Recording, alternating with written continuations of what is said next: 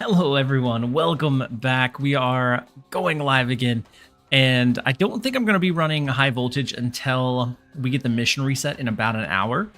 So I'm going to be grinding a little bit on ladder. It's not necessarily worth the small like 20 points per win outside of having missions to grind. And so I'm going to be running a little bit on the ladder. And during my downtime, I was actually testing a couple of the decks, and this one was recommended by Roram. He popped in the stream earlier. I believe this was created by Derek. Very good deck builder. Absolutely incredible at putting cards together. And I was having an absolute blast with it just while playing kind of in passing off stream. And so that's what we're going to be running at the start of the stream. And then we will kind of play it by ear, shift back into high voltage once we get the mission reset, and go from there. And then Dexter is best. Welcome in. Hopefully you're having a great day so far. Let's go ahead and jump into a match while we're loading up. I tried this deck and kept losing. Looking forward to seeing a better player playing it. I don't know. I think it might be one of those that it depends on who you're facing.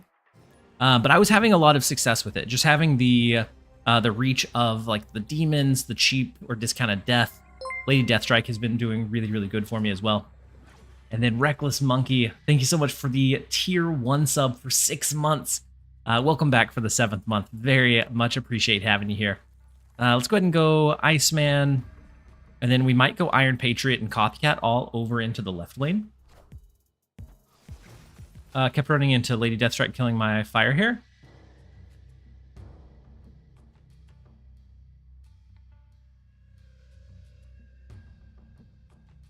I typically play Fire Hair away from, like stacking it away from where I'd be playing the other cards, just to make sure that I don't run into that.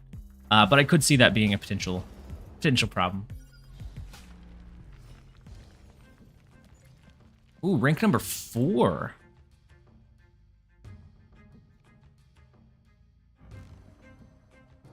I mean, I guess we waste the Copycat just to make sure we get the discount on the Storm, maybe?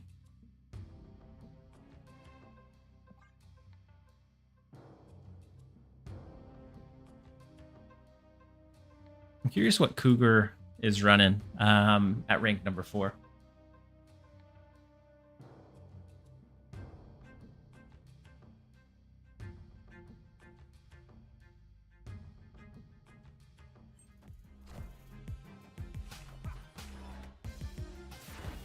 So US agent, that's fine.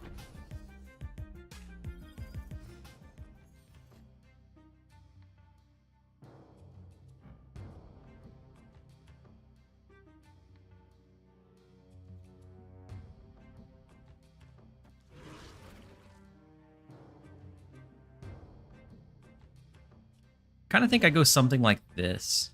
We leave mid alone for now. Maybe we throw Lady Deathstrike down, but we get the like 12-ish power into the Storm lane, giving us an easier lane to win after. And then Throbbing Pinguino, welcome in. Hopefully you're having a great day so far. So big Galacto on their end.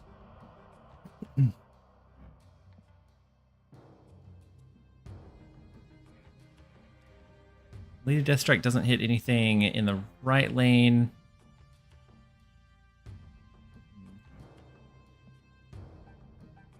I'm curious if they just give up in the flooded location or not. I think I'm going to go Lady Deathstrike. And then we just push big into Eternity range after the fact. So we just launched. I'm sure we'll have some people join in shortly. Ooh. So with Hazmat, with the big Broodlings, I am worried about like a big Ajax. And we don't have any destroyed cards, so death isn't really going to do much for us. They have the 3 extra, and I'm gonna run out of this one. I'm really curious what else they're running. With the Hazmat line, with Brood, It worked out really, really well for him with the White Hot Room and then with the Galacta.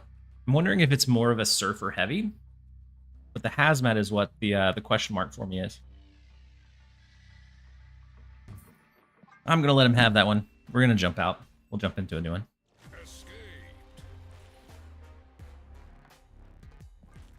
And so since we just launched Throbbing, people will filter in. But it takes a little bit to ramp up. One he carried to Alex's chatter still here? Oh, the ones that I carried over there? And then Chill Pill, we're back. We are back. We're back. I got everyone home from school, got them situated, made some chicken tacos. And now my son is in his room playing a game where he'll happily be for the next few hours until he comes downstairs to raid the snack cabinet. And then my daughter is winding down watching a movie and playing with some of her toys. Did you bring chicken tacos for the rest of us? I did not. Is the meta back to Surfer and Tech decks? Surfer is in a really good spot. So it's one of those that when the meta is in flux, same thing with like a Stature Hawk discard deck. When the meta is kind of in flux, it performs better and continually does well. And so, yeah, I think we'll see Surfer quite a bit. But no, I didn't bring enough tacos for the rest of us, unfortunately.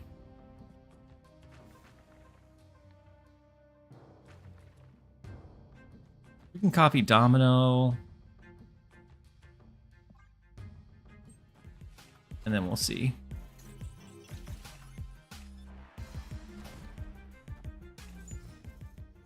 Quicksilver, Domino, Ironheart. Oh, they're low collection level.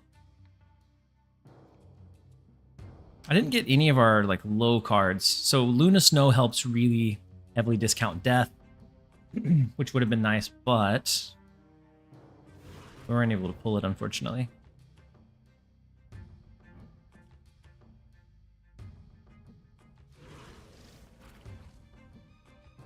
I think I'm gonna do something like Killmonger and let the Killmonger die. That at least brings Death down to 5. We could use Death next turn. And then Hydrate from the Hydra King. Welcome in. Hopefully you're having a great one so far.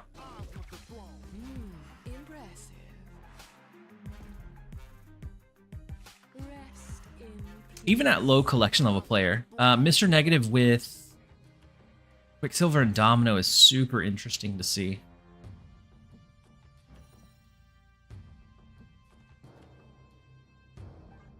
I mean, if they hit a good turn 5 Mr. Negative hit, then we're probably in trouble.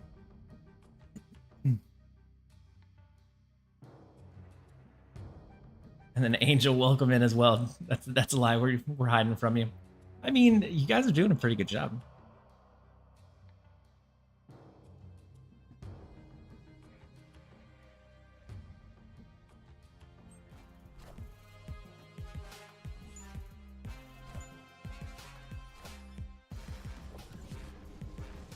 Crystal and Cassandra.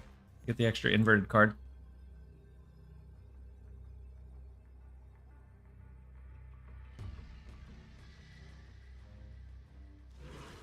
We definitely didn't get a great hand. I think we give this one up. I think we lose to Plainview. They've had 3, with the crystal, they've had 3 inverted cards. We'll give it to them. I think they have us. As bad and as bad as that is to say with the Quicksilver Domino, Mr. Negative Tech. I think they got us.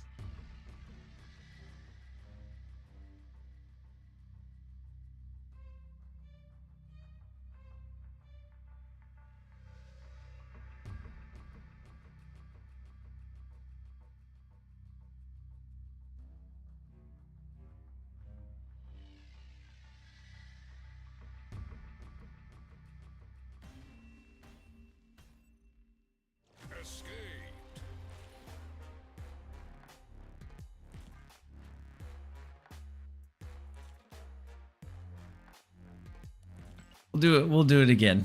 That one doesn't count either. Luna Stone helps a lot towards discounting your death. It really hinges on getting like your lower cards, because that really helps like generate towards your in-game line.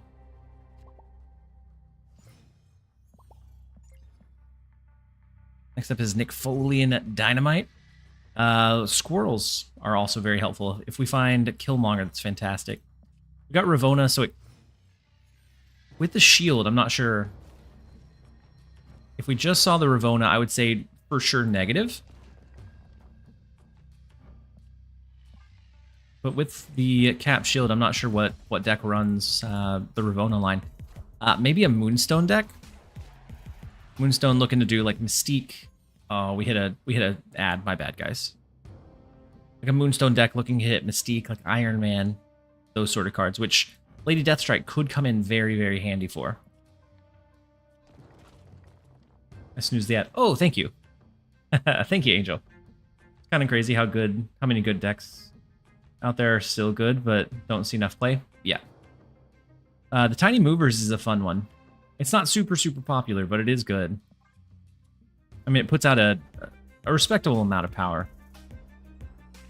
I think a lot of times those kind of get overshadowed by decks that have a little bit more flexibility and control, or that are easier to navigate, are the ones that I think I typically see more often. So we could do Misery to retrigger Hood. We could do like Luna Snow. We get the Ice Cube, it gets destroyed.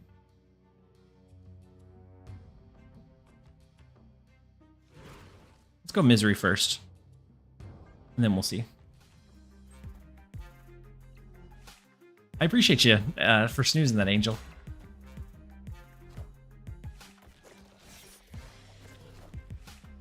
I'll run it after this one,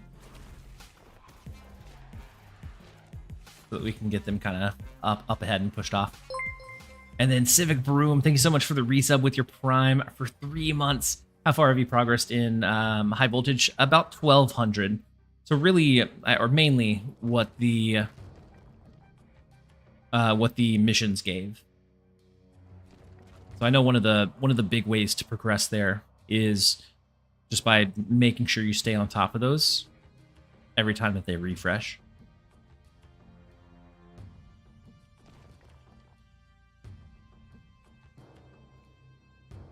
We can make sure that we're not full capped by doing like Luna Snow, because that'll put the Ice Cube, it'll destroy next turn. Then we wouldn't be able to do like a Demon or an Iceman or anything this turn. I think we go ahead and let that happen. And then Fast Straight. Or Faster 8. I'm not sure which direction that name goes in. But thank you so much for the Prime resub for 3 months. Very much appreciate you. Hopefully you're having a fantastic day as well. And then Hydra King, what are your thoughts on the new Ghost Rider from High Voltage? I'm excited about it. It's one of the few cards from the like High Voltage that I've been legitimately excited to to play around with and see how it works out. If we go 6, we'll go 13. We don't overpower this lane, so we would just have to rely on winning left with a Demon if we're gonna go Lady Deathstrike. We could also go Death and then do like Demon.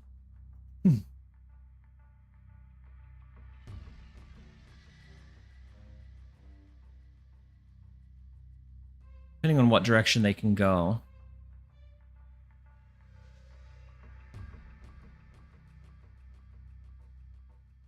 Then they're going to have to somehow swing all 3. I think this is what I'm going to try.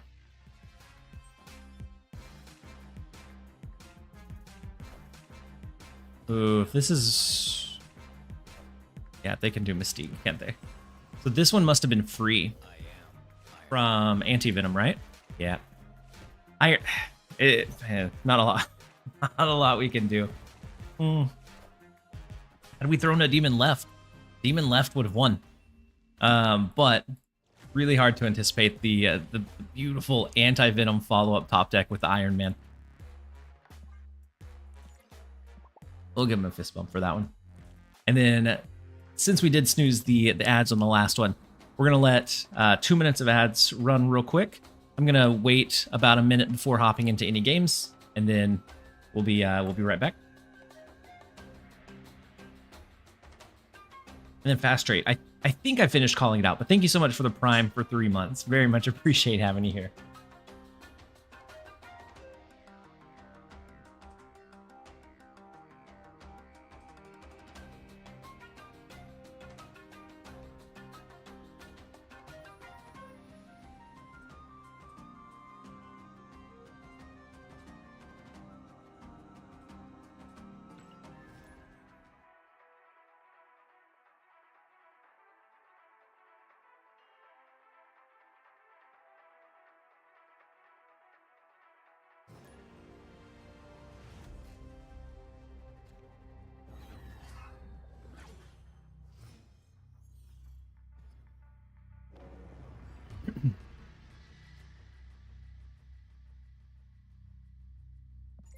All right, next up we have Guess Who's Back. We do start with Hood. Copycat hits Shang-Chi, which is beautiful.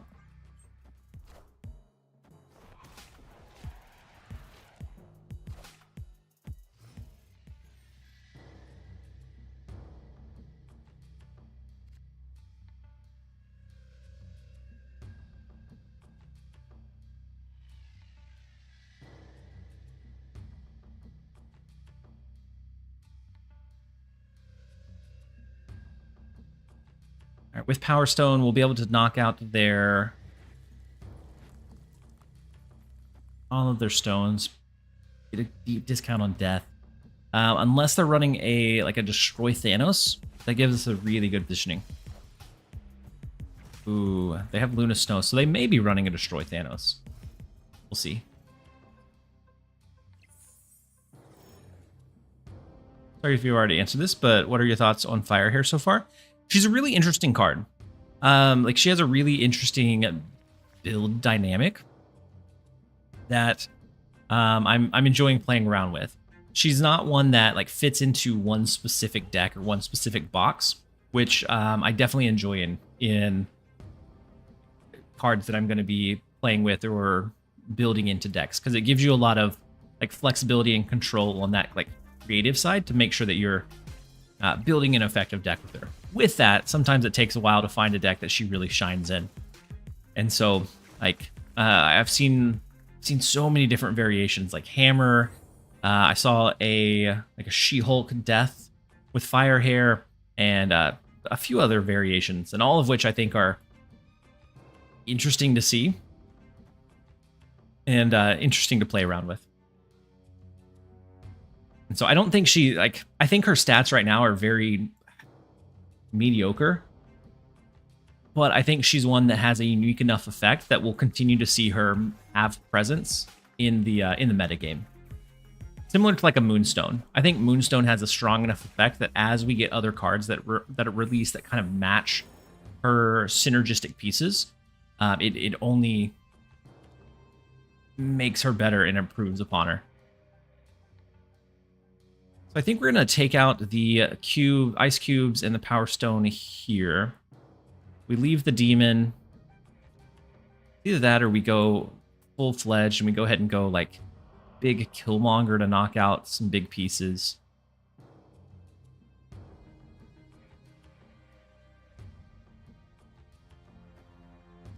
We should be safe to do a demon. But I think as it is, maybe we just go Lady Deathstrike. On the last turn, we could look to either do Killmonger, Shang-Chi, Demon with all of the extra energy. And we're not going to have priority since they have the left lane. Or we shouldn't. No. Well, gonna come down to a fight for Eternal's Arc. We are going to have priority. Rough.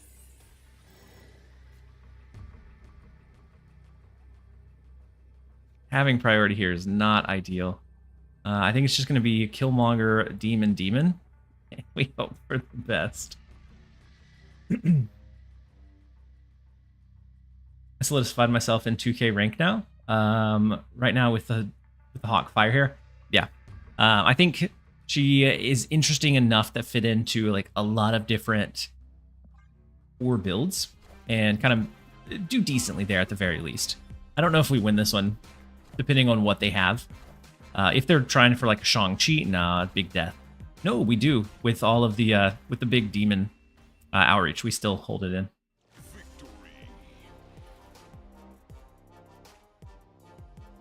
I don't think she'll get nerfed. Who, Firehair?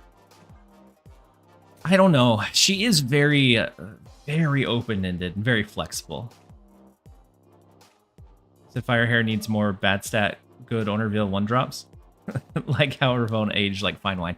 Yeah, I think from a like deck building space, she has a wide enough ability that like, she fits into or will continue to fit into like different decks and really kind of prove herself. Your deck looks like a more refined version of the one I built for Firehair. I'm hard regretting not buying the season pass for Iron Patriot. Iron Patriot, if I'm being honest, Iron Patriot, Sam Wilson feel like they're way too widely utilized for what they are. It feels like they're not broken, but it feels like they power creep just a little bit more than what I would like from a season pass card. I'd like for a season pass card to honestly be on par with something that comes out each week, but I think it makes sense that they put a little bit of extra power there to kind of help drive the sales. But yeah, Iron Patriot and Sam Wilson are, I think, borderline too good without being necessarily broken. They just provide so much value in like pretty much any deck. Any kind of value deck, you could slot those into it, and they would do pretty well.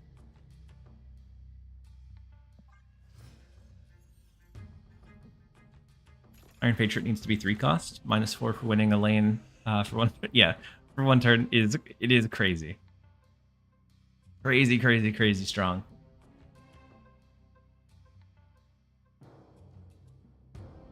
We could do Copycat. We could go ahead and throw Iron Patriot. We could turn it into a demon. But we're also kind of cautious of them having a Killmonger. I think I'm just going to throw Copycat down. Hey, now we don't have to be worried about their Killmonger. Since they've already dropped that opens up our ability to go ahead and play like Nico or any demons that we have and not worry about them getting destroyed.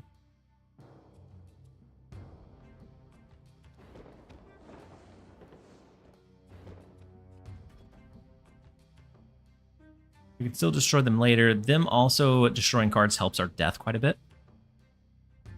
So we'll see. Is Wong Panther stuff actually good? Queued up ladder with high voltage deck by mistake twice today and 1-4 cubes both times. It's a deck that is, I mean, it puts out good stats, but it's very counterable.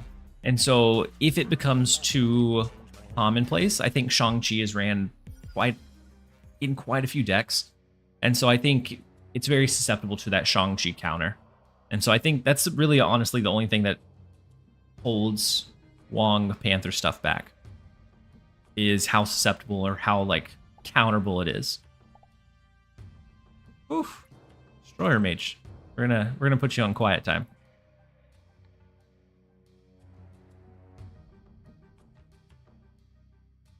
We could try to hold down right with death. I'm not sure we want to though.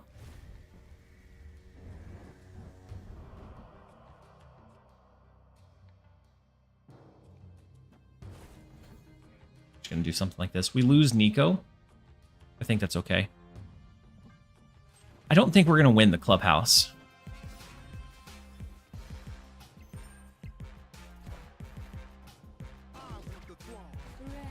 It could be that I play a little bit slower than what they're liking.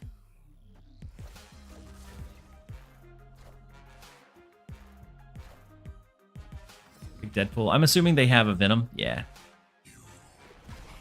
So that gives us a really cheap death. We have the Shang-Chi to lean into. So I think we have a a decent enough shot. Now, if they for some reason have an Arnim Zola to hit this, probably could be in trouble. But as it is right now, I think we're... I don't know. Deadpool's, what, 24 now? They haven't thrown Death. We still might not have it. Even with Death Shang-Chi.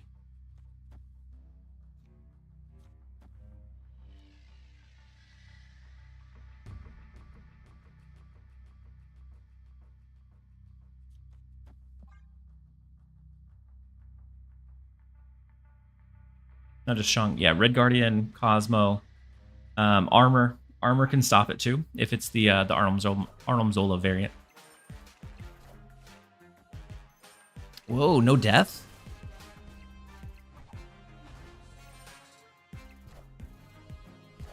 They do. Wait. Power must be controlled.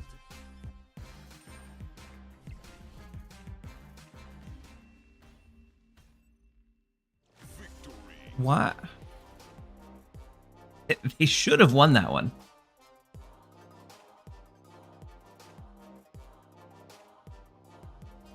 All I had to do was play Deadpool here.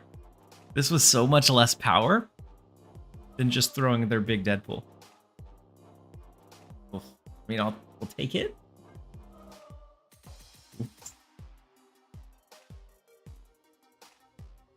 Can't believe, wait, isn't it TFGR, not TLGR? But the first Ghost Rider doesn't gain power when you take away a negative. Yeah, I was really hoping we could discard like a Hobgoblin and gain +8. I see why they chose to just make it count as 0. Probably on the safer side. But I was looking forward to some crazy shenanigans.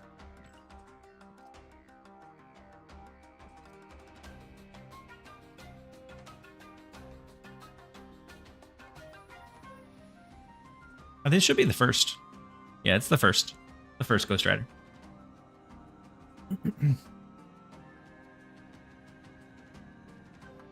Yeah, they had a massive Deadpool. All they had to do was play it.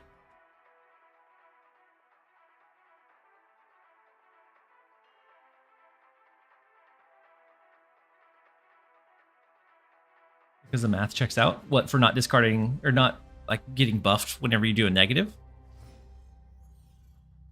Yeah, it makes sense, and I think it'd be a little bit too strong. I think we'd have like Hobgoblins and Green Goblins and like Boars for days, and I think it would make him just a little bit too strong. Probably a lot of it too strong.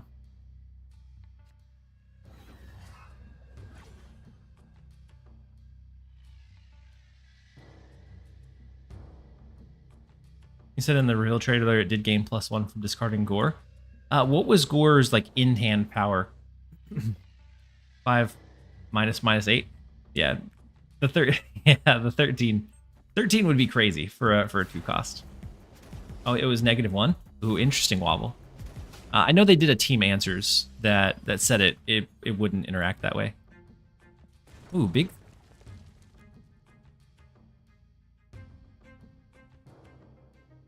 So we win our Iron Patriot lane. Do we fight them for theirs? Since we have a Killmonger hidden somewhere?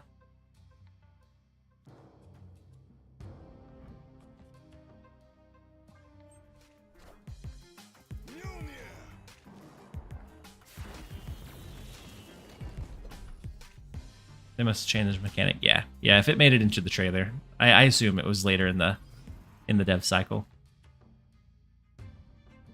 All right, let's go ahead and skip now. We'll get rid of the rocks. It helps out our death if we ever find it. But we stop them from getting a discount. Clear for takeoff. Rank number 55. We're going against some heavy hitters today.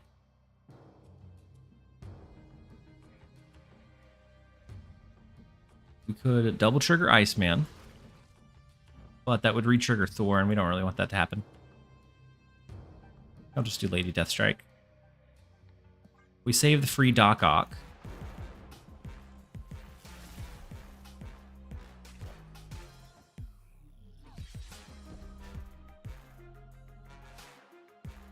Should be a 50-50 on who has priority going into the last turn.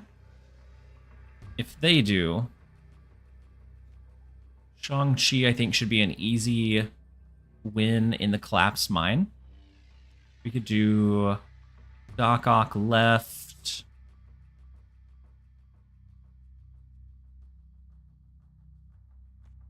Nico, turn Mjolnir into a demon, and then Iceman to the right. We could probably snap this one, but I think they would leave. I think we're just going to let it play out for the 2.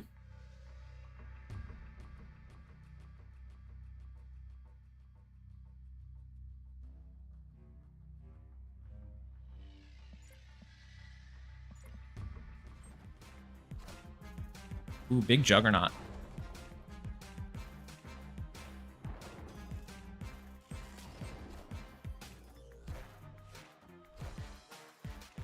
Power must be controlled.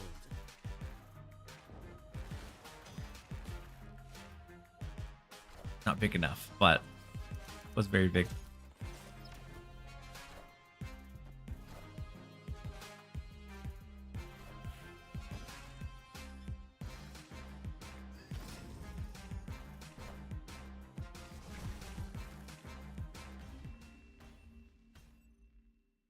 We'll take the 2. I think they had a...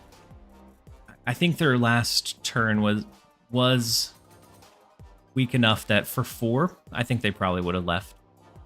I think it was probably the right call to just push it for the 1 extra.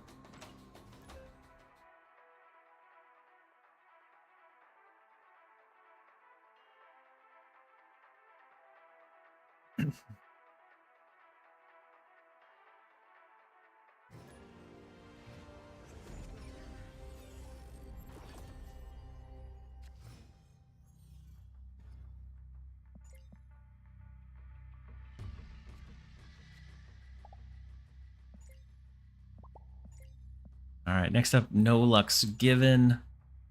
We have Iceman, we have Fire Hair, which doesn't feel like it's a huge burden, but being on the receiving end of it does not feel good. Use it for gameplay? Yeah, probably. I don't think we'll finish the match in 2 minutes. And that'll be our last snooze, so I'll have to be a bit more vigilant. Gonna play Fire Hair to the right.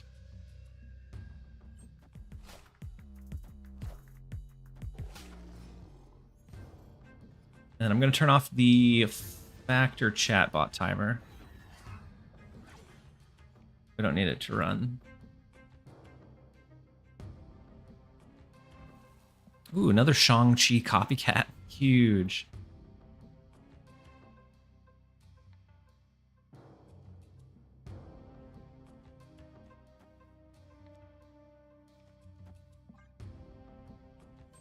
Push Luna into mid. It restricts them, I think, at least a little bit, where they might end up losing their Ice Cube.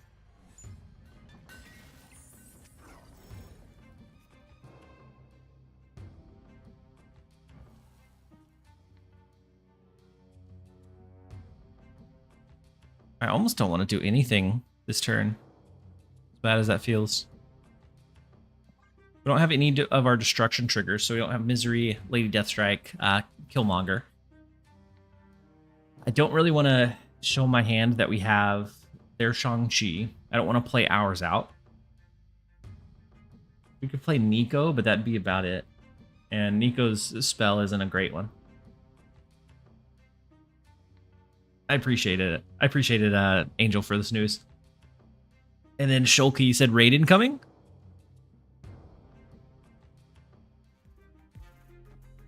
Did you jump ahead of the raid, Shulky?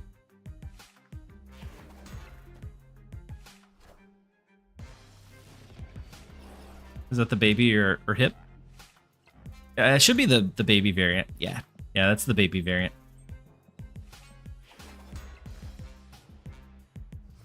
A big Galacta.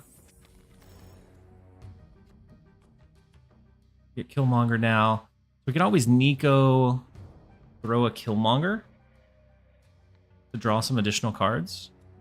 But it's late enough that I feel like we almost need to stack a few of them into Nidavellir instead.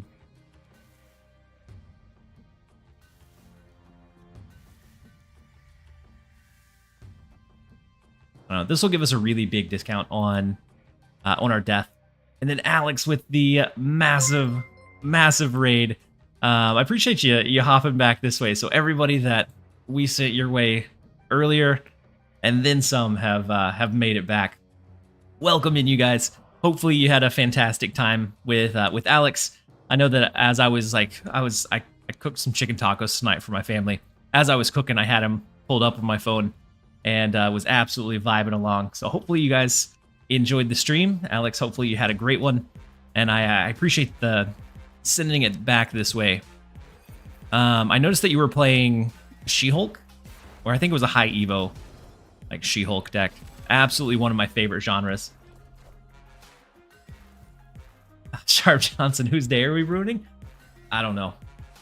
Right now we're just tearing up the ladder. Welcome in, you guys. Absolutely flooding the chat. And then Brachia amongst all of it wants a timeout. So let's we'll time you out for 2 minutes. We'll see you when you get back, my friend. Nicest toxic guy. I do enjoy toxic decks pretty much all I would say almost exclusively. We're already winning over here. Do we think they throw anything extra over there? Or just leave this one be and then throw like Shang-Chi Death? I don't know. I think Shang-Chi's going to handle enough of Nidavellir that we can throw Death over to the right. It's going to be my gamble. And then Alex, if you said anything, we got absolutely flooded with the massive raid in the chat. And so hopefully your stream went fantastically. And so our little bit of a gamble did pay off. We hold down Nidavellir with just the Shang-Chi. We flip nowhere back in our favor with Death. He said Clunk won a giveaway. And then it's Bozo with the... Oh yeah, Copycat with Shang-Chi. It would have been a little bit higher power to go with that version. And then it's Bozo. I'm gonna push your timeout through right now, my friend. And then posture check from Brachia as well before the timeout came through. Am I crazy, or is there an easier way to reorder your decks? Wait, is there? I don't know. I just delete the ones that I'm not playing and then create new ones at the end. Like, I don't think there's an easy way to rearrange them. Not that I know of, anyways. You were the first Snap content creator I ever followed. Glad you're doing well. Thank you, Clunk, and congratulations on winning the contest. What did you end up winning? What, does he want a timeout? I don't know. I can't say for sure. Ooh, it does look like we're... So gonna sound bad. We just ran out of all of our snoozes. And I don't want ads to run in the middle of gameplay. No, I haven't got the new card, but I'm waiting for the missions to refill before I jump back into it. I don't want the ads to run mid gameplay, so I'm gonna jump over into a minute and a half, and I'll queue up the game about 45 minutes into the ads, so that you guys don't miss any of the action. We'll be right back, you guys. I'm gonna catch up on chat while we're waiting. Oh, you sent Bozo into timeout already? Oh, they got double timeout. He got double his money's worth. Got some cards. Wait, like a bundle? Congratulations. They've been coming out with some really fire variants, but I just can't justify like picking them up. At this point, I can't justify like spending or dropping $100. Like I like this Cannonball variant. Can't do it. And so we just live without it.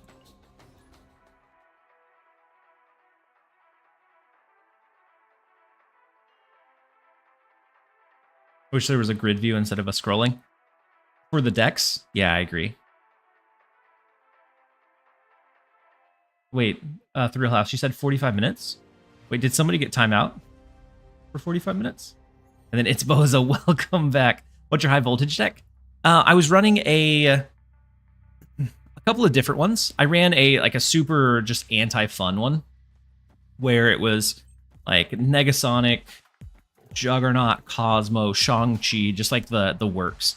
And it did decently. I think I held like a 60 to 65% win rate. The one that I enjoyed more than that is the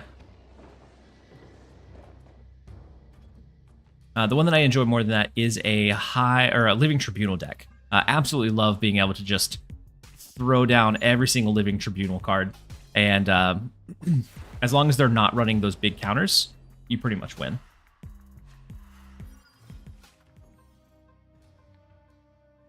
Just got a 1 out of 5 ad. I'm so sorry, Caleb. It should be a minute and a half, so they should be short ads. But my bad. I do feel bad about them. I played some with the first Ghost Rider. Is that not insane, or am I... Wait. Oh, I played someone. Was it auto-generated? Or did they legitimately have it already? I think it could be either way.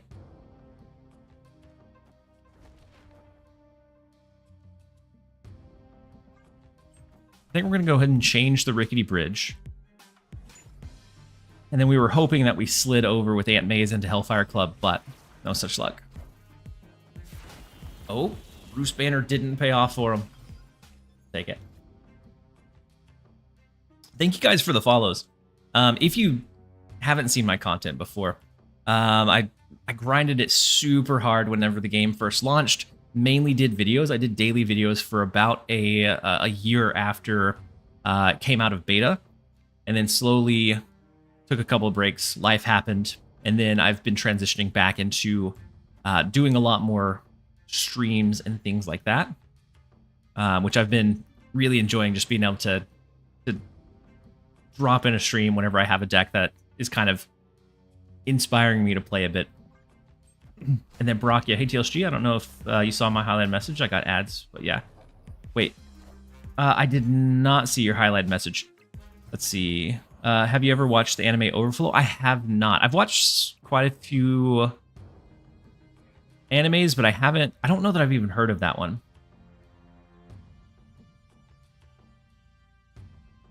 I wouldn't be against watching it though. Can't really justify $100 for 2 JPEGs and some digital currency. I mean, at one point, I was definitely a very heavy spender in Snap.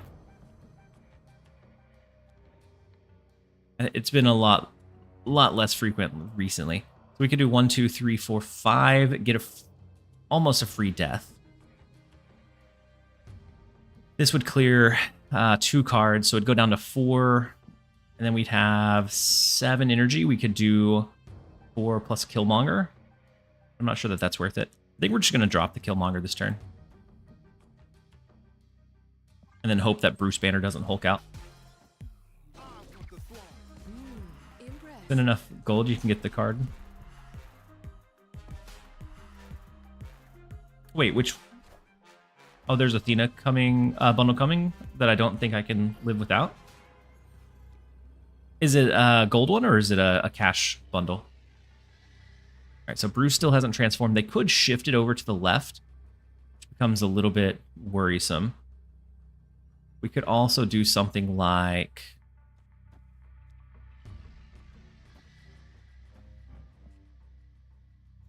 Oh, we can't do 1-cost cards there.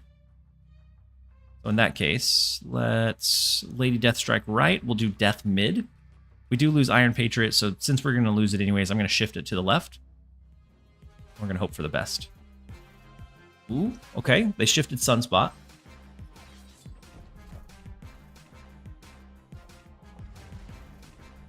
Big A-bomb. Not going to be big enough, though.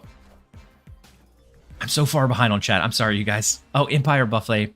I missed your snap. I'm going to do better. But we'll snap at the start of the next game. And then Toast, he said, I asked Alex. I don't think TLSG watches animes. I do watch some animes.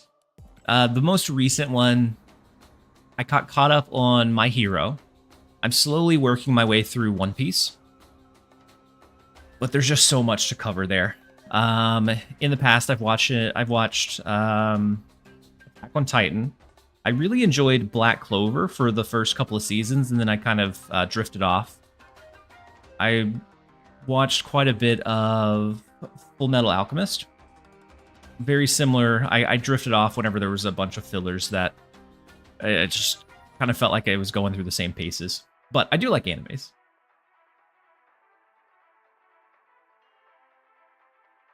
And so, Toastman, I asked Alex this, is there a character not currently in the game that you're surprised isn't in it yet?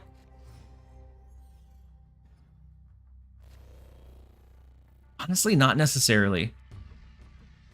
I think they've covered a good chunk of all of the, like, most common cards. Or most common characters, or most well-known characters. And so there hasn't been anything that's, like, stood out as really should be here that hasn't made it yet. What was Alex's answer? I'm curious.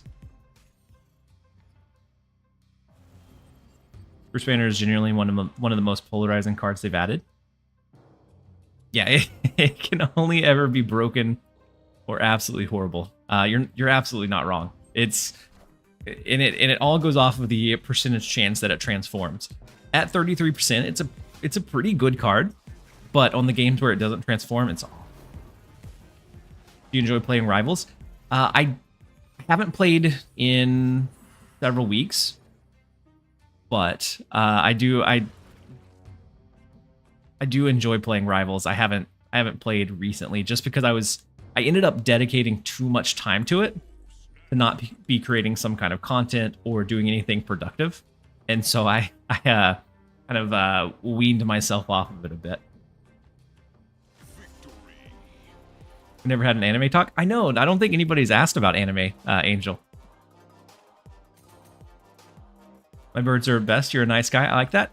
Absolutely. I'm I think wholesome is definitely, like, if I had to describe like what type of stream I had, not necessarily super skilled or not. And I mean, we have a high-end gameplay. We're ranked 400, but not necessarily super skilled, but positive or wholesome, I think, is the one word that would typically be used to describe, like, my content.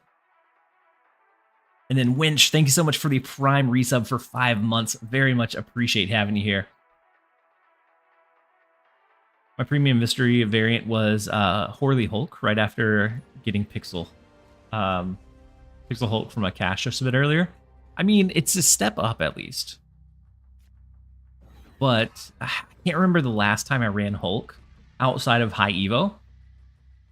And so it's not, unfortunately, not a super not gonna be a super utilized card for you.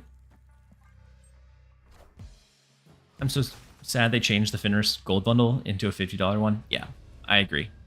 I really liked them having, like, Anti-Venom and a few of the Series 5 cards that are decent additions that maybe not everybody picked up, available for gold bundles. That way you have something to save for, especially as a free-to-play player.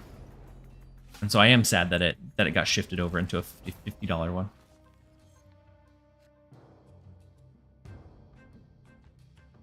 Gotta watch Solo Leveling. What streaming platform is Solo Leveling on?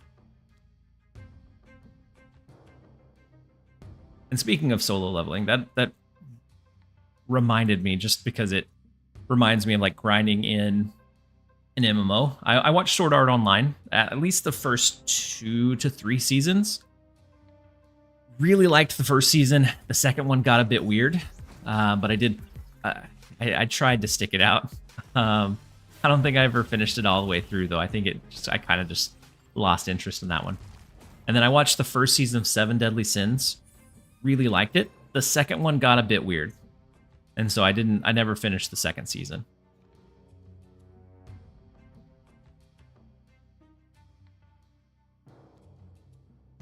All right, how do we want to... We have Zabu. The only thing it discounts is Shang-Chi, which isn't awful, especially with us hitting, like, an Asgard. So maybe it's Copycat, Iron Patriot. having a discounted Shang-Chi would help, especially with Iron Brand, Scar, whatever other direction they're going with. At this point, I just read the manga. Way consistent for pacing. See that?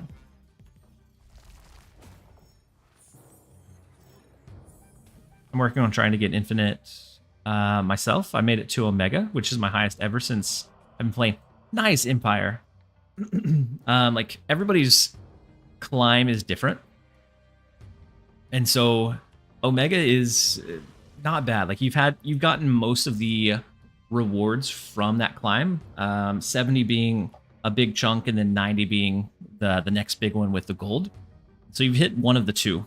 So you're almost there, just a little bit more of a push and you'll be there. You've got this. So with them having Storm,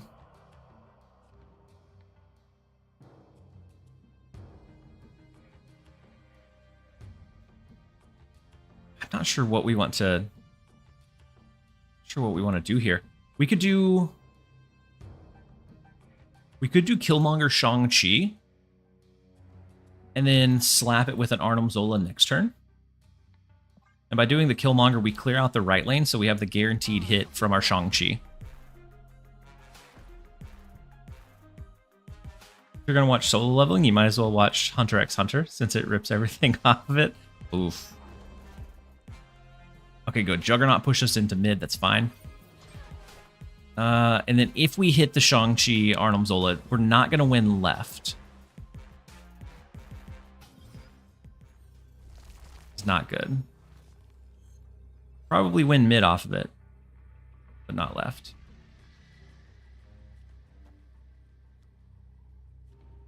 Our play didn't pay out. I thought they were going to go big in the left lane, like a Kola Obsidian, which I guess they don't have a 1-cost card. Crossbones, something big over there, and they did not. So now I feel kind of silly doing that one. We could gamble, try to hit the 6 over here. I don't think 6 isn't going to be enough in the right lane. We're just going to give it to him. You need to watch Full Metal Alchemist Brotherhood, Snow Filler. Does it still hit all of the like big pieces though? I skipped like 20 pieces of One Piece, then repeating the same stuff over and over. Yeah. And I've heard good and bad things about One Piece. Some say that it really helps with the pacing. You still get the big pieces. Some people say that you miss out on a lot of like core stuff. And so I don't know. I haven't done One Piece, but I've considered it.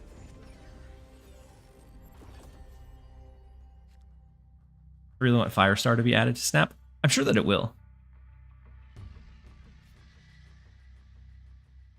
Tigra, Powerhouse, and the Shroud. Yeah, I guess Tigra is a pretty big one that hasn't been like touched or added. And then Unibot, welcome in. Hopefully you're having a good one. Sorry, I'm trying to catch up on the chat. But you guys with that massive raid, I'm still a bit behind. They say there's no filler in One Piece, and that's massive BS. There's definitely some filler. Like it, not necessarily where like they start at the or they end at the exact same spot they were at, but just stuff that doesn't impact like the story overall.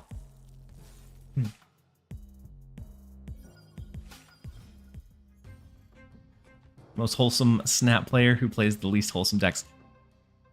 Always. That is that is my calling card is nice guy playing the most toxic decks I possibly could. For animes, I enjoy One Piece, Hunter x Hunter, and solo leveling. Also, Blue Lock Season 2 was neat. But my favorite is definitely Vinland Saga. I don't know that I've heard Vinland Saga. Or heard of it. And when I was younger, I watched all that, like, as a kid growing up. It was, I enjoyed the Saturday morning cartoons. Like, I would wake up specifically to watch things like Yu-Gi-Oh!, Digimon, Pokemon. After school, it was always Dragon Ball Z. And then when I could catch it, I liked Monster Rancher quite a bit, actually.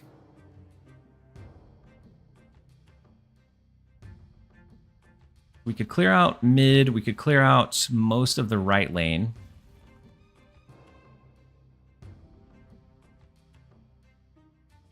We can also look to do, what? Hood Misery? Hood Misery wouldn't be bad. We get 2 demons out of it. And we hit them with a little bit of Iceman. And we counter the Acid Arrow. Huge.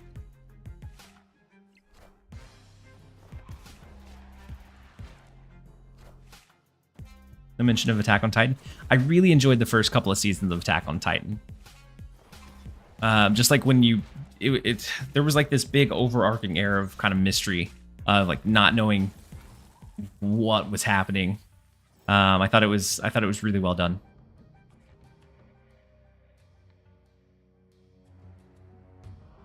I think we're just gonna Lady Deathstrike the right lane. Since this Ice Cube is stuck here anyways, we might as well clear it out. Shang-Chi can take care of Atuma if we need to. I think we're in a good spot.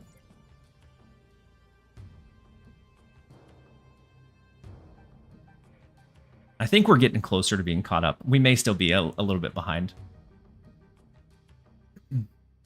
The Chimera Ant arc from Hunter x Hunter is genuinely one of the best arcs. Really? I've heard some good things about Hunter x Hunter. Isn't there quite a bit to that one?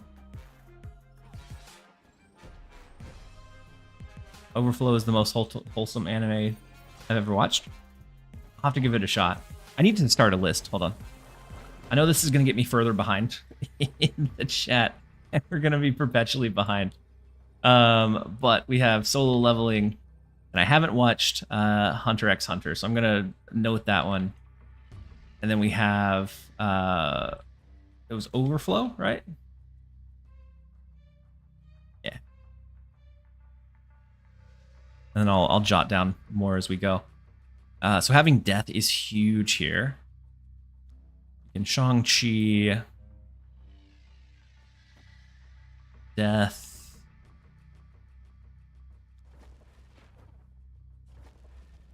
Demon? Oh, and you said Full Metal Alchemist Brotherhood. So right now I'm actually, I haven't been watching animes. I've actually been catching up on the Defender saga of, or I guess the Defender, I don't know. The Defender like arc of the Marvel shows.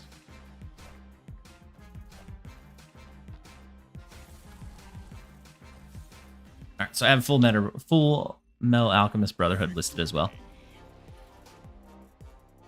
I hit Infinite every season, but I'm struggling this meta. So, I actually didn't climb to Infinite until we also have a quick set of ads that are about to run mid game, which will help me be able to sit and focus on chat and get caught up. So I won't touch the Infinite one until we get back from ads.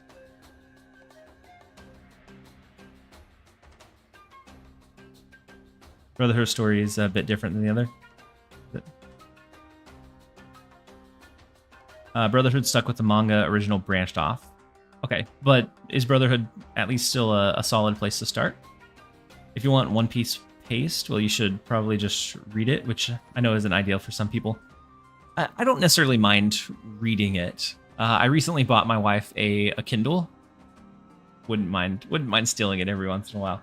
I also have been looking into Marvel Unlimited to kind of get caught up on some of their comic book lines that I've wanted to check out. I've been struggling to climb. Yeah, so I didn't hit climb to Infinite.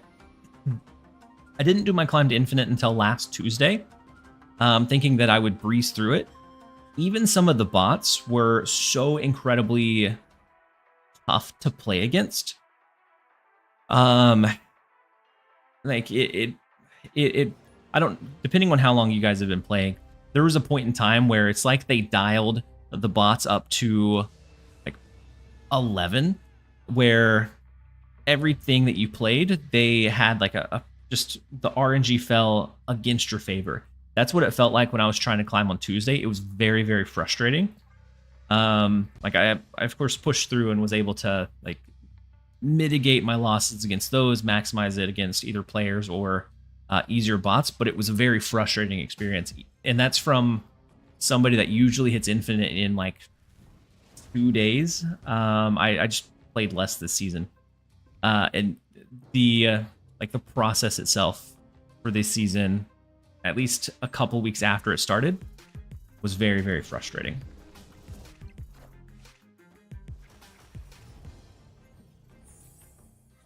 I just want Superior Spider-Man to get his own card.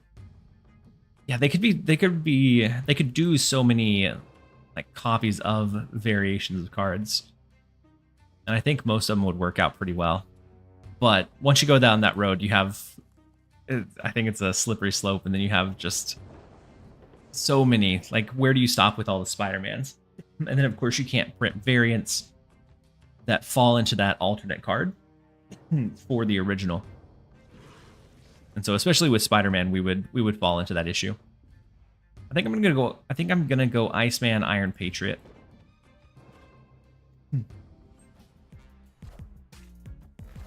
Haven't seen Jessica Jones played in forever. Yeah, she's just been like hard power crept out. That and Rescue. Rescue never really became meta relevant at all.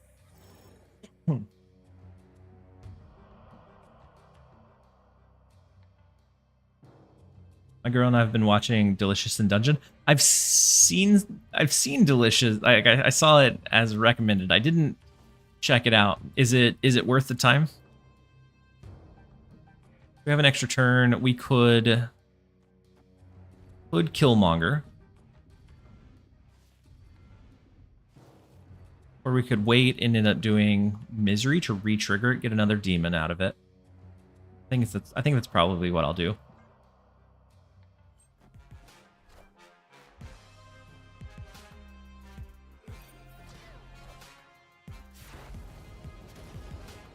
Wonder Man is definitely a character that just too awkward to add because of theme seasons.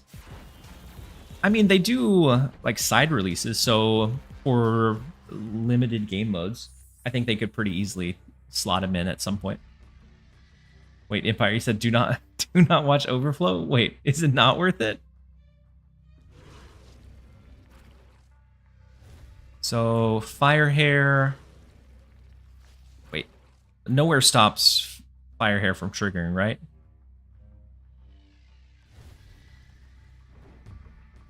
Firehair,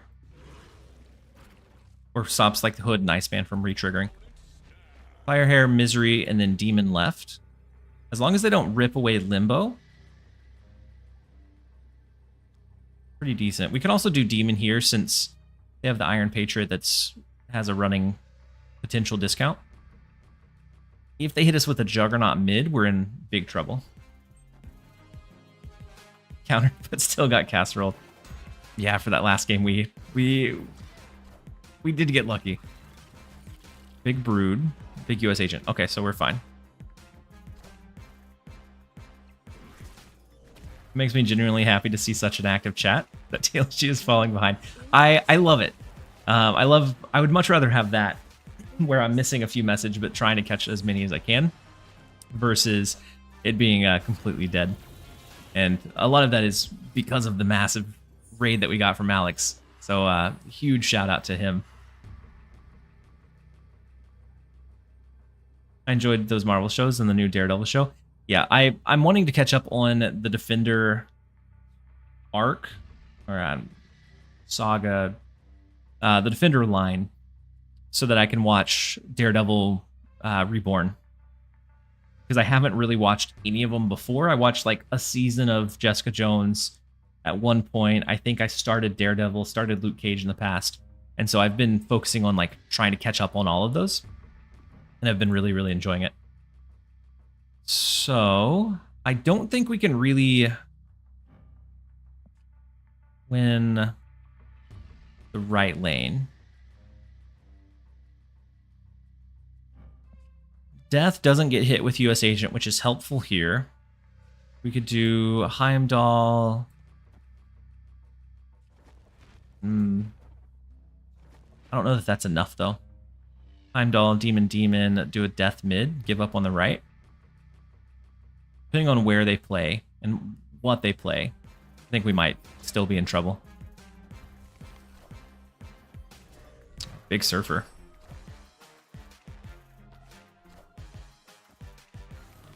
Yeah, we needed one of the demons here. We could have done it. We just needed a little bit less in nowhere. We had the means to make it happen.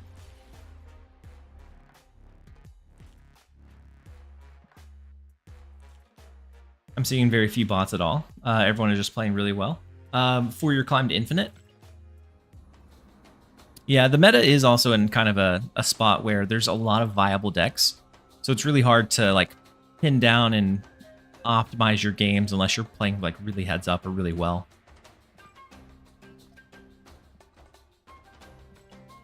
But I was seeing a good amount of bots, but they were the like tuned to 11 bots.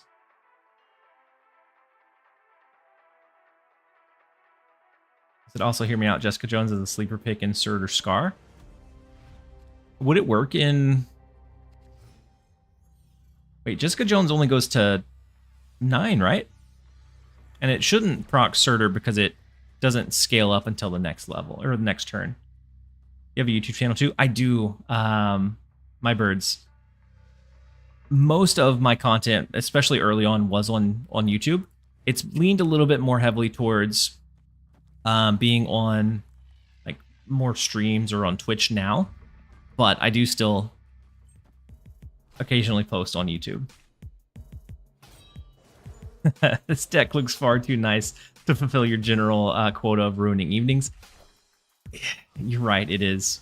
Like, it's not clutter, it's not absolute just rude toxicity. But I have been really enjoying this one. With the Luna Snow, like Death, we still have the counter components of like Lady Deathstrike, which I think is kind of a surprising piece that has been working pretty well. And so I think it still has a few pieces or elements of Rude. And then My Birds Are Best, just sub to your YouTube channel. I appreciate you, My Birds Are Best.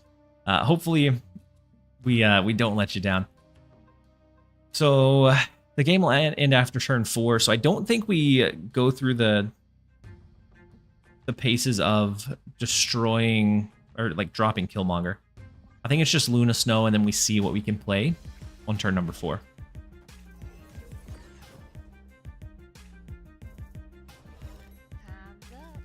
So Jessica Jones is good but slow. The show? Yeah, I thought the show was... I enjoyed the show, but I do agree it's a little bit on the slow side.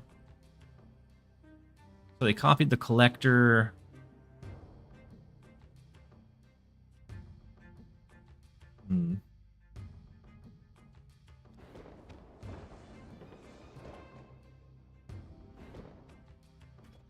The base of 2. I could do that plus like maybe a Calling Wing, and we lose. I could also do this, maybe double down on mid and just give up on left.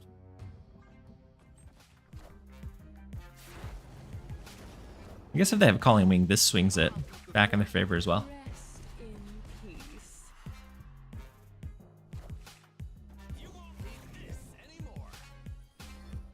Kilgrave needs to come to snap. That would be very interesting. I did enjoy Kilgrave's character. The big MODOK. Wait, how did they play MODOK? Oh, because we gave them the extra energy. Oh.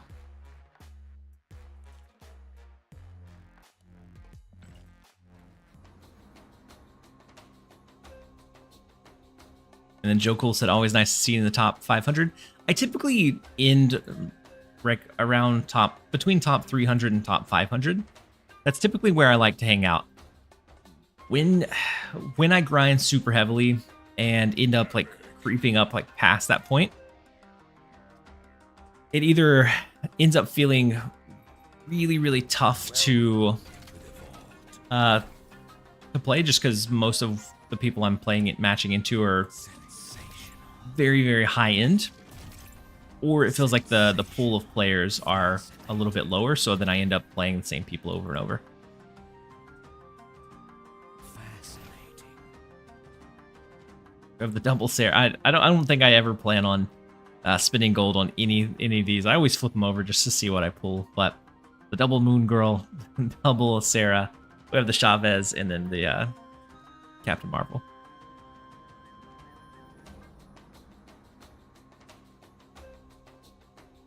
Jessica Jones becomes 410. She was changed. Ooh, I didn't realize she was given that extra point of power. And so she's strong. She's just on the slower side. And then I don't know. I think she's probably okay, especially if you can somehow fit her into like a Zabu Storm style deck. But she's still like relatively restricted. Wait. What variant of Jessica Jones is this?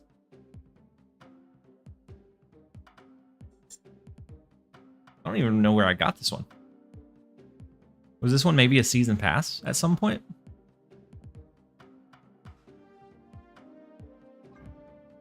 But she goes up to 410, which is decent, but her drawback is not being able to be played on that last turn, so you have to have her. If you draw her on the last turn, she's fairly ineffective. She loses a lot of that potency. Was it a bundle? I don't think I bought a bundle. Oh, if it was gold bundle, okay. Gold bundle makes sense.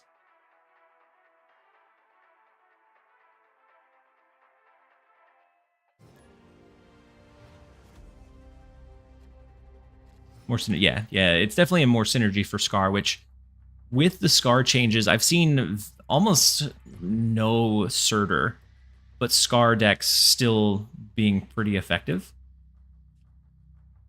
and still floating around. All right, let's skip the Nico. I don't really want the movement spell. Martage isn't bad. Especially if we can win with our Iron Patriot. We get 2 discounted cards, which would be huge.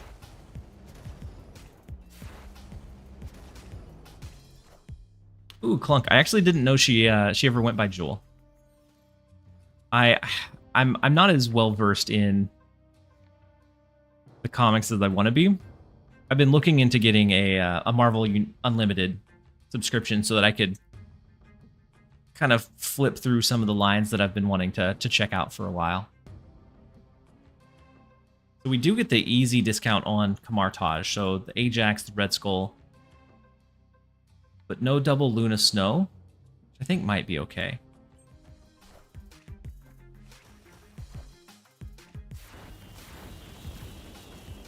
And then Djinn, you said I really love Nico. She just fits any and every deck. Yeah. Yeah, she's one of the most flexible, like most of the time not broken just because you can't really control that spell. But her spells are so versatile that you get a lot of mileage from it.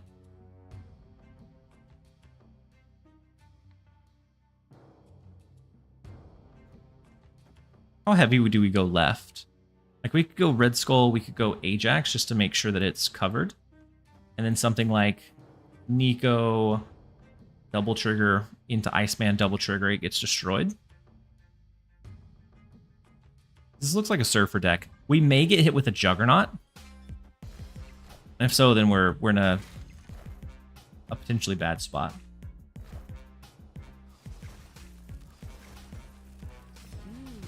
Hela has pretty much disappeared since the nerf. Yeah. Them hitting... Yeah, we do get hit with a Juggernaut. We spoke it into existence, unfortunately. Them hitting... It was like, what, 3 or 4 of her most common cards hurt that deck so much. And as a deeper collection level player, it doesn't hit me as hard. But... for potential newer players, Hela is one of those decks that is much more attainable because it's mainly Series 3 cards. And so I feel bad for any of those players that may have been able to grab that deck as a Series 3 and then it gets nerfed back into the ground. That's the only reason I like Hela being viable, is that it's a pretty easy deck for low collection level players to have a decent power output deck relatively quickly into their climb.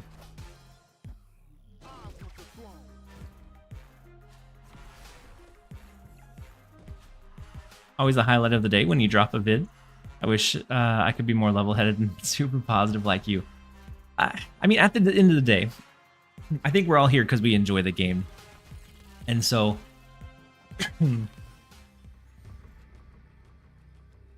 like, some things can be frustrating, yes.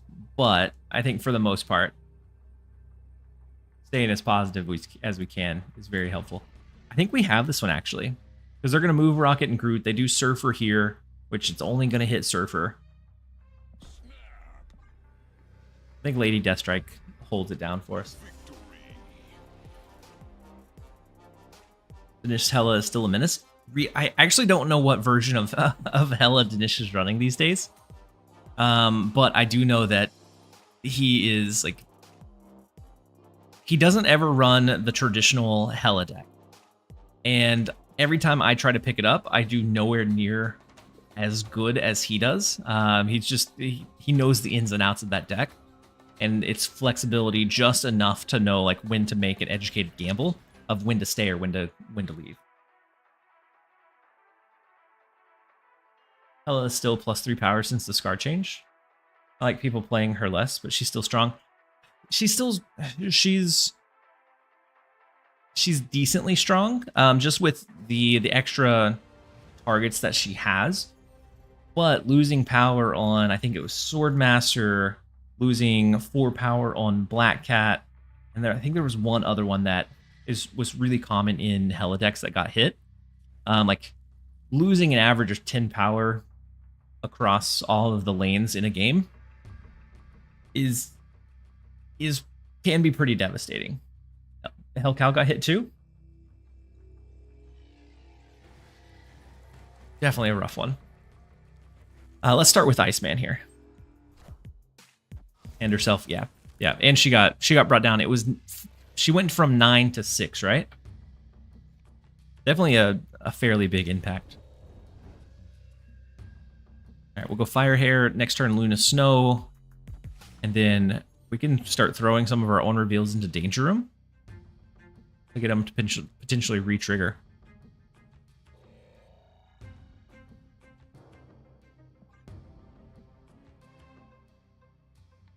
It's actually impressive how he plays that deck.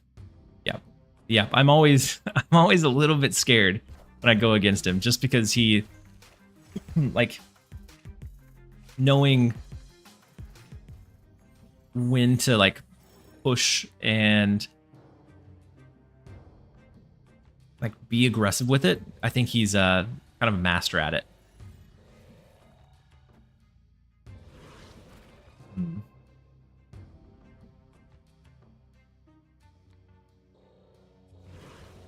Could play Misery. That retriggers Iceman, retriggers Luna Snow. Then Firehair triggers. Then maybe we wait for Hood, since we don't know if we have a positive output. If we can play Death next turn, we'll get the big Krakoa Death card. And then, yeah, after this one, we're out of snoozes, so I'll run a quick ad break after this match. So lots of extra energy floating around. We have hitting a Killmonger would pretty much make Death free.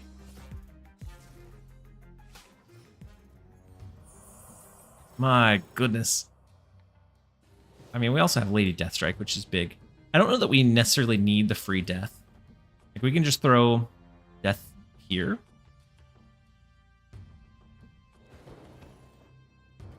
Probably call it a day.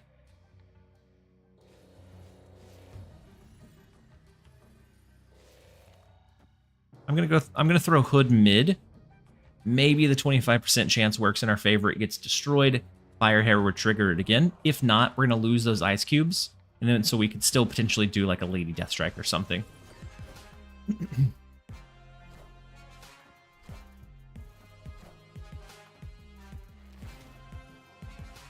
then 2 plays. She said holding off on watching Daredevil Reborn again, or Born Again, not Reborn. So you can watch it with your dad.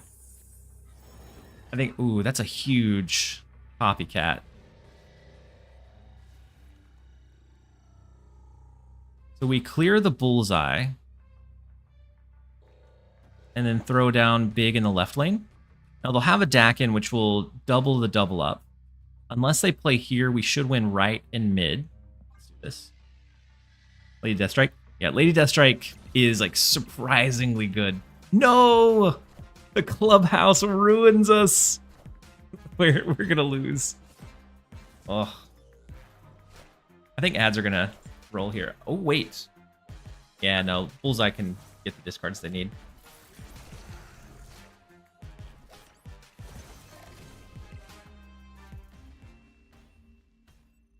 Thought we had it for sure.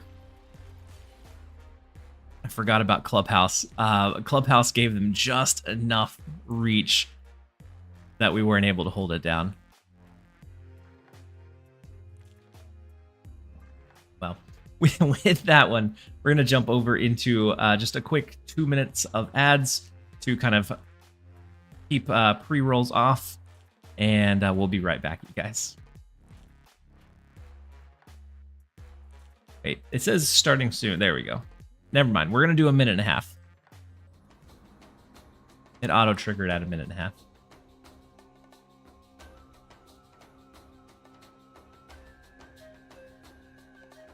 And so for the Defender line, or I guess arc, I finished Daredevil Season 1 into Jessica Jones, just finished Luke Cage Season 1. And so I think I'm gonna skip Iron Fist Season 1. I've heard really bad things about it. And so I think I'm gonna skip straight into Defenders Season 1. And then I don't remember where I go from there, but I think the Defenders is like the next up on my watch list.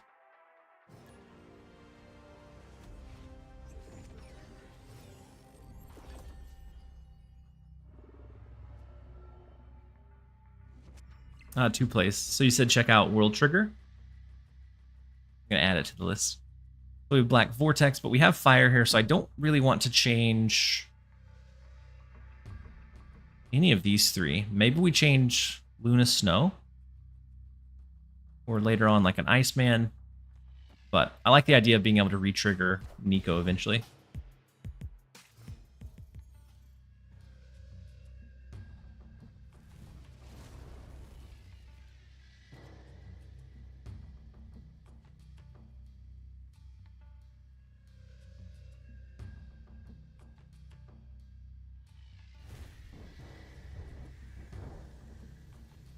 All right, let's get our Fire here. We have Killmonger. There's also going to be a turn 7.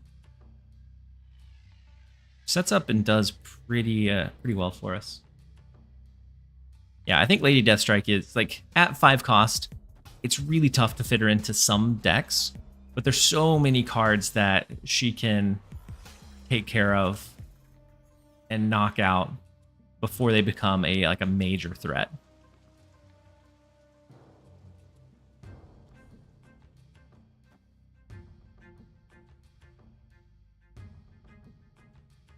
Let's go Luna Snow. See if maybe we can cap out the raft to get the free 6 cost. I know we can play Hood over there, but I kind of like the idea of Hood into Misery. Although I don't know that we necessarily need it. We can always just Hood Killmonger. And kind of take the double demon. Luna Snow into Lady Deathstrike. Yeah, Luna Snow, Lady Deathstrike, especially with looking at trying to get a deep discount on your death, it gives you so many like free or easy targets.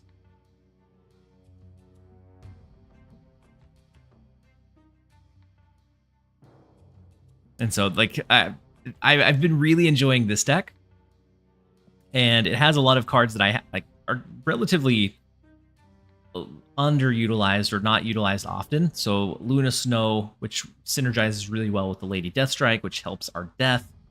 We have the Firehair with the Misery line just for our like cheaper lower end stuff. Being able to re-trigger Hood 2 to 3 times is massive. Iceman doesn't ever feel like you're doing a lot, but it is making a pretty big impact. I guarantee it. And then Nico can have some pretty killer spells whenever re-triggered.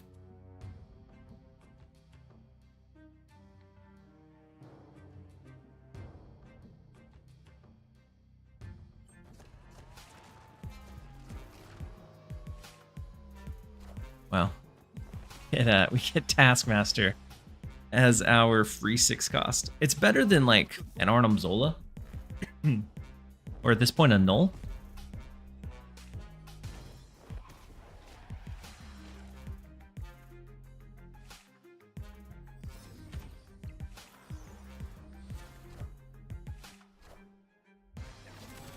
Finding a Shang-Chi would be big. Okay. Speak it into existence, I guess. I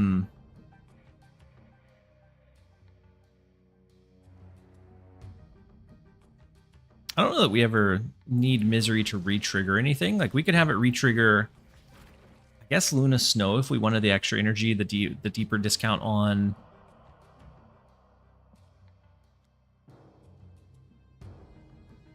on Death. It does take out 5 of our energy here. That's fine.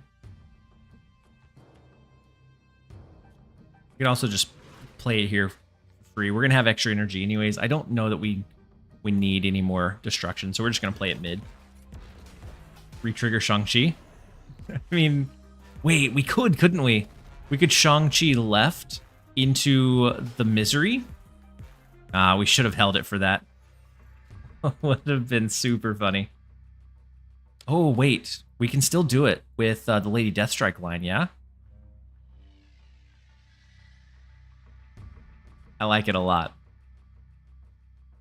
I like it an awful lot. We go ahead and throw a Shang-Chi left.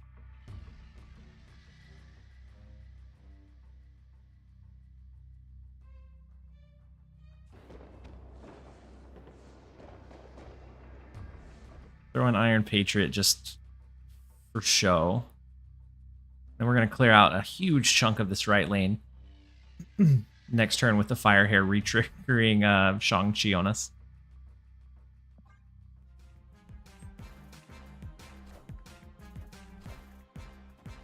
Power must be controlled. Still comes down to winning the left lane, I guess.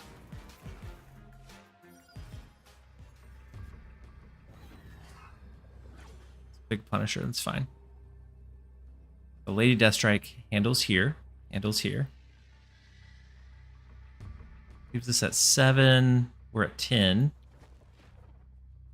So...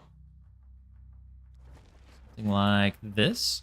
We can also push a little bit into mid.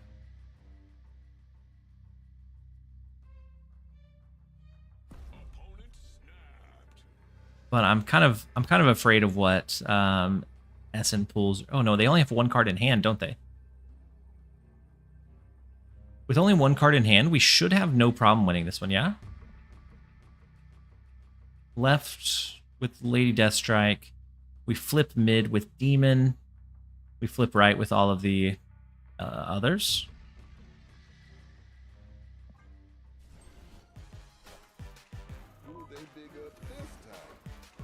Oh no, that is a big Nick Fury.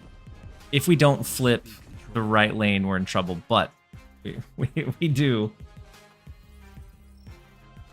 But Essen is going to pull one of the Nick Fury cards. So it was almost bad. But we just had the extra reach. Maybe? Okay, good. The Arnim Zola was scary. It could have duplicated the Essen to the left and to the right. We would have lost off of that. And I would have been very, very sad.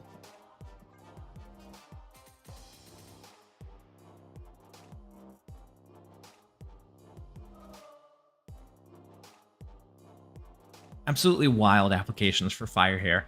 I think she's one that we'll continue to see pop up. I think a lot of her decks feel a little bit too leaned towards making her play like big impact. And I don't think it necessarily has to. Even just getting 3 demons because you have a Firehair down is so much power that you're putting onto the board for relatively cheap. That it's typically worth it. Legendary. Wait, we're snapping first turn next game? Are we? Oh wait, we're almost maxed out. Happened. That happened incredibly fast. Let's just complete a couple more and we'll max rewards. Why I didn't like SM putting a random card in your hand and hoping the randomness works. Yeah, it really leans into like what Arisham is. And just like very heavy into the RMG.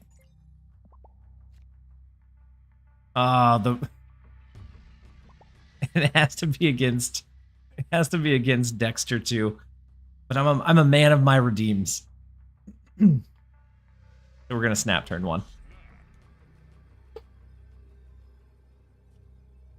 And we'll see how it goes. We're not gonna rope Dexter.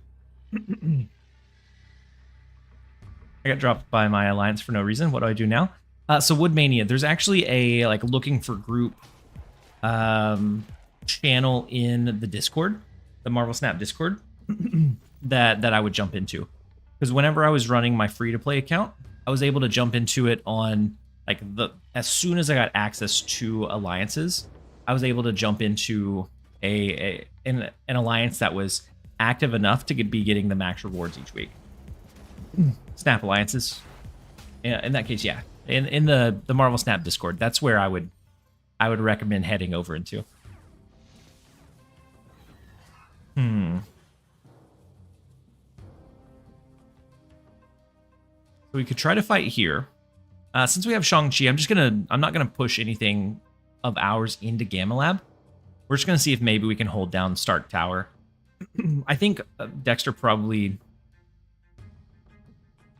plays over here as well, since we both have the discount that we're fighting for.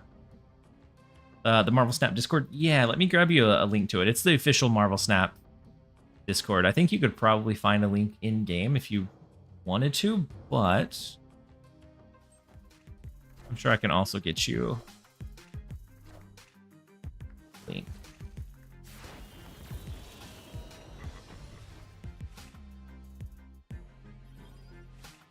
Oh, that's not it. Hold on. It says hidden use copy button. Then when I paste that, it's the text of hidden use copy button. All right, I'll have to look at it in a second. We do get the discount with an Arnim Zola, which is not awful. The Miles Morales. A bit of a discount from a Killmonger. We could also go ahead and Shang-Chi just to get it on our side. And if we ever wanted to, we could hit that with Arnim Zola. Decent. Shang then Zola later. Yeah, I was thinking, but with him running what looks like a Scream deck, I'm not sure that it's gonna work perfectly for us, but I think it's good enough to at least try. Let's take care of our hood. Also take care of Ice Cube here. We get a cheap, what, Copycat Demon?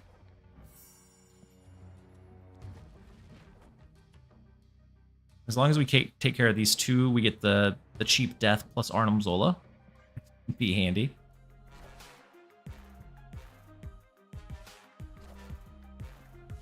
Big Rocket and Groot.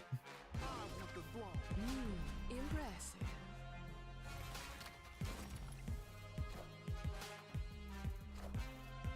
All systems go.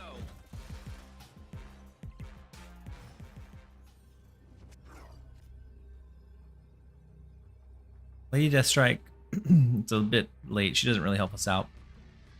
But we could always... I don't know. I don't really like the hitting the Shang-Chi. I almost want to do something like Arnim Zola, the left, and just give up the left lane. It also seems a little bit crazy, though. There could be an arrow in play. Could be Magneto that we have to look out for. We can also go Big Death here, but then that doesn't give us a use for Arnim Zola.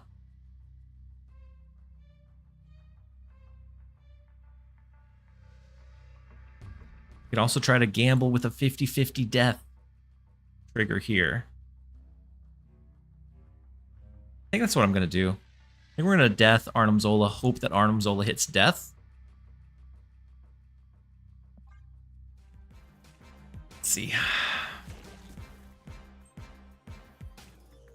And if this is, I guess this could be Magneto, and that would hurt us too, wouldn't it?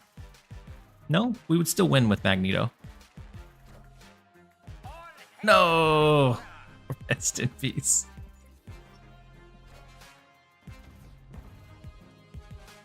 The Cannonball would have gotten us anyways. No, it was a 50-50. Had Cannonball popped us here, we won. How do we hit death here? We won. That was better than a 50-50.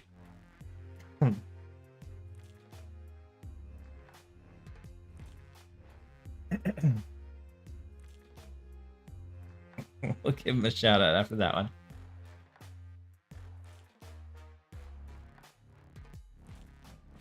Such a good cannonball.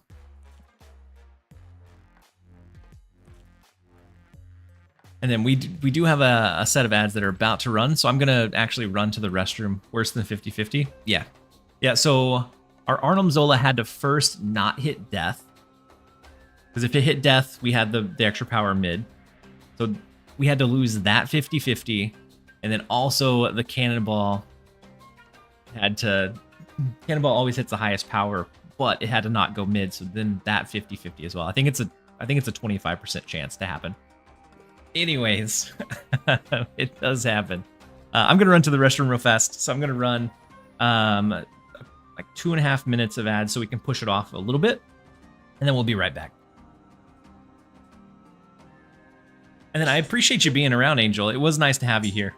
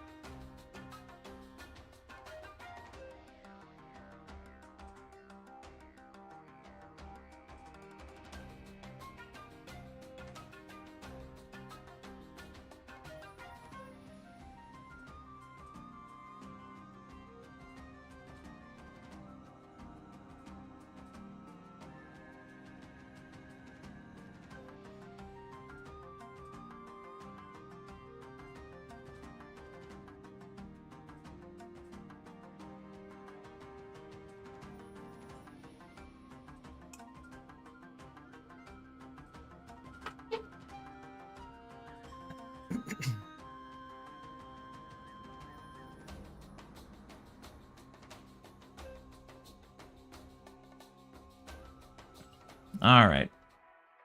I'm going to go ahead and jump into another one. We might have some people still in ad land for like maybe the first turn or so, but they shouldn't miss anything big. Nice, Woodmania. And so hopefully you were able to jump into a relatively active one that you'll be able to get the rewards each week.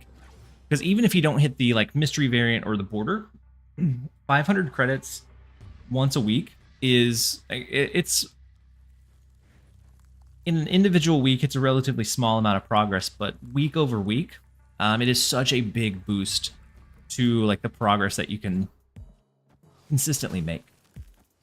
And then Outdoor Special, love your YouTube videos, man. I absolutely love that you're here and that you enjoyed the YouTube videos. And so hopefully you're having a great day. I'm glad that you could jump onto the stream. Hopefully you enjoy the stream as well.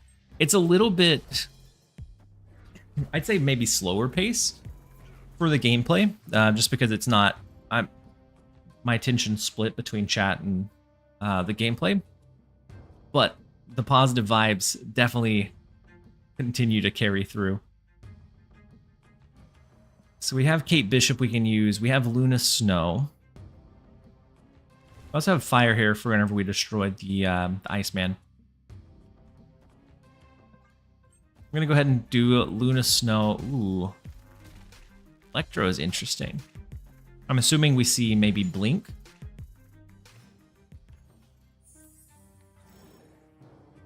Rotate it back in. Either that or sometimes we see it just get destroyed altogether. With the extra, I think we go Fire Hair, Killmonger. We just clear out a bunch of the space. We're going to clear their Aranya, their Ebony Maw.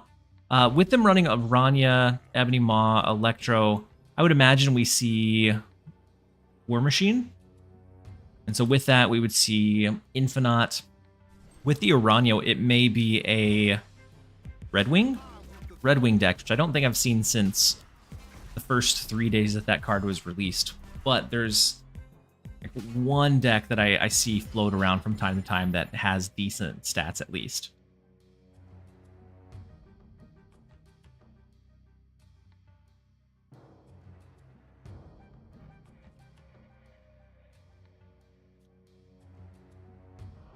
Let's go Hood left. I'm going to throw Copycat. It generates arrows for us. Actually, do we even throw Hood? Because we don't know if we're going to get a way to clear it. I don't know. I'll still throw Hood down. But we'll play it relatively tentatively.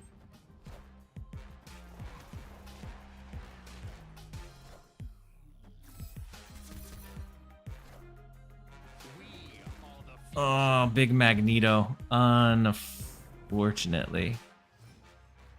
At least we have the lead there. They've already played their Ebony Maw. I would like to be able to hit it with the Shang-Chi, but we don't have that reach. And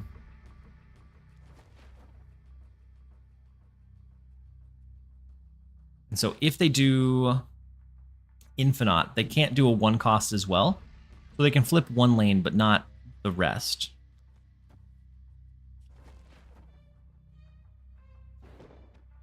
I think we're okay to do something like this.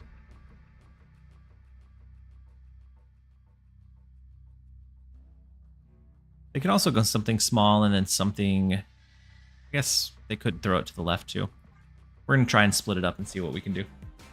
See if death is enough to overpower what they throw in the left lane. How's the transition to full-time? So it's full-time content creation. It definitely... Oh, Vibranium plus Blink could be fine. For the content creation, it definitely looks different than other creators, but it's been good. It's freed up a lot of time for me to focus on like family and just kind of pulling myself out. I was in a kind of a hole after my dad passed away a little over a year ago. It's been able to give me some time to really focus on working through that and kind of getting back to being me rather than just being so busy all the time that I just kind of pushed everything down. So it's been good. It's been going very, very well. How much longer will we be live? I'm probably going to be live another... I'd say at least 5 hours, maybe more. It just depends. As it gets later, the goal is to go as the... So for me, it's 10:30 right now. The goal is to go until like 6 a.m., 7 a.m. But as it gets later, yeah, it becomes more and more iffy if I can hold it down. And so... the goal is to go at least another like 5-6 hours or more. Anyone playing High Voltage? Have a favorite deck for that mode? So I'm probably gonna jump into High Voltage soon, since we had the mission refresh. So I'll probably jump back into it soon. But a couple of decks that I saw that do pretty well. One that I ran earlier was a tech heavy deck.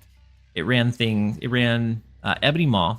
It ran Shang-Chi, Juggernaut, Cosmo, Just a whole bunch of like counter heavy, unfun stuff.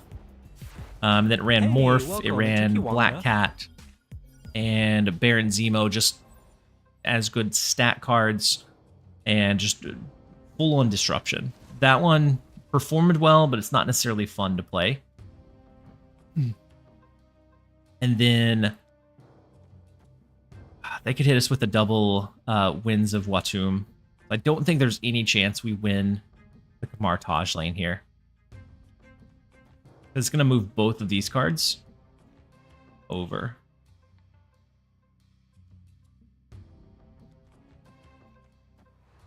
So maybe we can try to be cheeky and anticipate it. We go Hood, we go Winds of Watum of our own. They get -3 here. Maybe that could do it for us. And then the one that I like to play more, but is also performing pretty decently, is a Living Tribunal. And so it uses a Crystal, it uses actually Kang. So it leans into the Kang line to be able to determine some of the like RNG elements of what we're going to pull. Ooh, we do end up winning mid with the Winds of Watum left. And so deep discount on Malekith, on Drax. We still have the Agamotto. I think we go ahead and hit Misery just so that we can clear out this -10. And with that, we probably want to do what? Malekith is going to pull 2 more cards. So I can go ahead and do like a Drax. Maybe we don't want to pull 2 cards. Maybe we just pull 1 and do Drax mid. And then Blot's Thoughts. Thank you so much for the Prime resub, and I very much appreciate the support. Hopefully you're having a great night so far. Glad to have you here.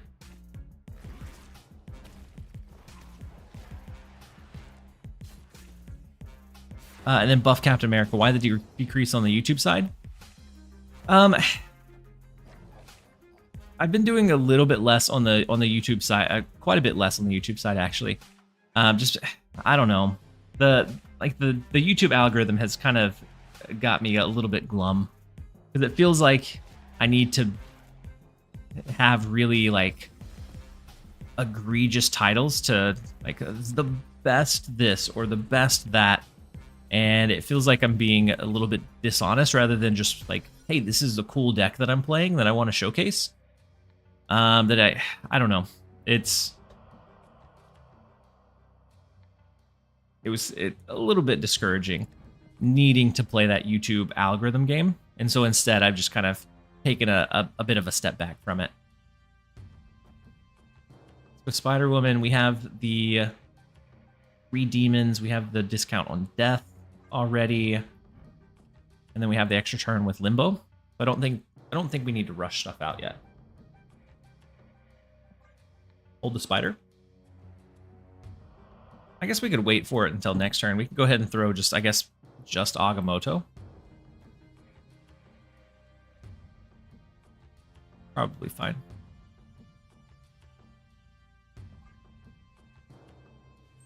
Is this Electra deck the best ever? Yeah, exactly. And like those, and I get why those perform because it's like a thought-provoking. It's like it makes me want to click on it, but I feel a little bit icky whenever I do utilize that. So we can clear 3 cards, get a big discount on death with the ice cubes. I don't think we need to worry about rushing the demon here. I think it's just Luna Snow. And then we'll flood on turn number 7. Wait. Mr. Nuggy? No. I think it was a good play. I forgot that we had Iron Patriot active, and so it's a good call having Spider-Woman discounted to 1. And so I think Copycat was a much better play last turn, for sure. So I think it was the right call.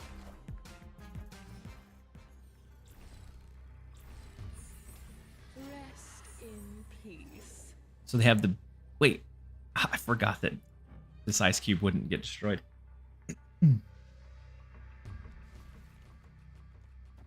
So Spider-Woman. We clear out their demon with Killmonger. We throw our own with this demon. We throw Death left. They do have the double buffed cards with Gwynpool. It's still a lot to overcome in all 3 lanes.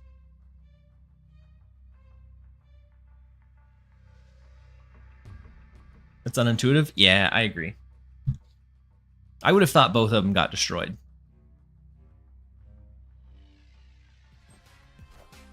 But it triggers in order, so it makes sense. When this ice cube triggered, it wasn't empty. But still unfortunate. Ooh, the big Shang-Chi to the right is not going to be big enough. We dodge it with the death. We win mid. And then let's see if they're able to hold. Yeah, they definitely hold down left with the massive Agamotto. But we will take the 4. I need your latest video to tell me the best Uncle Ben deck to wreck the meta. Yeah, and yeah, and it's also a little discouraging because most of the time new decks have a lot of new cards in them, and so it's not super accessible to everybody that's watching. And so if it's super accessible, it's usually something that's been covered quite a bit. And so it's hard to continually come up with like new ideas that are both decently performing and also don't have like 5 Series 5 plus cards.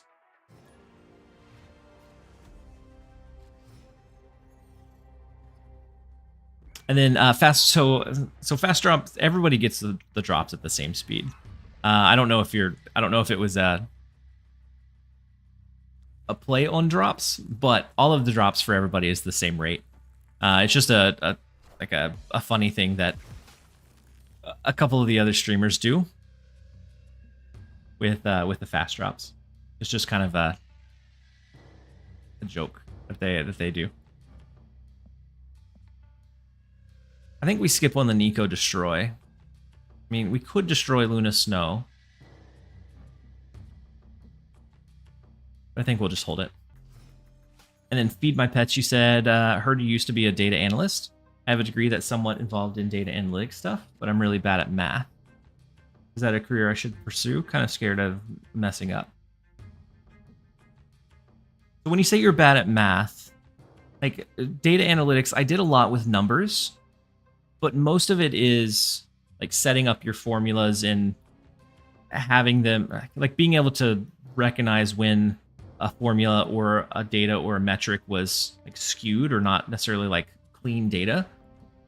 But I didn't necessarily mean that I had to be good at doing the actual math all the time. And so like I think you need to be good with numbers, but not necessarily good at like the math piece or the analytics. You need to be able to look at the stuff and it kind of tell a story. And like if you enjoy the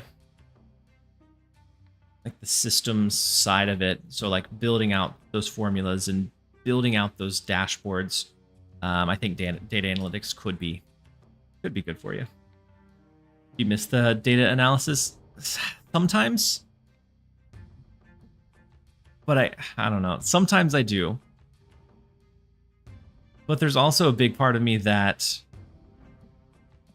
So I was very stressed in that role, just because there wasn't always a lot of work or like consistent work that was always being done. So there was some times where I felt I felt anxious, like I wasn't doing enough, and then other times where emergency data needed to be pulled and we needed to know this metric right away, and so then like you're trying to create a report from scrap and do it in 10 minutes. And so it was very, like, I never knew what the expectation was or what I was going to need to do and how quickly I was going to need to accomplish it. So I miss it sometimes, especially when I like create a brand new dashboard or like build something completely new that really helps take a burden off of some of the other departments. I always really enjoyed doing that, but also dedicating the time to do that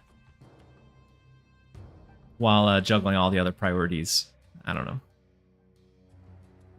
Missed it, but not enough to want to go back, though. So they have Luke Cage, they have Captain America. We're looking at probably a Spectrum deck. Our Lady Deathstrike isn't looking at being able to trigger too much. Maybe we get by with like a Misery into Lady Deathstrike. Oh no, we took too long for him. I'm sorry, Clifford. I'm sorry, Clifford. I'm in Risty Analytics. Yeah. Yeah, being able to like look at the data set and kind of follow the story of it is like the biggest piece of it. And so being able to like call out or flag things that don't necessarily make sense or might need to be focused on. I also heard data analyst work a long hour, 6 days a week. So mine, I was actually in a department that was relatively protective of our personal time, and so I had a lot of time off, and like it was like 40 hours, and I was pretty much done unless we had emergency stuff that came up. But it is time for a quick set of ads. They're gonna trigger, and then actually, wow, it's okay. So it's a 30-second ad that's gonna run. We're gonna let the 30-second ad run. I'll try and get ahead of it so that it doesn't interrupt the gameplay anymore. But go ahead and queue up since it's such a short one.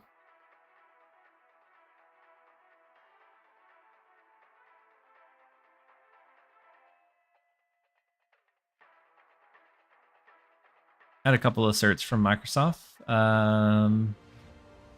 but it was hard.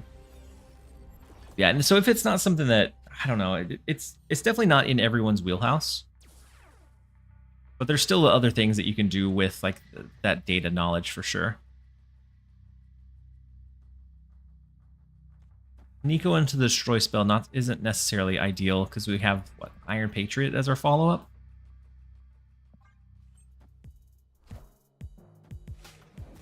Only one ad. It auto triggered. I let it auto trigger and it only did 30 seconds. So you guys are back. I'm glad you're back, but it was a short one. Let's try and push into mid because I think they're going to stack pretty heavily into Gamma Lab. You choose the ad. I don't choose what specific ad runs, but so it gives kind of a flexibility window. So like I have a timer that's counting down. It says ads start in 15 minutes. I could run those early, and so then it delays that auto run. That last one, it counted all the way down, and I didn't get to delay it or trigger the length, and so it chose a link for me. The copycat Shang-Chi is big. We also don't really need to push here because we have two Shang-Chis that we're working with. I think that's worthwhile of a snap. Just Hood Iceman. We can throw Misery in the right lane next. I don't think we even fight for Hellfire Club. We can just give it to him. Ooh, the Luna Snow is nice. How's the deck working out? I've been enjoying it. I've been enjoying it a lot. Let me see what my stats with it are. But I've climbed from rank like 550 to about 380. I think I started the stream mid to high 400s. So right now, 20 games, 60% win rate, average cubes per game of 0.8. And so it's been performing pretty well.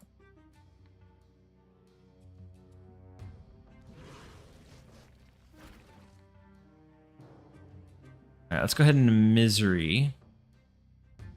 I'm not sold that I'm not gonna drop Killmonger, so I don't want to do Demon just. I guess we're gonna get another card, so let's go ahead and do Demon.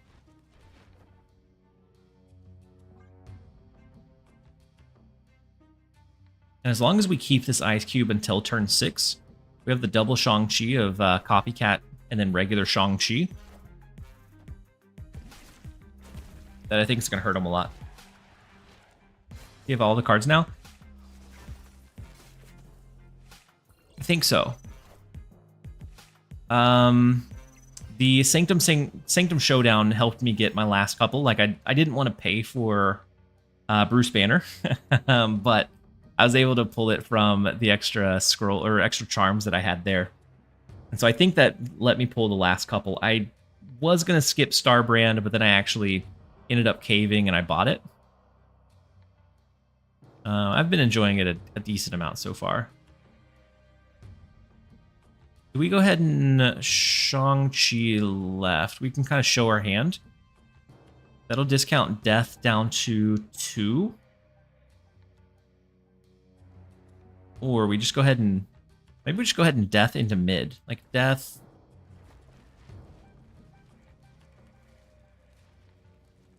We know that they don't have Shang-Chi, so death demon right.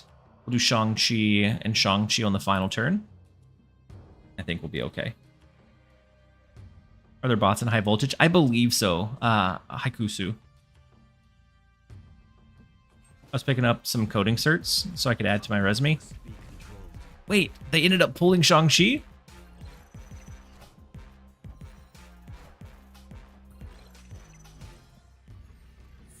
Oh, that's ours because they used Loki, of course.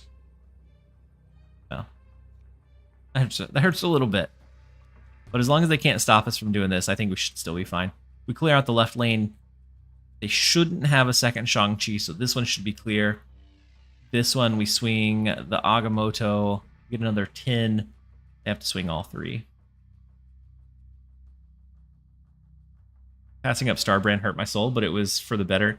I actually passed it up the week it was released, and I bought it this week. I had like 12,000 or 14,000 collector tokens, so I went ahead and I caved, and I bought Starbrand. I think it's okay for like a Scar deck. A lot of times that deck puts out enough raw power that the extra 3 that they get in another lane doesn't necessarily need to be negated.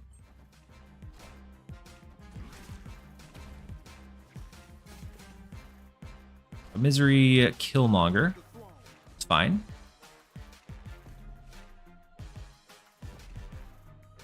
The right lane is actually potentially problematic. Oh, wait, maybe it's not fine. The Nico with the movement Iron Patriot into mid. Rough stuff. They're gonna have 11 in the right lane. We lose the right by 1. Throwing the copycat Shang-Chi was enough. That's all we needed to do here. Man. There were so many ways we could have won that one. Even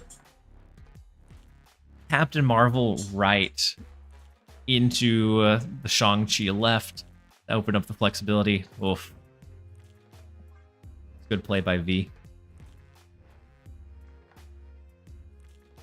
Starbrand is pretty fun in a Sarah Shaw deck. Actually haven't tried it in a Sarah Shaw. Like the deck that I was using it for was just a pretty straightforward Scar deck. Let me take away this one, and we'll shift me a little bit. And so, like, I didn't try to do like a Zero or a Sauron to try to mitigate Starbrand's negative downside, because I think with this deck we pump out enough power that we don't necessarily need to.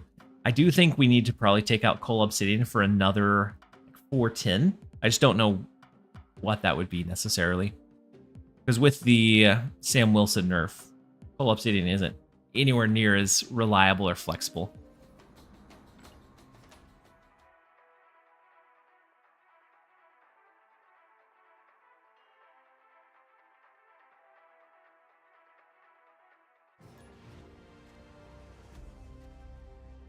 And then Faded Sun. Yeah, we're back for a late night stream. I plan on going quite a while. As long as I can, until I get too tired. Galacta really helps to offset the Starbrand +3. It can, yeah. And a lot of times with, I guess with that deck or with like a Scar deck, you're pumping out enough raw power that that +3 most of the time isn't effective or impactful enough to make it beyond winnable.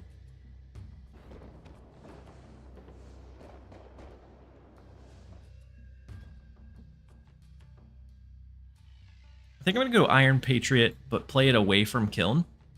So I think they're going to probably start stacking here. And so now we're going to force them into a position of choosing whether they want to put more emphasis into Kiln or stop us from getting a discount on an Iron Patriot card. What time zone are you in? I'm in Central Time Zone. So for me right now, it's 11 p.m. But I plan on going at least the majority of the night. I've been set on old man hours, so I've been going to sleep at like 9 or 10. So I'm gonna try to make it to like 6 a.m. We're gonna play it by ear a little bit.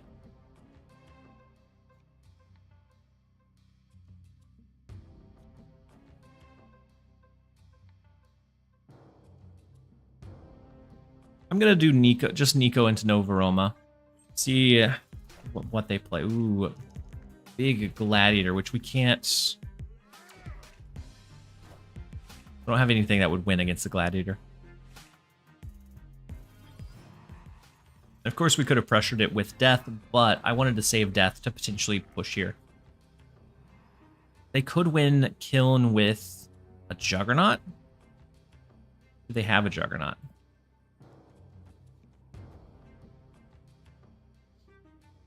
I almost want to snap back, but I think that's... I don't know. I think that's hasty.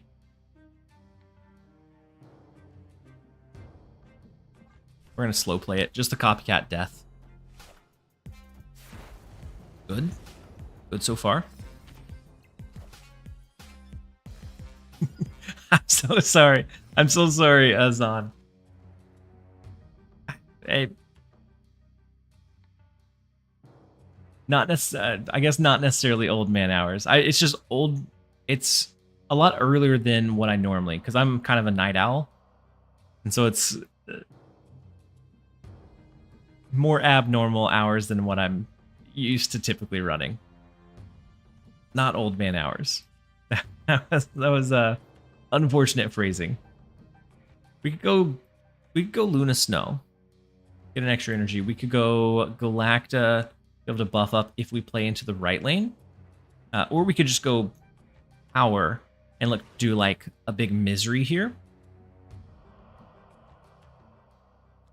But we're pushing as much impact as we can.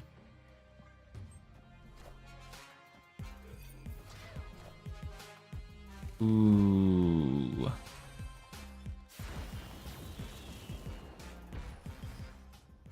Rocket and Groot can move mid. I don't think it's a Surfer deck because they have Galacta, they have Gorgon, they have Gladiator.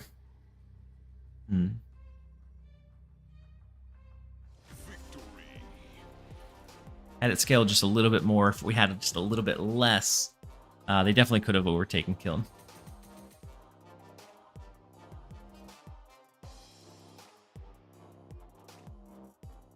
You said you bet you're the oldest in the stream? I don't know, Zon. You never know.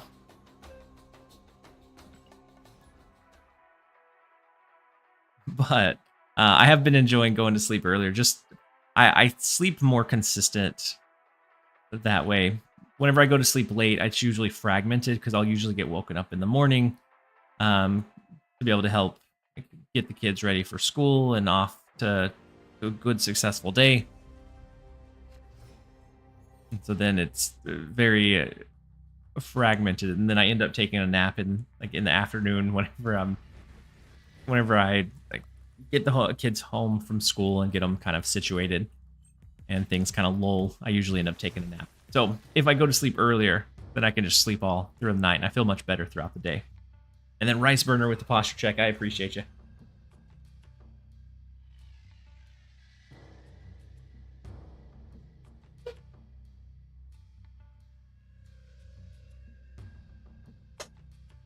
They are allowed on Twitch. Some of them, some even stream. I know it's always fun to see, especially for like kind of off the wall games that you wouldn't expect. So like I've seen like some older people playing like League of Legends, something that's kind of known for the rage-inducing toxic environment. And then I've also seen some older people playing like Call of Duty. Can be pretty fun, especially whenever they like don't fall into the toxicity and it's just super wholesome. Always enjoy some good wholesome vibes.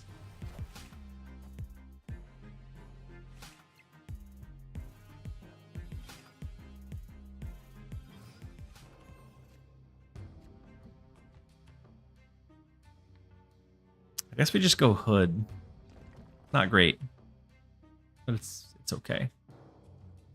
We both stopped each other from getting the discount on our Iron Patriot card.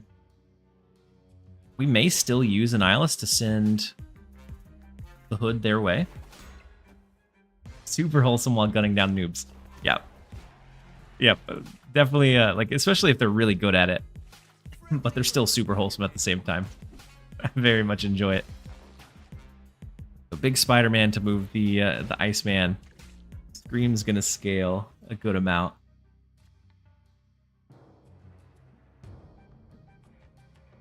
We could destroy it all with Misery. Or we just go Annihilus and see if maybe we can tap them out here. I guess they have Sam Wilson. They can always move the shield, can't they?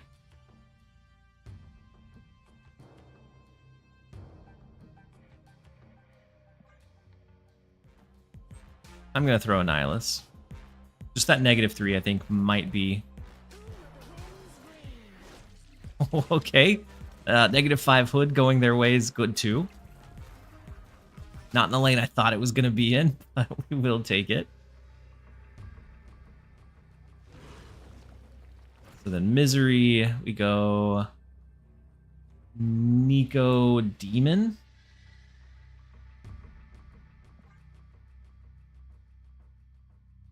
They have a couple of options. They have Heimdall, they have Magneto, Cannonball, Stegron. They have so many options that's really difficult to know which direction they're going to go.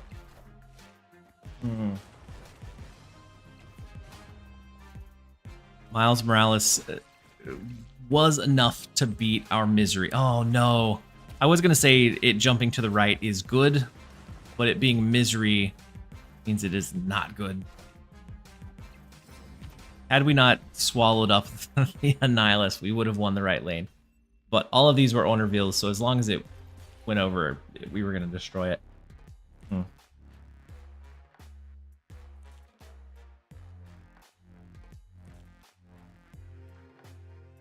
In hindsight, Shang-Chi left maybe could have done it. But otherwise, I'd splitting up the demon and then playing Misery here maybe. No, I think that would destroy our copycat.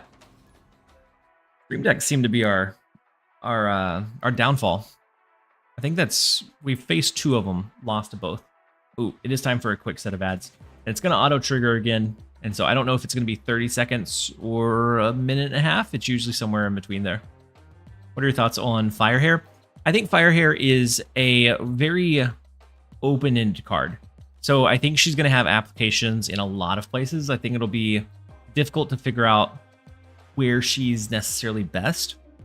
But with her ability, she's flexible enough that I think we see her kind of resurface time and time again. Her initial stats aren't impressive. They're I think 50% or lower. but that's with a lot of experimentation and people not knowing necessarily where she best belongs. I think we'll see, kind of like Moonstone, I think she'll age and improve over time, more so than just being like broken out of the gate.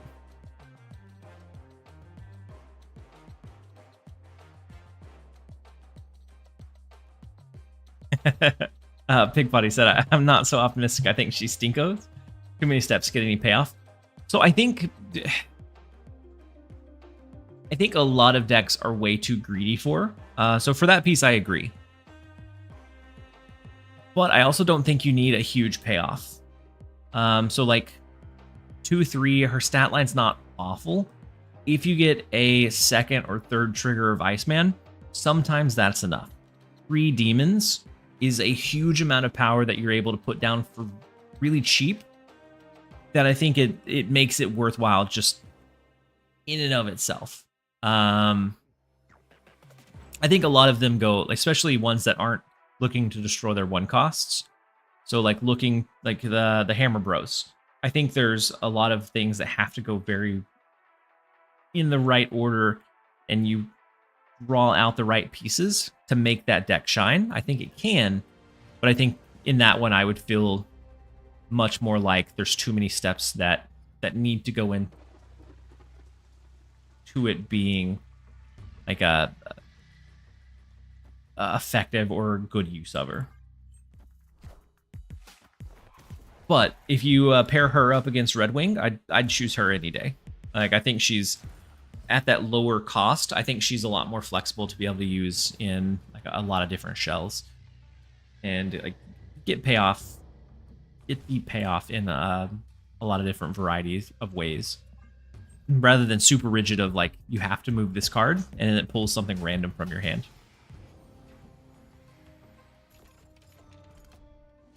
Wait, I'm assuming you an insightful response while this ad popped up for me. Oh no, Piggy Pot.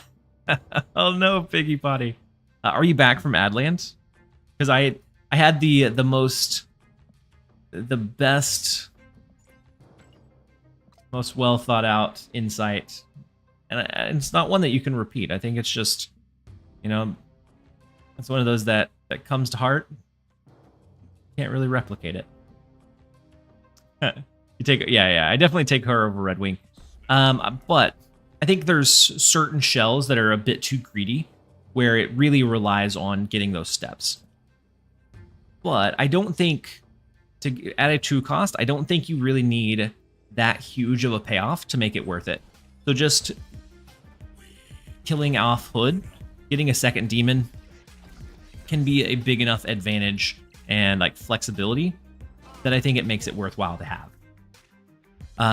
So like 2 triggers or 3 triggers of Hood or Iceman can be we're shuffling our cards, can be so big versus like the more greedy like Hammers deck.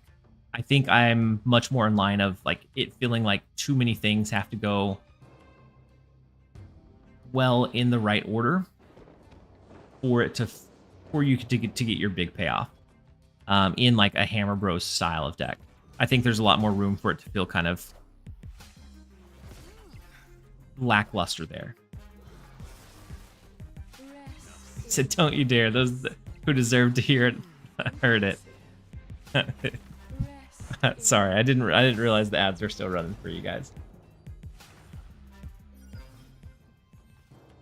So Shang-Chi's big. Being able to pull into potentially Copycat again could be big. I want to hold the demon. I don't know that we necessarily need to fight for a Teal'c either. I don't want to throw the demons in case they have a Killmonger of their own. Right now, Shang-Chi, Free Death, Demon is all we really have to worry about. That's if they destroy cards here. If they don't. Interesting. What? Not what I thought was going to happen here.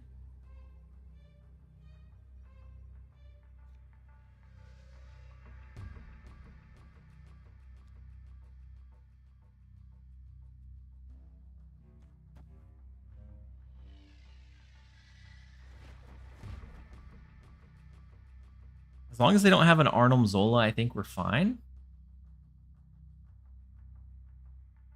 They could potentially have their null, which would be 20 power. And if so, depending on where they threw it, kind of a hit and miss Hail Mary. Ah, they have the Arnhem Zola, what? Well, Shang-Chi was the play. I talked myself out of the Shang-Chi line.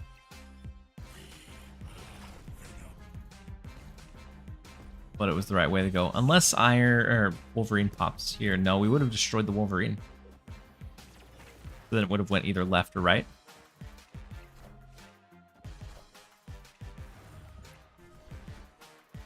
Wait. No, we still won. Forgot we had the null down. I was thinking that whole time we lost it. But the copycat null came in super clutch for us. With them sending the Venom around. The lower collection level player, but those are honestly, those are the players and the decks that scare me. Because there's so many wild cards that you don't know for sure like what 12 they're running. And so do they own null? We don't know. Unless we happen to see it or pull it. We don't know for sure. So those are always fun to match up against. I guess I don't need to do any more bounties. We've maxed out both of these two.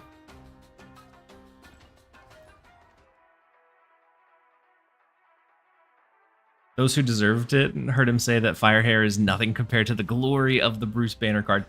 I mean, at 33%, Bruce Banner is so much better than what it was on launch. That being said, it's still not amazing. Like, you still have to float energy. You're still having to rely on that percent chance, which inherently I think feels bad. But much better than a 25% chance. And if you play it on curve and float every turn, you only have, like a 60% chance for it to actually turn? It felt really bad.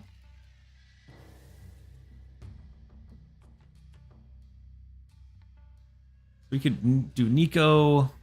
Hood transforms into the... I guess Hood transforms into a demon. We copy that demon. Next turn, we're looking to double up on Rocket and Groot. That way we have the flexibility of where and how to play it. Bruce Banner reminds me of Crackle or Implosion from Hearthstone. Sometimes it's great, sometimes it stinks. Not the best use of RNG. Yep, I would agree.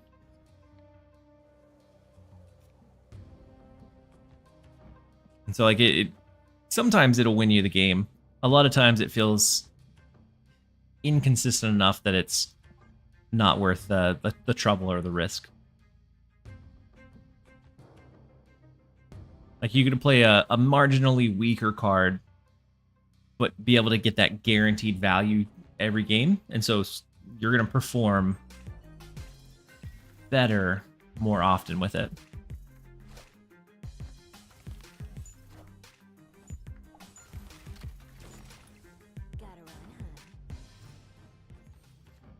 Wait, why do they have Black Cat?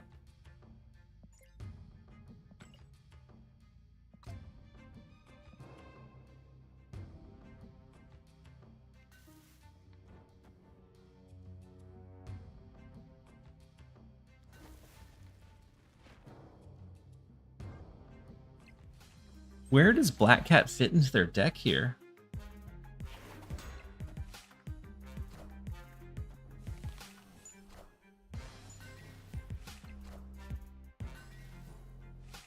Because all we've seen is Sam Wilson, Black Cat, and then Rocket and Groot by process of elimination. But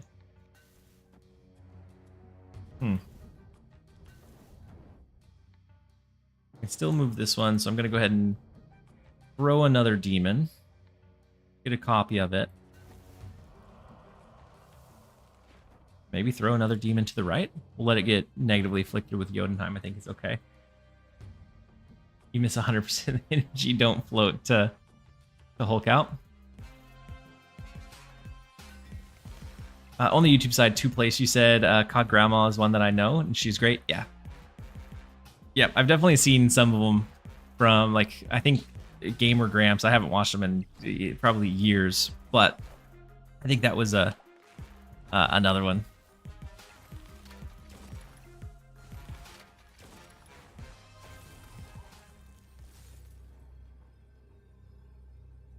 I'm so confused at what round 2 is running here. Like, none of the pieces make sense to me.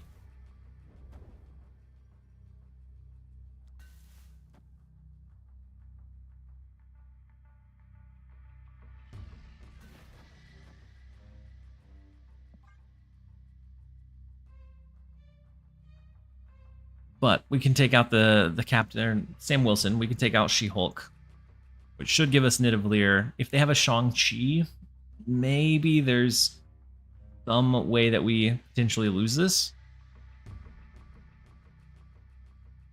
I think it's very tough. I'm wondering if they're just using Black Cat as like a value card, but I don't know. It doesn't make sense. Power must be controlled.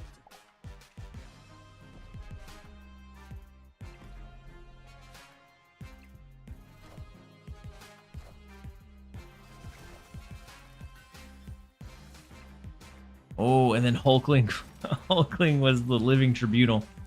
I don't know that even if those other two cards remained in mid in Nidavellir, actually no, that yeah, they would have been able to win had we not had the Shang-Chi that countered this. The Hulkling almost came in clutch for him. And then Woodmania said, I'm too old and up past my old man bedtime. Good luck staying up all night. Hopefully you get some good restful sleep. Hopefully we catch you around again soon. Thank you for jumping in and hanging out for a bit. Let's go ahead and run another one. Going in the right direction with this one for sure.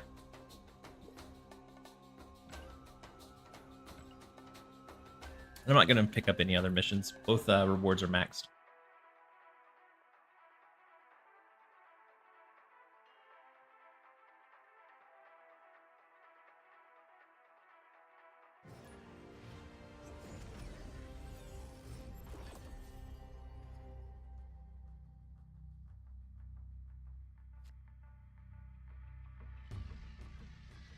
Thoughts on the top 5 must-have cards in the current meta? Oh, thoughts on like what 5 cards are must-have in the current meta?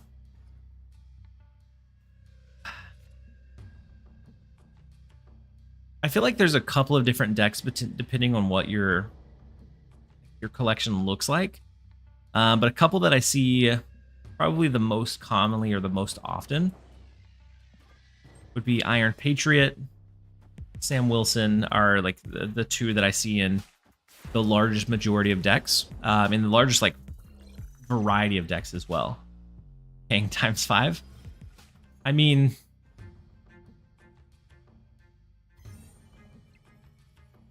it's a choice. I don't know that it's a good choice, but it is a choice for sure. We could Firehair into Nico, but Nico has the destroy spell, so I'm not sure we want to lean into that. I think we're just gonna play Firehair and hope that they can't overpower an extra 6.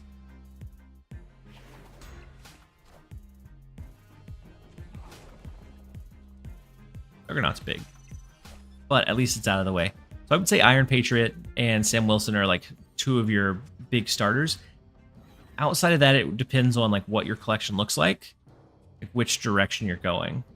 Because Galacta's great, but at the same time, like Wiccan or counter heavy stuff is also pretty strong. Ooh, a copycat Winzawatum is super big. So I kind of want to Nico.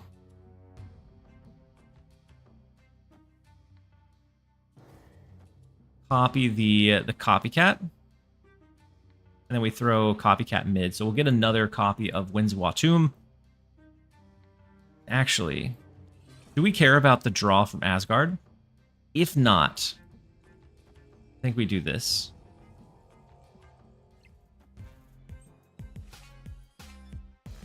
Looks like you were right about your deck stats a few minutes ago. Copied it and 5-0. The deck isn't... It doesn't look like it does anything crazy. But it has enough flexibility that it's been able to find ways to win. And so I've been enjoying it an awful lot. So the follow-up of wins, we could take out their Juggernaut. Killmonger takes away Nico. But we wouldn't be able to have a follow-up to copy. We could just do Misery.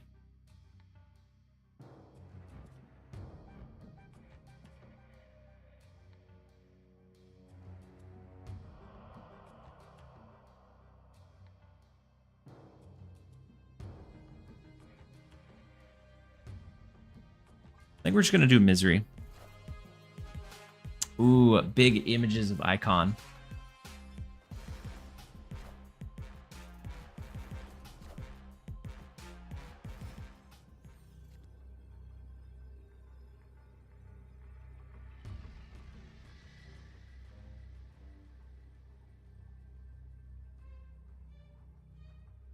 So we need to swing 2 locations back in our favor. Whatever they play with Galacta is going to be a big impact. We could do Luna Snow. That it doesn't flip here, does it?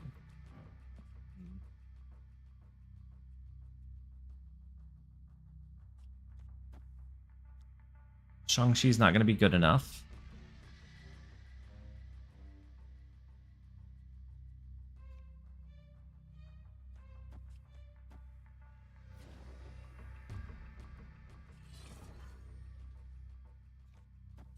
Could go double mid and hope that they're not going Shuri's Lab.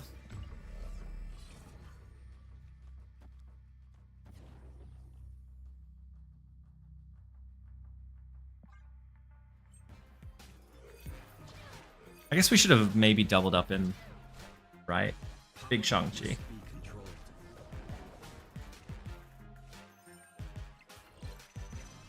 Oh, you guys, I'm sorry. I missed the snooze. So the ads rolled. We're going to lose this one. But people went off into Adland. Did Agamotto fall off? No, I think Agamotto's still strong. There's still a couple of variations of decks that are good. I just don't think it's... Since it's a more expensive card, like in terms of like energy cost to get on the board, I think we inherently see it in fewer decks than like Iron Patriot. Strong 2-cost cards we're going to see in a lot more flexible decks just because it's easier to just splash in. It was great to catch you since it's been a while since your last stream. I'm going to pack it in for the night and finish my lab report tomorrow. Hopefully you have a great night to place, and then hopefully we catch you again very, very soon. So the ads are almost over, so I'll do a better job of keeping an eye on them. Yeah, Rocket and Groot is also really versatile. I wouldn't say that Rocket and Groot makes any deck amazing, but it's very splashable in decks that are already pretty decent. Like, if you're looking for an efficient, like high power output per cost type of deck, Rocket and Groot fits very, very well. What's a good deck for the new event? So either a like anti-fun counter style of deck. So we're looking at like Juggernaut, Cosmo, Negasonic, Shang-Chi, like the works to be able to stop any kind of like big counter plays or big like combo plays. What I've been enjoying running is Living Tribunal. So I'll actually jump into a game right after that, right after this with Living Tribunal. Or I'll jump into High Voltage here in just a second. At least to finish off the missions that we pick up.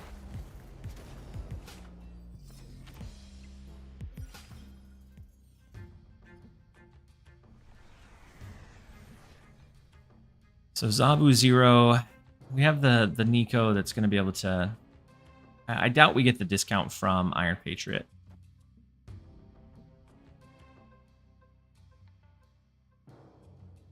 Only thing we could do would be potentially Killmonger, but I don't think 6 is going to be enough to hold our own, especially with 0 giving them the +3 from Washington, D.C. I just don't think it's going to happen. Big and discounted Typhoid Mary.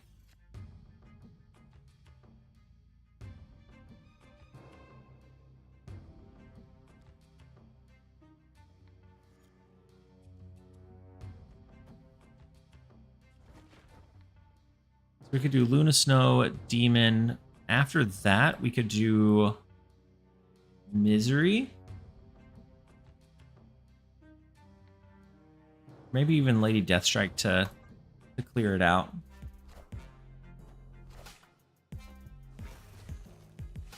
And then Chill Pill, I'm out for the night. Thanks for the chill stream as always. Absolutely. And I actually meant to open up my premium mystery variant. I haven't opened it up from my own drops yet. So I'll go ahead and do that after this one. So we clear out a good chunk left.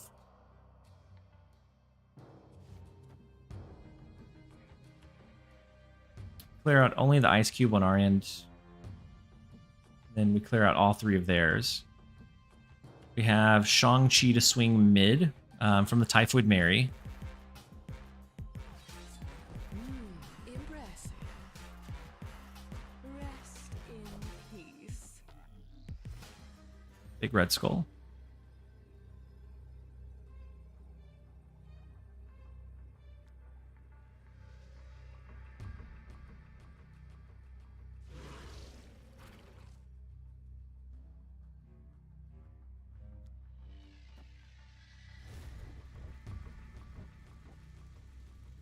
I don't think that he has anything that can scale in Quantum Realm.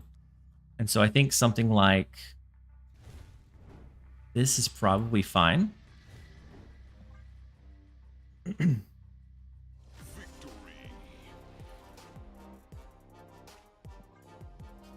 We're able to hold it down. So he maybe had Starbrand, maybe a Scar. So could have potentially flipped the mid lane back in their favor. That third lane was, I think, really difficult for them, just because it offset any of like the high power stuff. We may need to. Yeah, I'm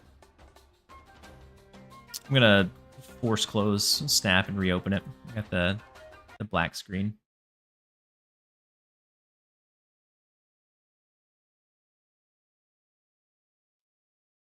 And then when we come back, when it loads back, I'll jump into some of the Living Tribunal in high voltage.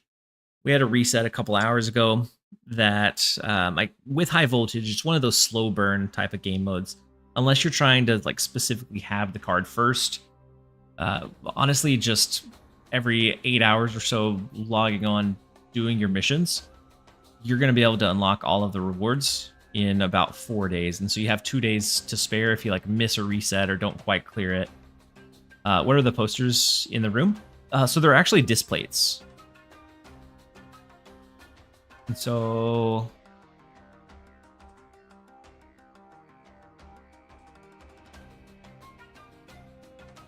I have 6.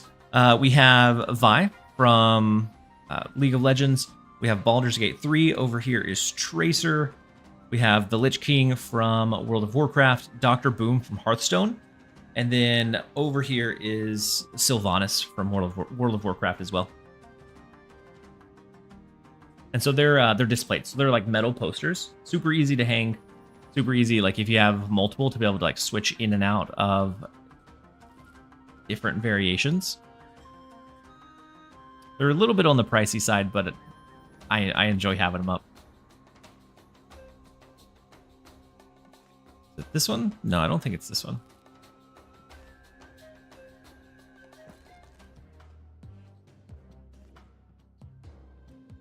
So it must be a 22. No.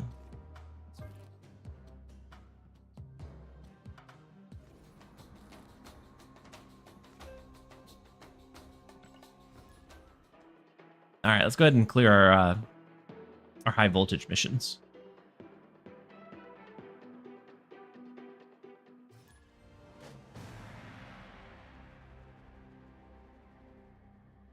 And then Tron, he's alive. You scared Dex off? He was scared of you cheating him like last time. Hinny. So I actually had Shang-Chi queued up to take out Typhoid Mary in mid. And so it was a good retreat from Dex. High voltage. It's not a slower mode. Like inherently it's fast, but it's a slow burn. Like you play it a little bit every day and you'll get all the rewards. It's not like Sanctum Sanctorum where you can like grind it and like really push heavily there. Not a great set of cards for us. Like there's still maybe like the smallest of hope if we end up getting like Iron Man that we can throw, but very likely that we lose this one.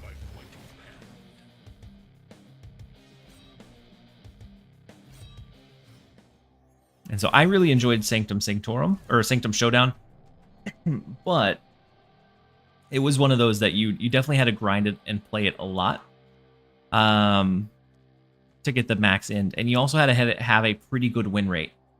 The beautiful thing about high voltage is you don't have to be able to necessarily win games. You just go in, complete your missions. If you win, great. If you lose, that's fine too. And you complete them, and then you can move on. So even I think it's much more accessible reward-wise for everybody to get kind of a piece of.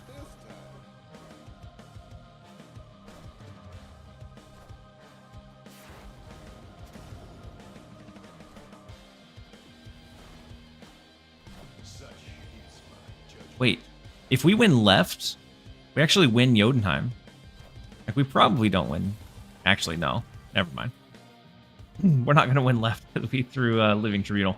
Had we had an Iron Man to throw into that onslaught, we would have been able to win Jotunheim just by winning Baxter Building.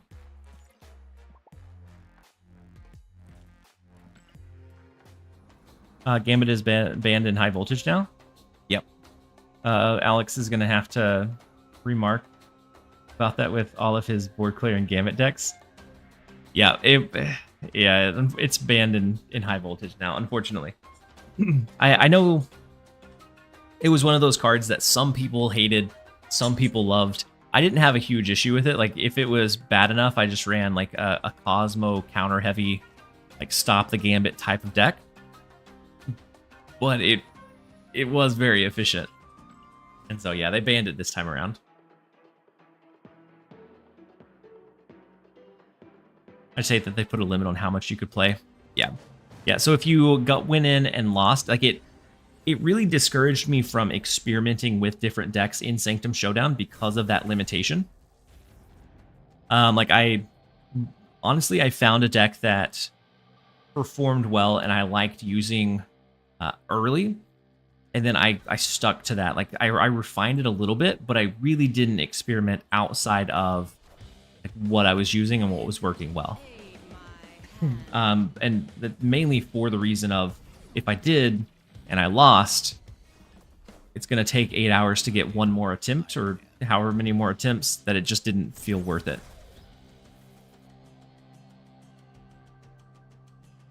So with Kang, we can actually get insight into what we would pull with Iron Lad, Jubilee, or Crystal.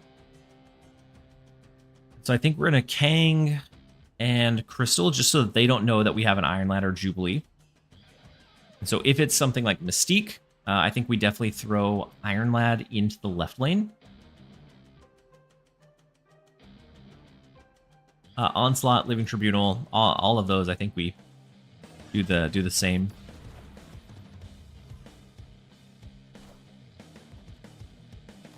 Wave. Okay. So with Wave, we're not as like it's good. It allows us to get a bit more reach and depth, but we don't necessarily need it heavily in the left lane. I got all 3 new cards in 3 of the S4 or 5 pulls. Yeah. Yeah, I got all 3, and then I got 2 of the new S3 or 4 pulls. And that was without, like, heavy grinding. So we can do Iron Lad. Wait, no, we drew Wave. We drew out Wave because Kang refreshed. So we actually don't know what we're going to hit. In that case, I think we're going to do Jubilee Blink. Most of these cards are good hits for us. And then we're going to blink the Jubilee into something better. Onslaught, Living Tribunal, Sarah.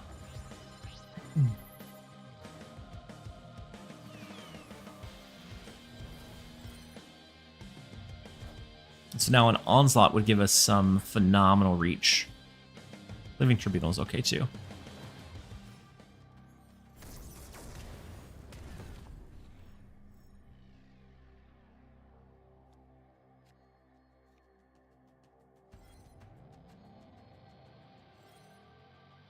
Onslaught is massive. I do wish we had more space, but I don't think we absolutely need it.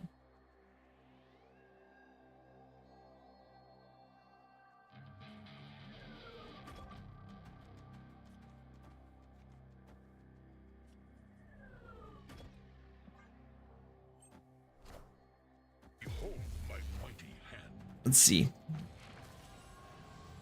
32 in all lanes isn't awful.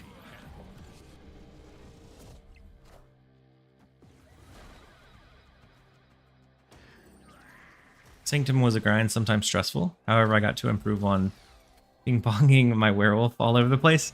Yeah, Sanctum Sanctorum, I agree. Sometimes it was a bit of a slog or a grind, but I enjoyed it a lot.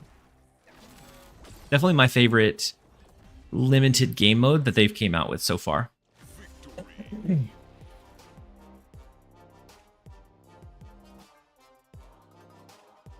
I like running Arsham and High Voltage. Just full-on chaos.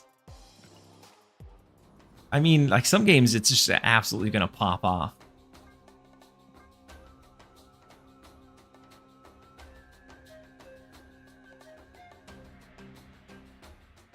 And so 4 cost cards, which we have both Jubilee and Iron Lad, we should be able to clear it, and Wiccan. Should be able to clear that in probably 2 or 3 more games. Then we'll go back to the ladder after. And actually, it is time for a quick set of ads, so I'm going to run to the restroom. We're going to jump into, I'm going to do 2.5 minutes, and then we'll be right back to finish off the high voltage mission grind. Then we'll jump back into ladder and see how high we can climb there.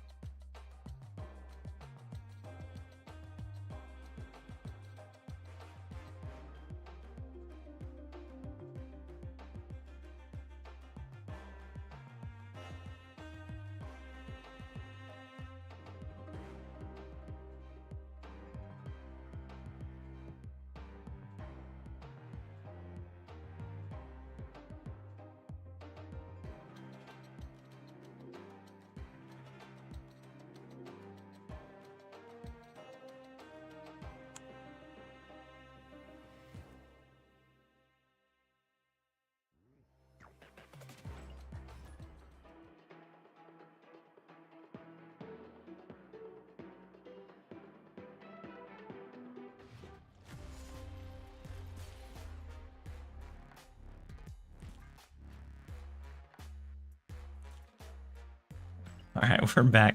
It looks like I accidentally queued up for one whenever I went to cancel it. It still made the matchmaking. During the next little break, I'm going to have to run downstairs and get some water.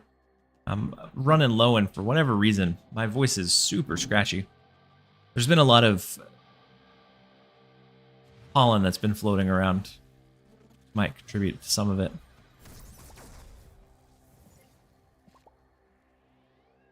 Alright, Wave isn't awful. We banish one of their cards. We can do Wiccan next turn, along with maybe Onslaught would be nice.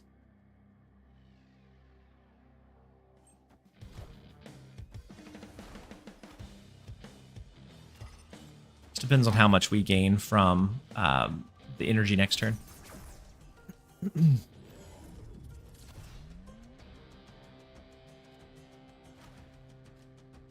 No, we got 3 again. Eesh. I think if that's the case, we go Onslaught, we hope for an Iron Man, because we can Iron Man Mystique. And stack them all into the Nexus, which, of course, helps out our other lanes.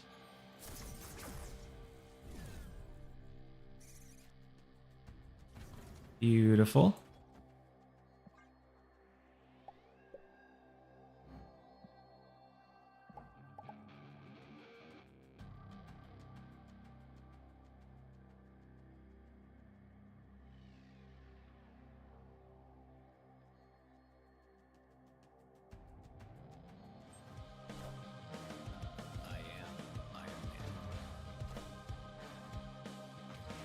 It could still have like Juggernaut or heavy counters.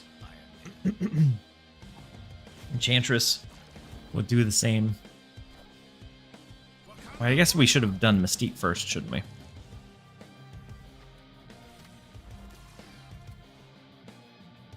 Mystique to hit the Onslaught into the Iron Man would have been a little bit more.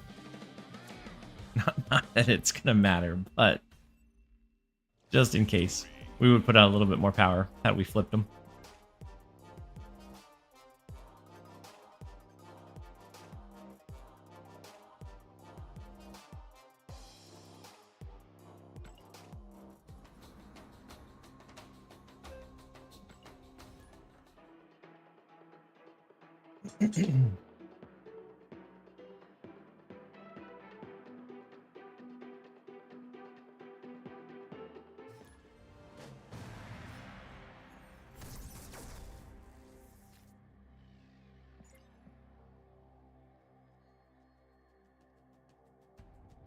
We can Jubilee. We have a couple of decent hits with it. We could Crystal to draw more cards. I think we go with Jubilee. Just see what we pull. Mystique would be the worst. Everything else. Speaking of Mystique, Mystique would be the worst. Everything else would be okay, but can't always get lucky. King will allow us to draw another card. We can Wiccan Onslaught, which is going to give us extra energy going into the final turn. Maybe we can make something happen. But let's go Kang. And then just out of curiosity, I'm going to go Crystal to see what our next card would be. Blink is a good choice. Floaty Potato, did we just play? We very well might have. If it was in Sanctum Sanctorum and there was the Nexus in mid, then we just played last game. And then, yeah, I like Blink, especially with the Living Tribunal stuff.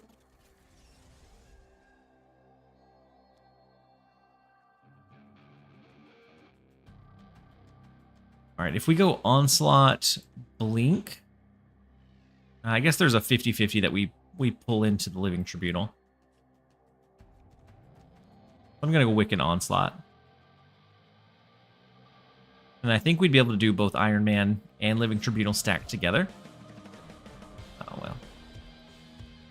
At least the Juggernaut kept them together. I assume they're going to go Arnim Zola here. They could also go Arnim Zola into the Juggernaut, which would be less power, but I think it would absolutely win for them. I hope you have fun playing the mode as well. Floaty potato.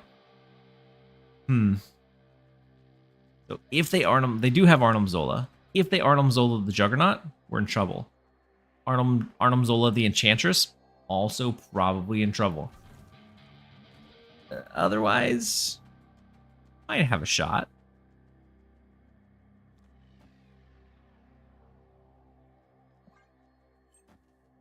If they get greedy, oh, I guess with Wong, maybe not. Never mind. Unless Black Panther was the one that got hit first into the Wong, then we would have been able to hold our own, but I don't think we're going to be able to beat 40 power with just the Onslaught Iron Man. We would need the Mystique to be able to do that. Wakanda forever. I am Iron Man. The mystery intrigues me.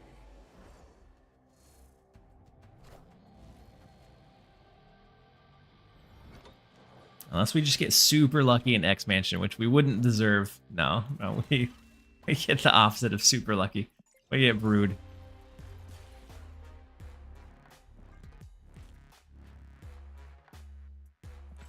We didn't have a great start, but we still almost were able to pull it out. But with that, we finish our high voltage missions. Super easy in and out. I think we won one game and lost a handful of others. We should have over 2,000. It looks like maybe it didn't update. There we go. We have the avatar. In 6 hours, we'll come back. Get us almost halfway, or almost to the border. And we'll just continue doing that. Pushing past that, it doesn't really give us a lot of benefit unless we just are really enjoying the mode. And so we're going to jump back to ladder, see how high we can climb.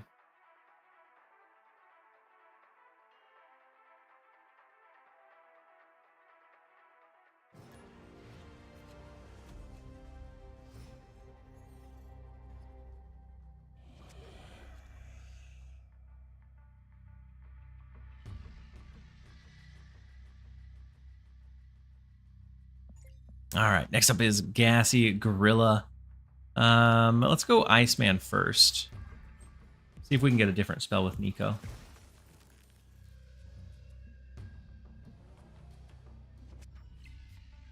The client has been a little slow to update lately. Yeah. Yeah, I think there's been a lot of like little intricacies that have felt just, I guess not. They haven't been big enough that it's been like major bugs or major crashes, but it's like little things that haven't been like refined or polished.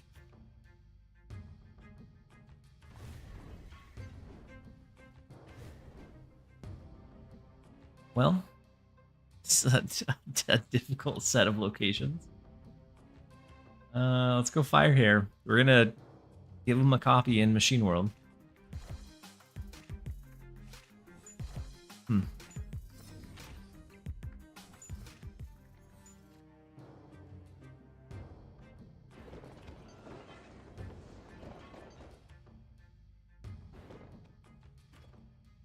I'm gonna go Iron Patriot, Machine World, and then Lady Deathstrike as well. If nothing moves before next turn, then we can destroy their Scream before it scales past what we would be able to destroy.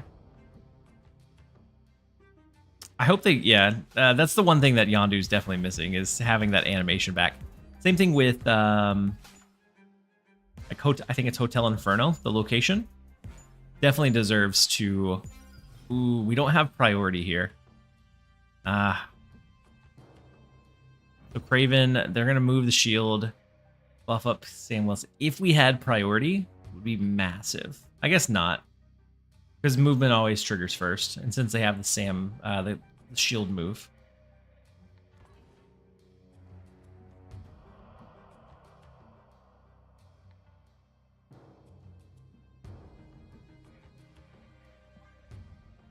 I'm still gonna Lady Deathstrike. Potentially hits their Scream. At the very least, it doesn't hit. It's not gonna hit Scream because of Stegron.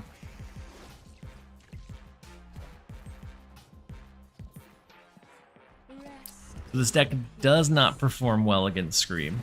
We're now 0-3 against Scream decks, holding around a 60% win rate average just in general or overall. But against Scream, we have a 0% win rate so far. Let's get out of this one. We'll jump into a new one. But there's been a lot of like little things that just aren't super refined. That feel like just like things were either rushed or the attention to detail that, and maybe the people that are working on these updates are like stretched super thin. But like speaking of ones that are like small things, not always super impactful, but very noticeable. In the carousel, they forgot to take out, and they're already aware. I'm sure by tomorrow morning it'll be gone. But they forgot to take out one of the slides or pages for Sanctum Sanctorum when they enabled the high voltage. And then Ironheart, I doubt that they've changed this one back. No, they have. They already changed this one. Whenever high voltage launched, this one was showing as 5-0 and it had Iron Man's text for Ironheart. And so like small things, not super impactful, not super devastating to the game, but plentiful for sure.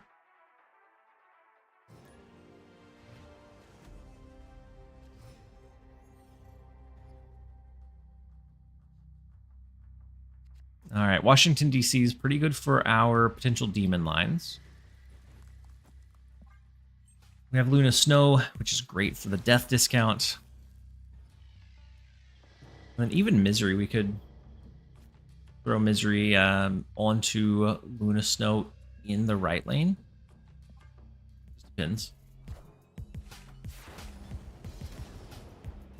With Iron Patriot, I doubt we're going to be able to fend off or compete against whatever they have.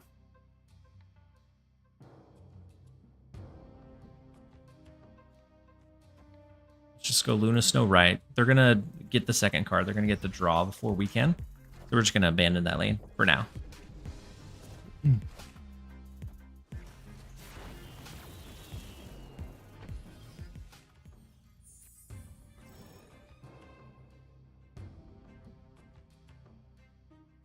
Before we destroy anything, I think we go Firehair Hood.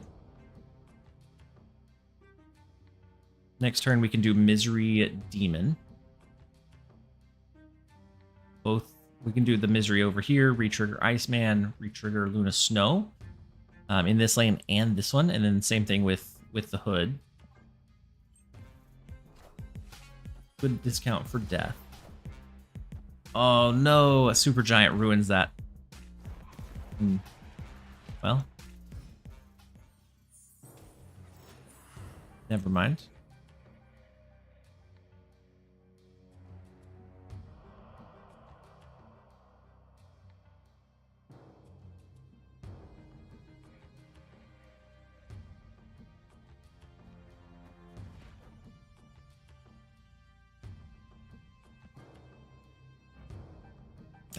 That was an Iron Patriot super giant too. That absolutely it made we have no win condition now.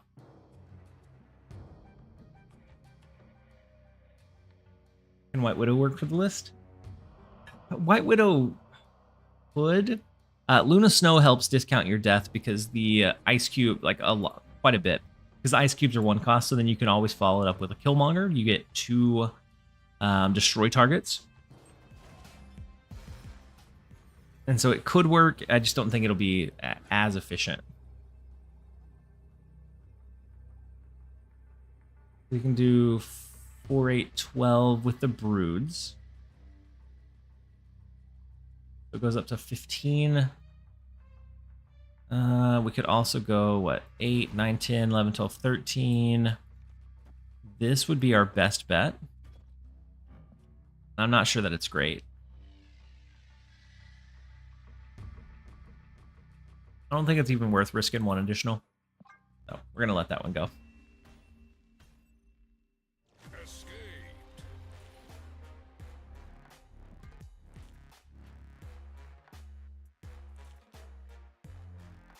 Supergiant. I think we had a very easy win. Supergiant just absolutely disrupted everything that we were setting up. Supergiant is one of those cards that most of the time not super meta relevant, but it can be absolutely devastating when played well. And so it's always fun to see Supergiant played. I know that one was randomly generated, but it's always fun to see it come out because it can just absolutely like flatline some decks.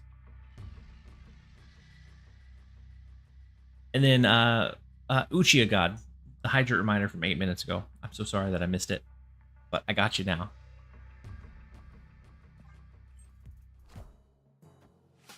I'm gonna go with the Destroy spell and Nico. We'll go ahead and destroy Iron Patriot. It'll let us draw into a few of the... Maybe not?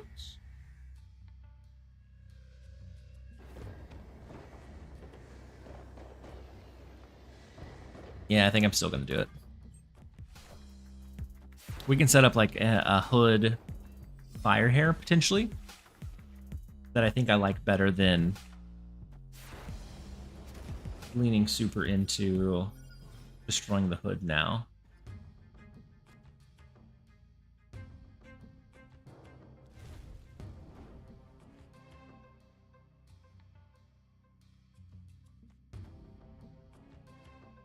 We don't necessarily need Misery to make it happen either. We do get the discount from Iron Patriot though, surprisingly. They were fighting more for theirs than fending off ours.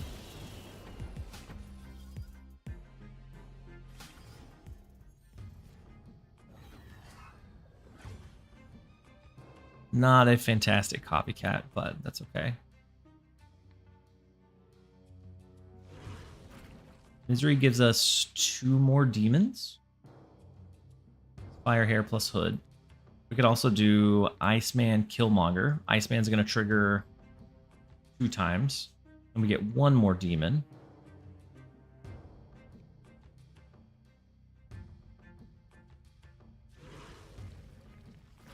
I think I'm going to save the Killmonger. We just go Misery and then... I'll throw Doc Ock into Aunt May's. He'll slide out. All right.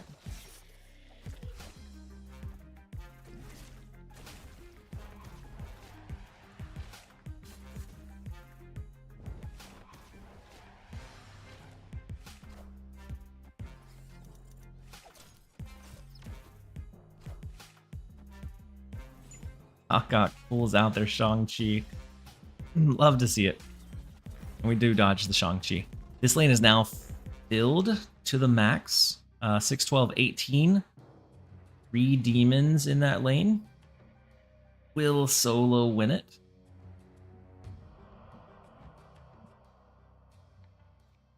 We could also go ahead and kind of preemptively do like a copycat. I think is probably our best bet.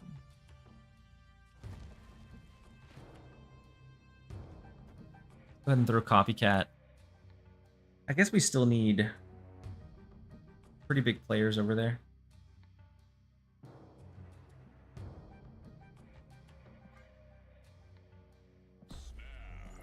I don't know why we haven't snapped earlier. We have a really good setup.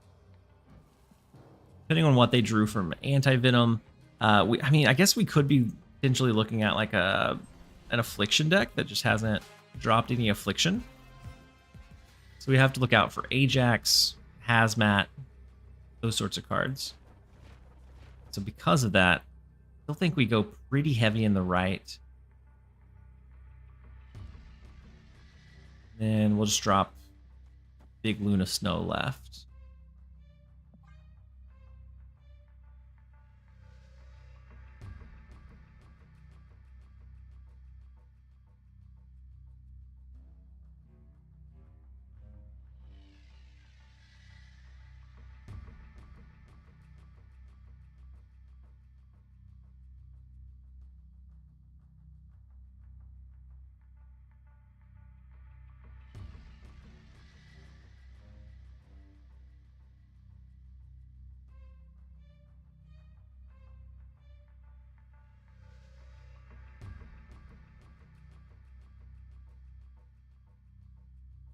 Nice. I was in Alex's stream earlier. I had the stream run in the background while I was working. I guess he raided. Yeah.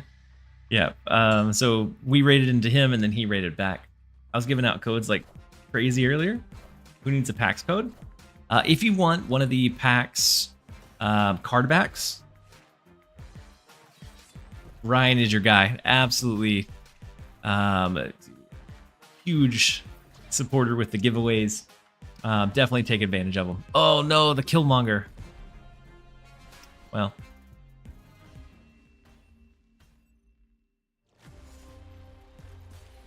I would not have pegged a Killmonger being in their deck. Like seeing the Anti-Venom, seeing the Luke Cage, seeing the Makari. I wouldn't have expected Killmonger.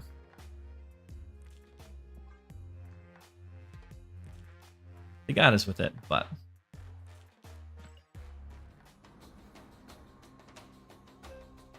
So ads are about to re-trigger. We'll jump over into 2 minutes of them. I'm going to let it run for just a little bit. And then for maybe like the last minute, I'll start queuing up. And so you guys won't miss much of the gameplay, if any at all. And so we'll be right back, you guys. And so if you guys are wanting the PAX codes, but Ryan just dropped 5 of them in chat. You claim those on marvelsnap.com. And then from the shop. And so try to grab one of those. The card back looks really, really sleek. It is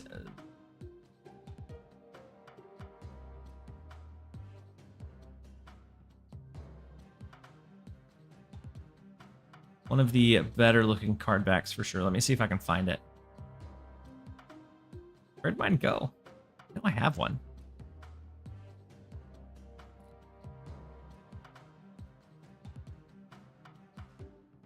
There it is. This is the code that he's given away. It also comes with a Captain America variant, which is also nice. But the card back is really like where it shines.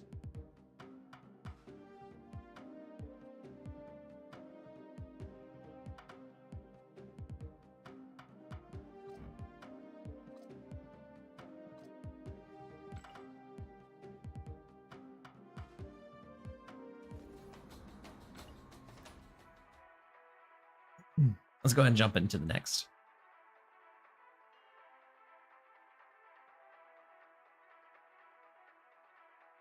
Congratulations, Gale, for being able to grab one. Ooh. Big Lady Deathstrike from the copycat. Love to see it.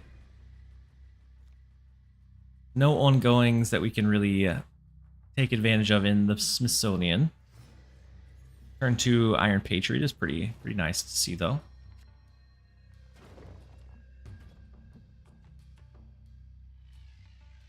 I hate how unreliable drop tracking is.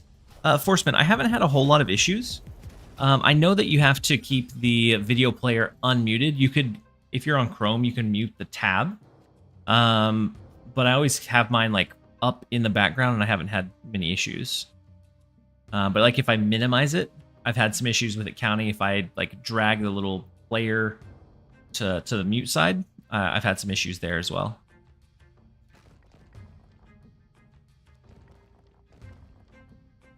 I think I'm just gonna go Iron Man here, or Iceman here.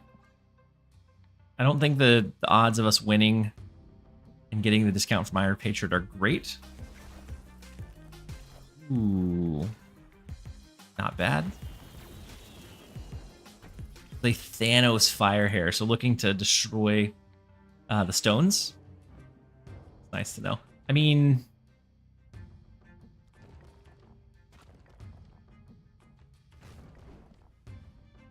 we can go ahead and knock out fire hair for his fire hair. I think we go ahead and play ours first. We kind of take a slower turn. That whenever we do ours, we re-trigger Iron Patriot, re-trigger Iceman.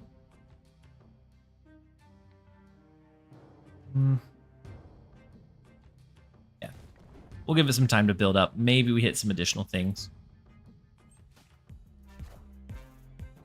Yeah, muting stops the tracking. You can, so I typically mute my tab because I run a copy of my stream whenever I'm like trying to get the drops while I'm streaming, and so I mute the tab in Chrome. So like just right clicking on the tab.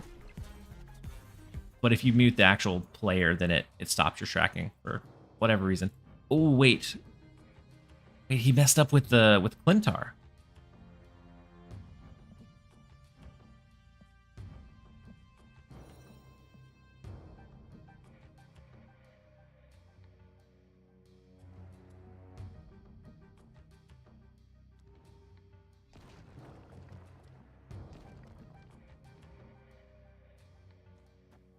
We also don't have any big uses for our fire hair anymore, but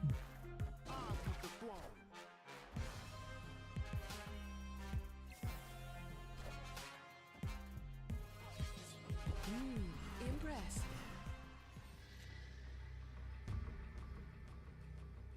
it's fortunate that we did hit his extra Killmonger here.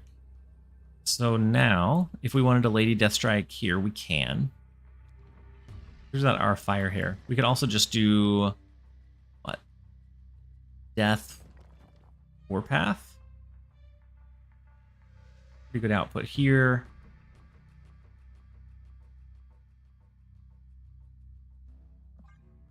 And we're just hoping that he doesn't go big left. Ooh, Soulstone was really good in the Smithsonian. Gave them all +1. But Warpath is also pretty good too.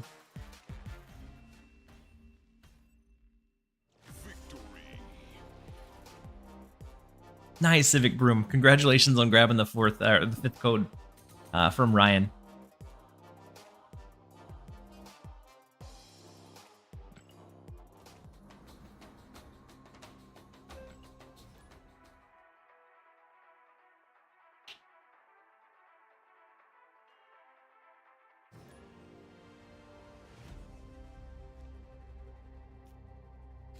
Next up, we have Sclarific.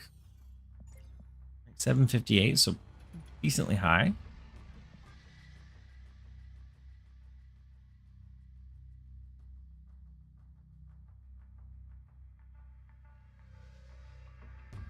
Oh, I thought I ended the turn. My bad.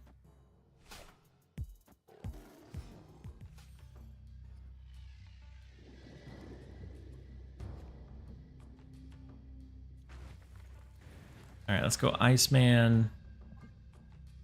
Probably Luna Snow in the right lane as well. Ooh. It's a high Evo Affliction. Right now, Killmonger absolutely decimates here. We have to be careful of giving them the extra energy.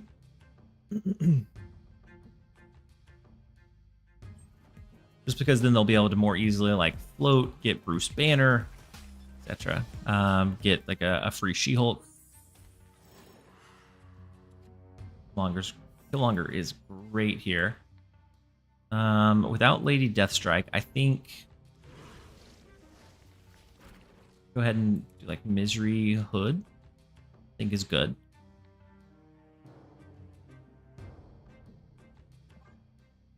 We destroy and re-trigger Luna Snow, so we get another Ice Cube. So we'll keep the extra energy, discount our death, and then Killmonger is gonna, I think, discount it pretty much the rest of the way.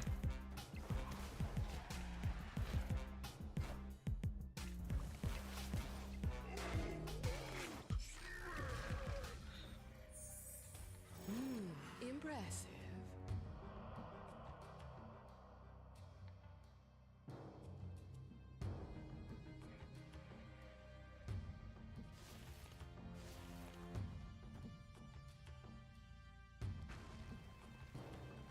So we can Shang-Chi take out the Hulk, Killmonger. We could save the Shang-Chi as more of like a surprise factor.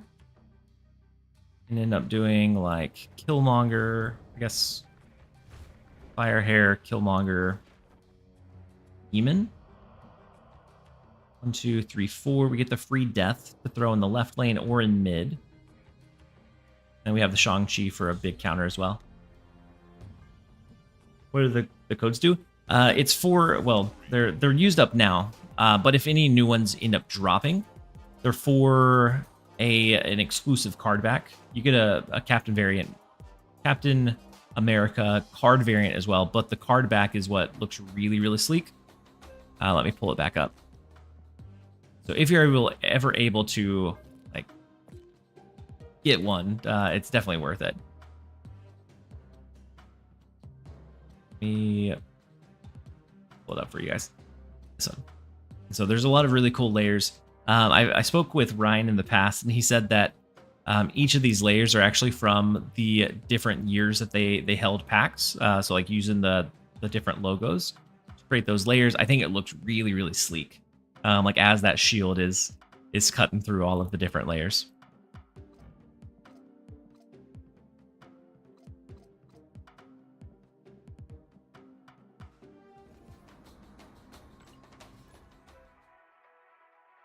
Where do the new codes drop? So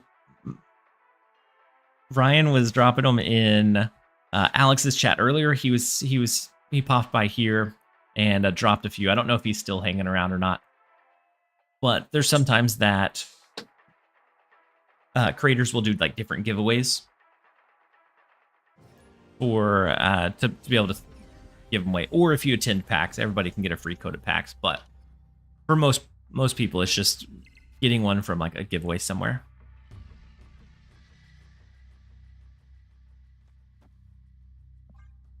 Let's go Nico. We can do Iron Patriot next. And with Nico going up to 4, that gives us a really good like a jump in that lane. You can get them on eBay. I didn't realize they got sold there. Ooh, we get their bolts for the extra energy, which is big.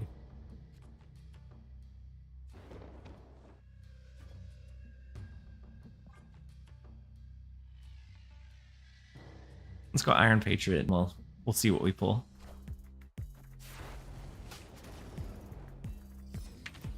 Red Skull's not bad.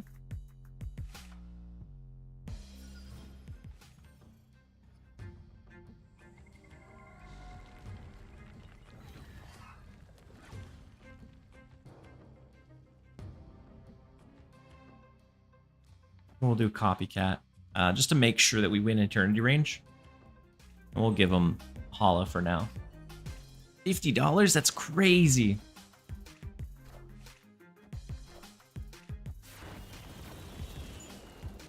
He said, obviously, a ton of thanks to Ryan for the code, but also thanks to you, TLSG. Most of the time, I just leave the stream on while doing something else, but you're very entertaining, so I'm actually watching and reading chat. Civic Broom, I'm so glad that you're enjoying the stream, and that by being here, got mine for 30. No way. Is it Highway 180? Scam? Oh my goodness. I didn't realize they sold them for that much.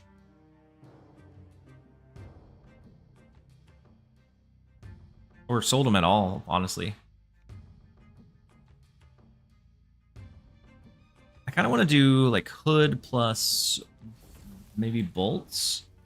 Because then we can do Fire Hair Misery. Maybe throw something else down as well.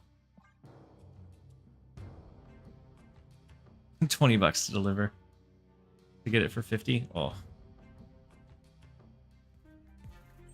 It may also be a little bit timing.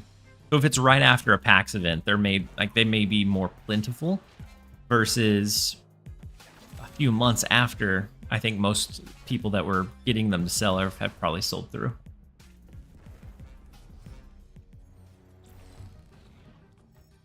Yeah. I'm not saying that like paying $30 was crazy. I didn't know that people sold them for that. I think it's one of the better card backs, and so it's honestly it's probably worth it if you weren't able to pick one up somewhere else. Like I don't blame you at all for it.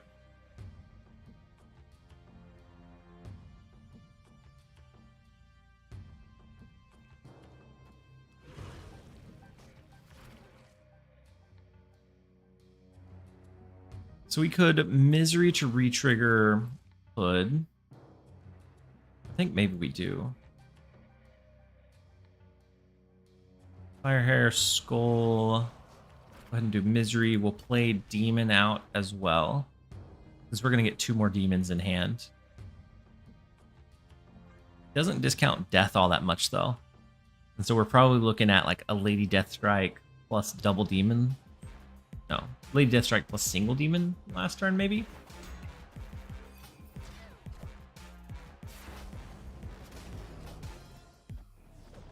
Ah, rest in peace. Oh.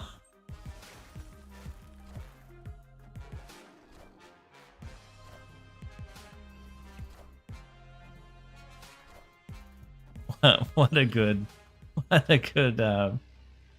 Winds of Watum. Well, not a lot we can do now.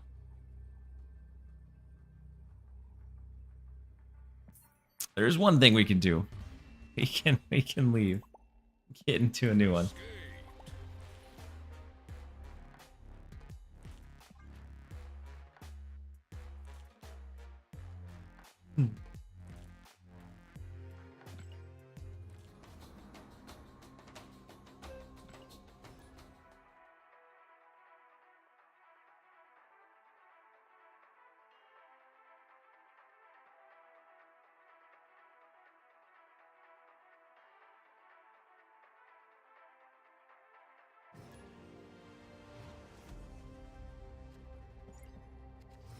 All right, next up we have Freezing Cold. Let's see if we can get on the better side of one of these matches. We get Fire Hair that we can throw on 2. Luna Snow is going to be decent. Ooh.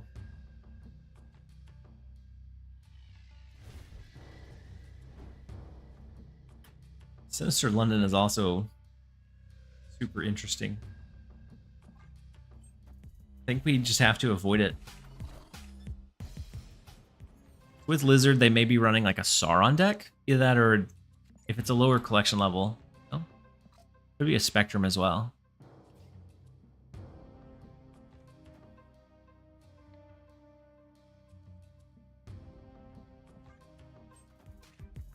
Try Thanos Hairmonger. I've toyed around with like a Fire Hair Thanos deck. It felt like I was missing the good pieces more often than not.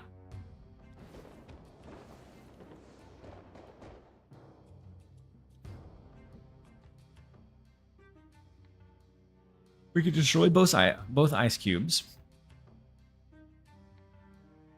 We could drop Misery, which would destroy Luna Snow and re-trigger it, and then it's going to morph into a symbiote. But it does get discount our death a touch, so maybe we do that. Atuma Misery Death.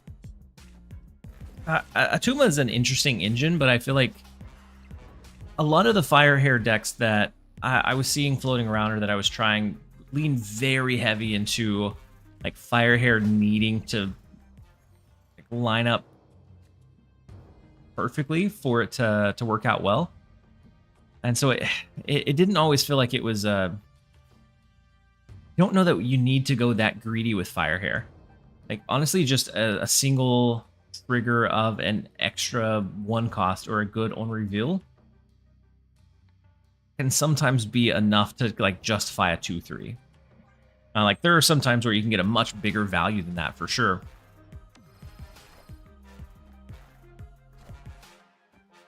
What a big Shang-Chi. I didn't realize they were gonna Shuri into Ebony Maw though.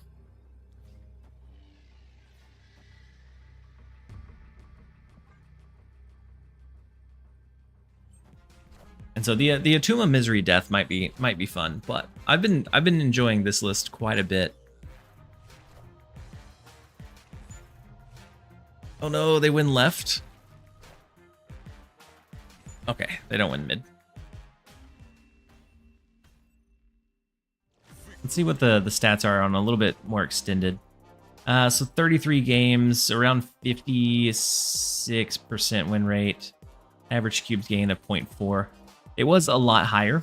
I think as I get later on, it's probably going to be a little bit worse stats. But around 20 games in, we were 60% win rate, holding, I think it was 0.8 cubes per game.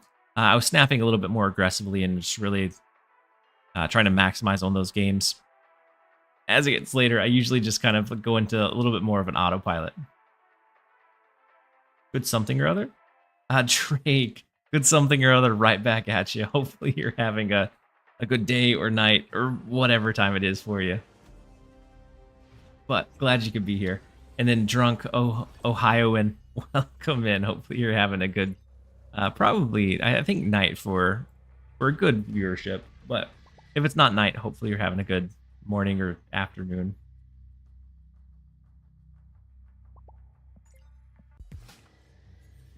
We have fire here to start. And I can switch to a different deck if you guys aren't really vibing with this one, but I do think it's one of the better performers with fire hair.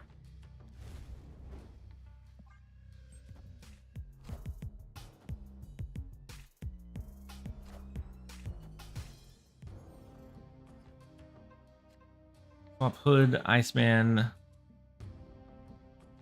Wait, we don't have Iron Patriot and Copycat.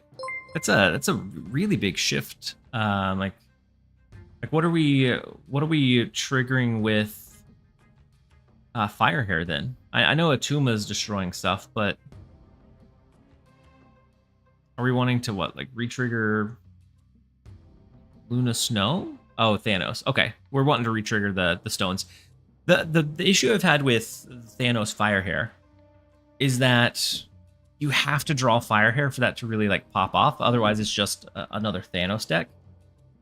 And so it really didn't feel like it was consistent enough for me to be fun. And then Rinja ZA, thank you so much for resubbing for 6 months at tier 1. Very much appreciate it. Hopefully you're having a great day so far.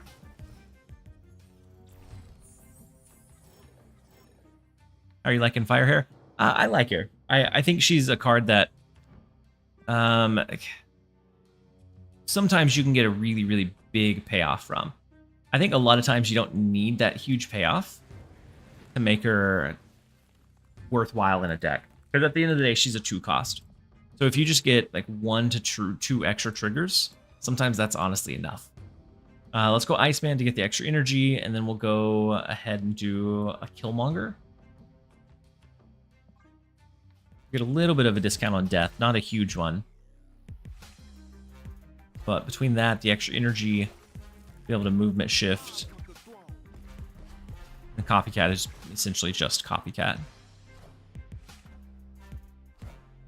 Theirs was Nico with the Rocket Raccoon. Oof. And then Winds of Watum knocking our Killmonger over to the right. So finding a Lady Deathstrike. I mean, we're only going to destroy our fire hair here. Fire hair and Killmonger. I think that's enough for me. That brings death down to 3. We could do Shang-Chi death and then maybe like a Nico. Nico's at the bottom of our deck, so be more likely to find Iron Patriot, Hood, or Misery. Fire hair. In some games, yeah, it gets solved with Thanos and with the stones. But like if you don't get the draws from the stones, then it's a very big miss. That is the second time our Lady Deathstrike gets, or I guess Lady Deathstrike or Misery gets dispositioned with the Juggernaut. Unfortunately, they can move the shield and still play 1 card here or move 1 card.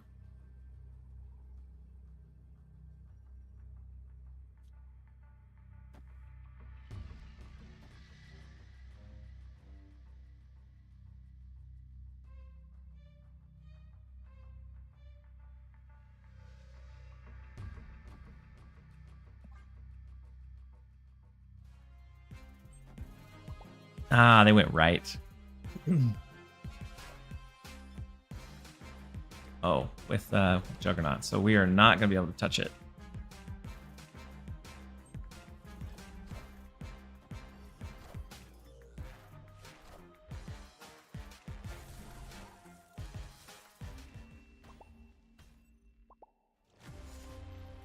And so the Juggernaut, whenever it hits, like unless we were pushing big here, it's really hard to overpower that. Like, we could have shifted the Luna Snow, played the Death.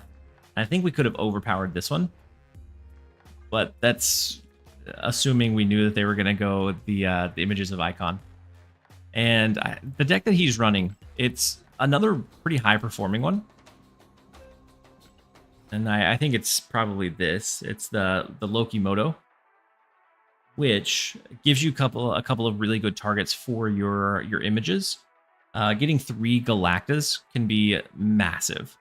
Getting 3 Rocket Raccoons can be pretty good.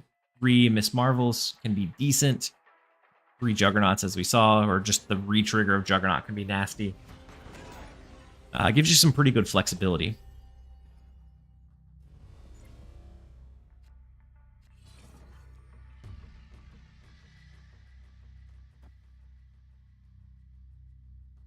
All right, let's go Loki left. We have Sam Wilson as the follow-up, and then we're looking at the bolts afterwards.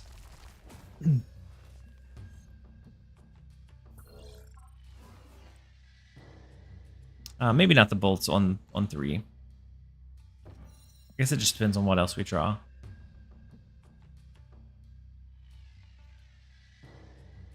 You can always Juggernaut to make sure that we have Castle Blackstone locked in. But I think I want to do something like Sam Wilson so we can start moving that shield around.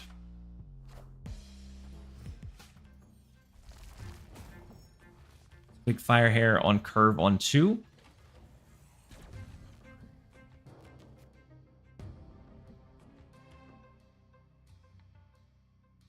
With Loki, we don't have...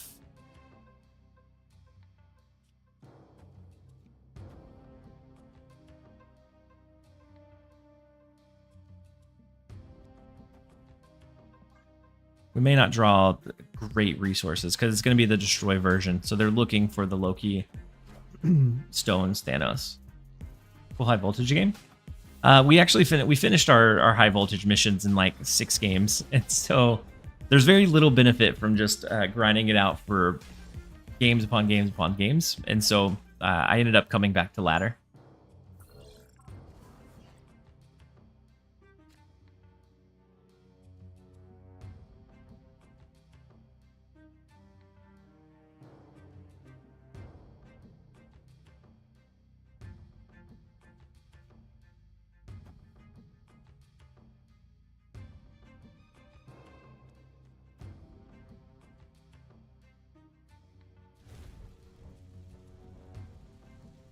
All right, we're going to do Echo. I'm going to go ahead and play Fire Hair. We could do Venom. Yeah, we'll go ahead and do Venom into the right lane. Oh, I was joking about... Oh, my bad. It's getting a little bit late my time, and that completely went over my head. Oof. What a good card from the hub for like a Thanos deck. Being able to have that Mockingbird, and they get that second Mockingbird as well.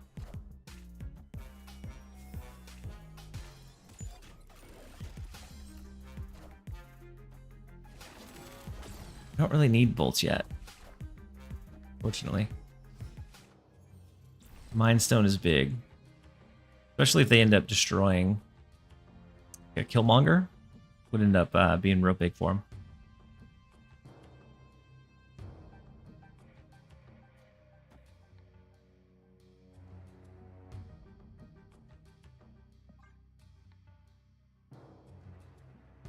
What's a good high voltage deck? So there's a couple. You can either go like super counter heavy, where you're looking at like Cosmo, you're looking at so Cosmo, Negasonic, Juggernaut, Shang-Chi. I always run Ebony Maul in like that one for like a low end type of deck.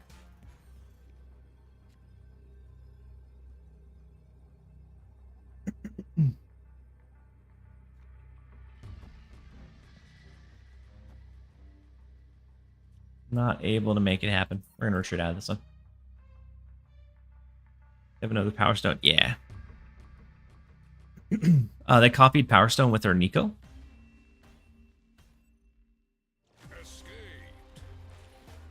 Even if not, even if we shifted here, we just we didn't have enough to, I think, hold down multiple lanes.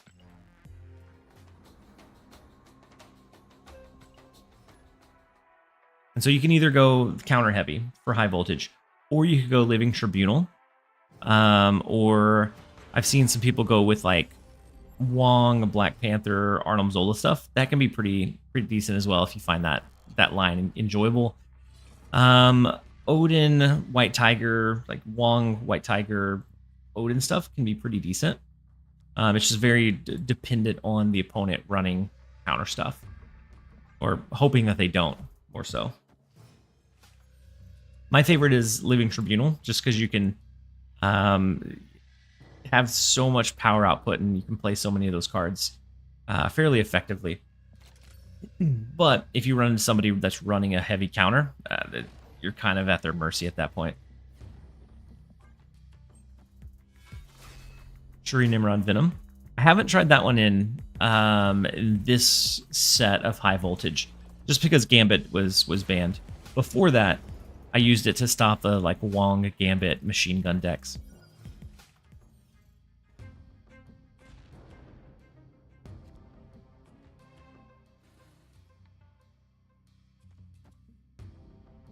I'm going to avoid mid for now. We're just going to give them the discount. We can go Rocket and Groot. We can go Galacta. And then on 5, we can go with a big Agamotto into whatever we top deck after that from Krakoa.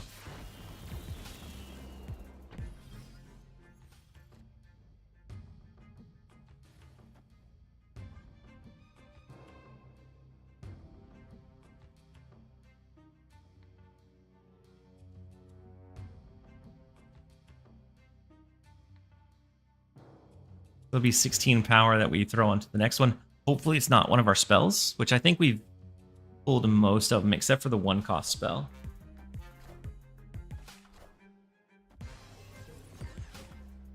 Ooh, glad we dodged that.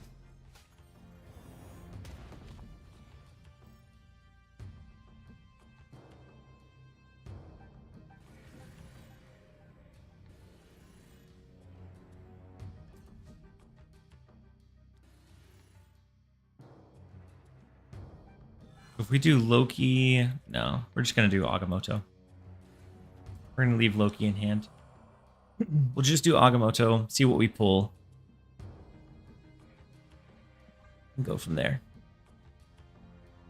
We may need to be able to Shang-Chi in one of the lanes if they go with their big Gamora. Winslow Tomb may be able to handle stuff for us.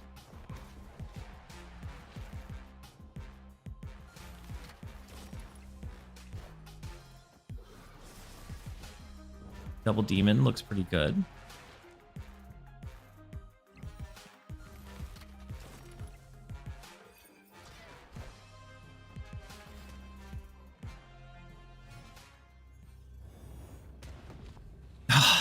Man, of course. It was I think it was 2 out of 6. No, it was 2 out of 5. Fortunate.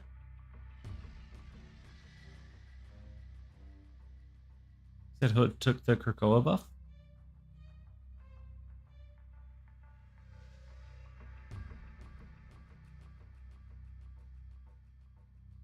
What, on their end? Oh yeah, the +1. Yeah. Super unfortunate here. Okay. Outside of that, how do we win still? We could go, and no, we have priority. So Shang-Chi's not great. It is 5 power.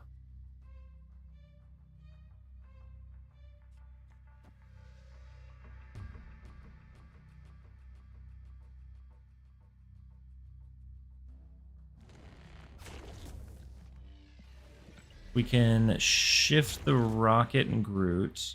We can do Loki, Images, Iron Patriot left. That's 3, 6, 9, 10, 11, 12 extra left lane.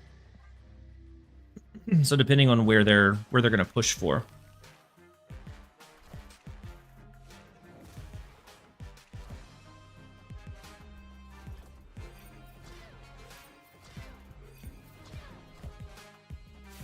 Massive Iron Patriot.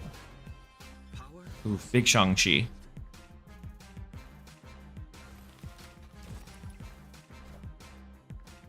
Ooh, big Gamora. And the demon. It was a good final play.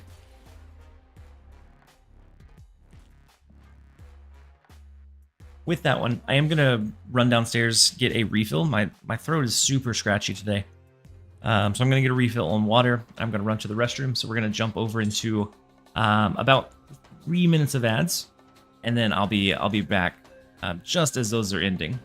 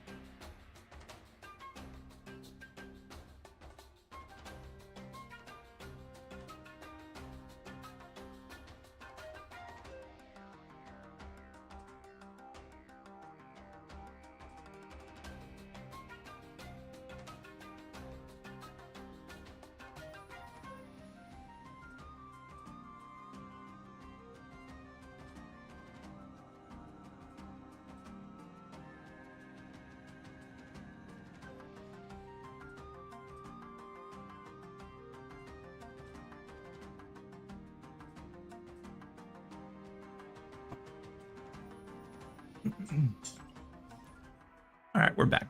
Oh my goodness. I don't know what's going on with my throat.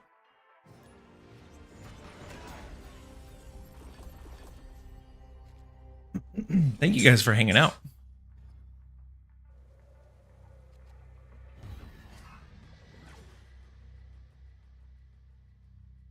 No, no. Don't be sorry to make me talk. Um, the deck that I reached Infinite with was actually on Tuesday. This last Tuesday. I climbed late this season. Let me see. I should have the stats for it.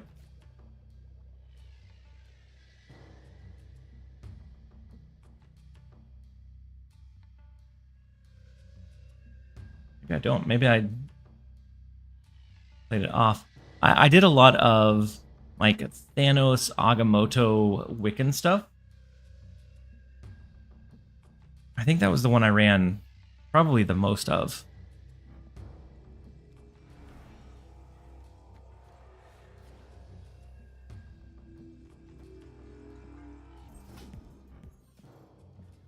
We have the Enchantress, which will potentially help with this. Zabu's going to switch sides. Unfortunate.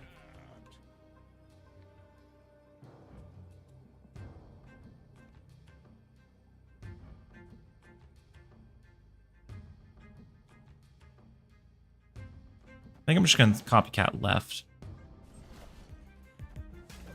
And so I think it was a Loki, Gorgon, like Mobius, Red Guardian, Thanos, Mockingbird, Agamotto, Wiccan deck. What was what I used most of the way.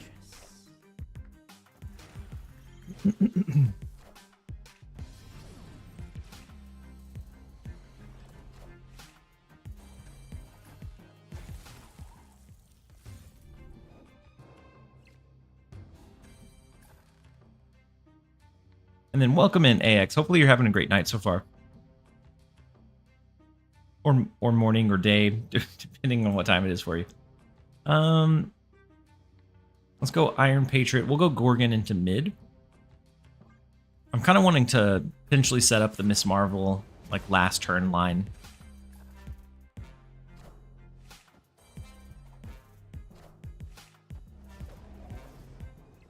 Windswa Tomb is kind of unfortunate.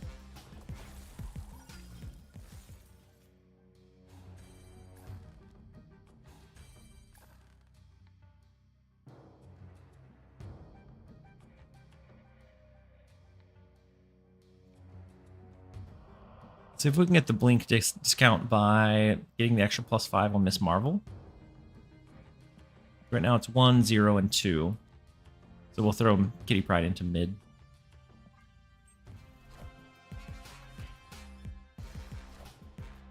May not be enough. No, definitely not enough.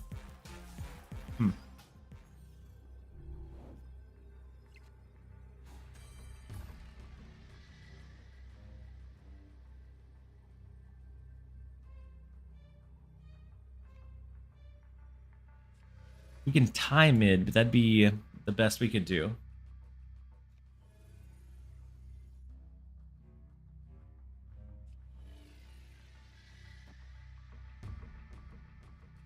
That would be dependent on them not overtaking these two, which I think is super, super likely. I'm just going to give them this one.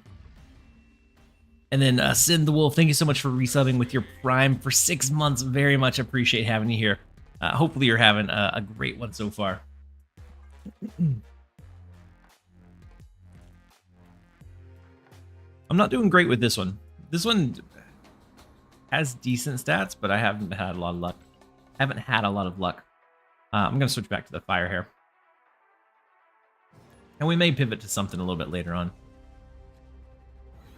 I've been using an on-reveal, Misery, Firewatch, or Firehair Death Deck variation. And gotten to ranks, or you're up to 64. So 70 is where you get the big credit reward, which is nice. And then hopefully you're able to kind of take that momentum and get to at least 90 to get the gold. And then once you're at 90, I feel like it's just a matter of time before you finish it off.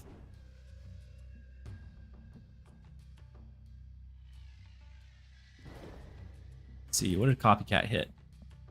Copycat hit Starbrand, which is unfortunate.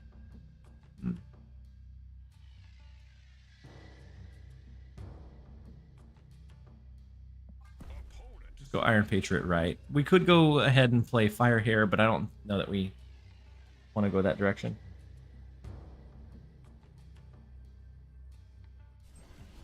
And so I think for the most part, Fire Hair is relatively inconsistent. She can sometimes have some really big payoffs, but I think, especially if the deck is leaning towards like super greedy, sometimes you have to be kind of careful with her.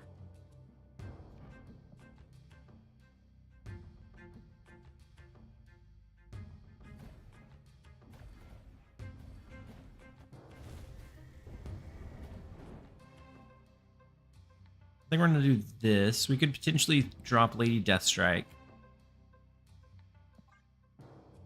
But with Mindscape, we may want to not destroy anything. So that they just get a useless card.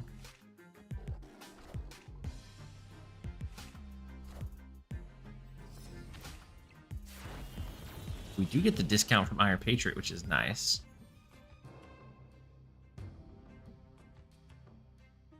Only downside is if they play a big card here.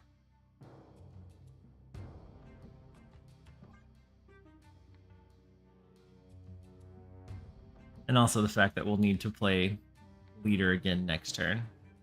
Where?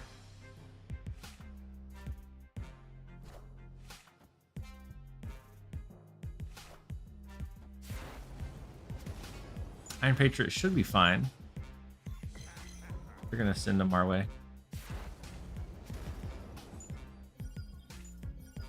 That is a lot of leaders.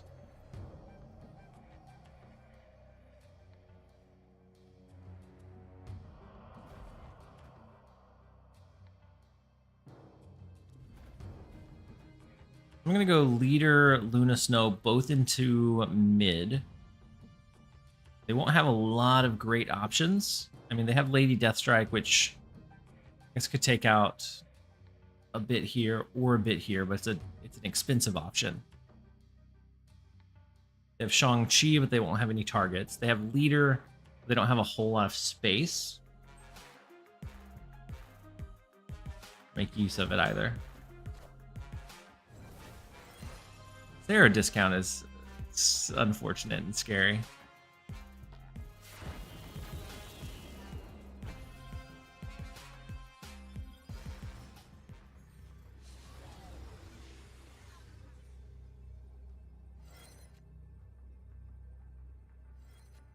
Wait, they got a leader too?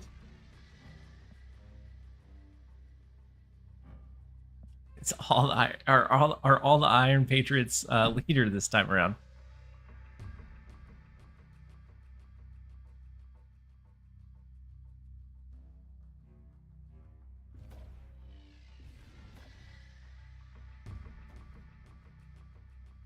If they did leader here, Lizard gets a 4-power reduction.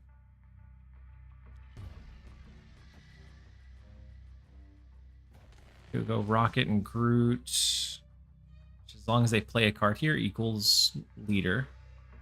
Which is as powerful as leader. Either that or something like this.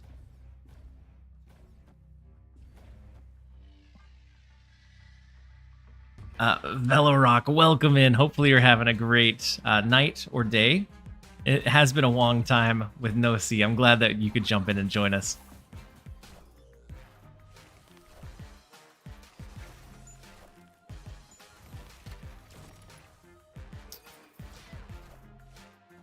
Ooh, Galacta with the Lady Deathstrike. Unfortunate. We knew that they had Lady Deathstrike too, so I definitely should have... Wait, no, we still win right. I was going to say we definitely should have focused more on left. We will we'll gladly take the 4. It was not a comfy 4, but it was a 4 nonetheless. Oof. Actually kind of an ugly 4, honestly.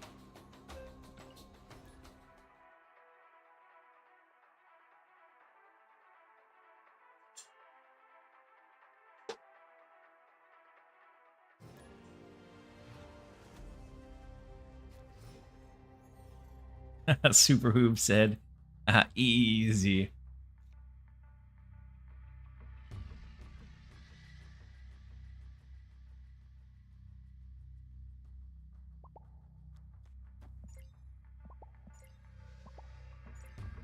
All right, let's go ahead and go Nico. We have the fire hair queued up and ready. Let's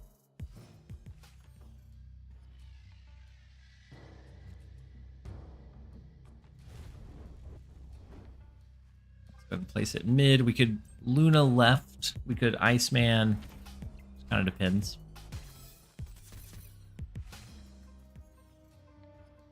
Kate Bishop, we don't have to worry too much because we do have Killmonger somewhere within the deck.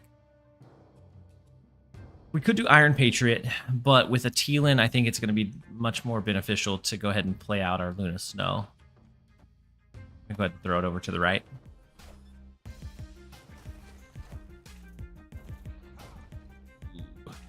Red Guardian definitely hurts for the fire hair.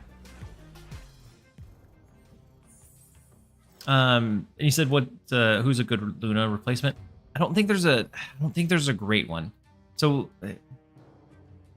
and there's something out there, but Luna's biggest benefit here is that she generates two cards that are easily destroyed, whether it be by being in a full lane or with Killmonger, which helps discount death quite a bit. And so I'm not sure that the death synergy plays out as well if she's just completely removed. So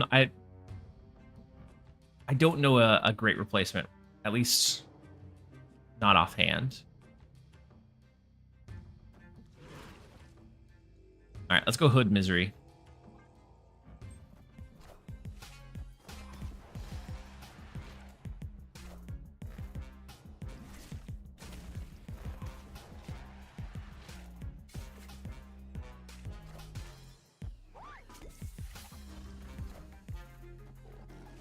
Big Gwynpool.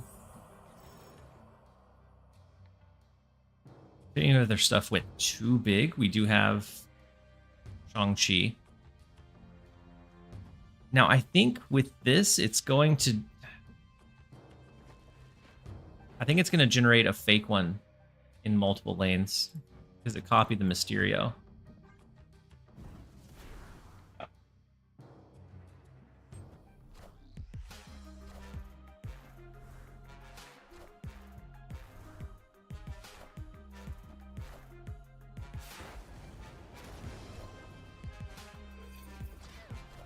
See what card got destroyed. Our Hood. So Phoenix Force isn't great here. There's Sam Wilson. Definitely within Shang-Chi range. Then this lane is typically a bit weaker, just with the Galacta in place. So I think we're going to go ahead and do Demon. We can throw Iceman to the left. I think we might have this one locked in. And then a Game-Thon Extreme. Absolutely. I'm glad that you got the premium mystery variant. Hopefully it was a good one. And that actually reminds me, I need to open mine. I've been meaning to since I came back 4 hours ago. But I just forgot. We actually go for a clean sweep, I believe. With Mysterio popping back up, yeah.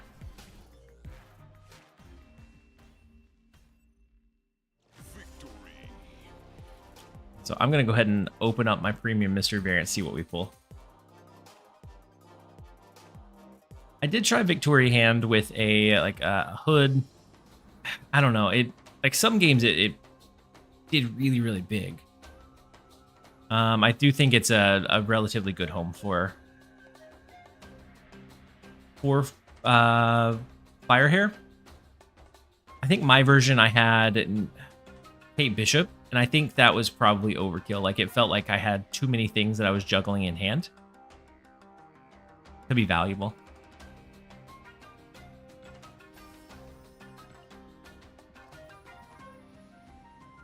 All right, let's see what premium mystery variant we got.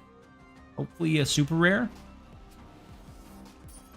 Not bad. Right after she got gutted, we do have the Venomized Hella variant. I think is a pretty good one. Let's go ahead and set that as our favorite one. She got gutted a little bit. She's not unusable, and so it's not the worst that you could have gotten.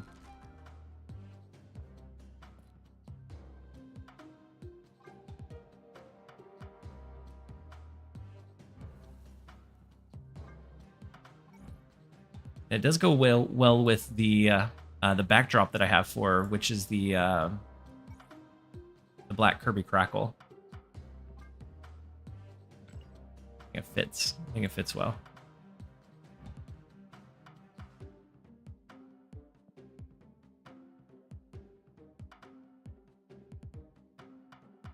I like it. I do like the Rivals variant. Like I think it looks really, really sleek. I'm gonna use the Venomized one for now. At least for a bit. Hey, and I actually got Kingpin as well. That pushed us up to 6 out of the 12.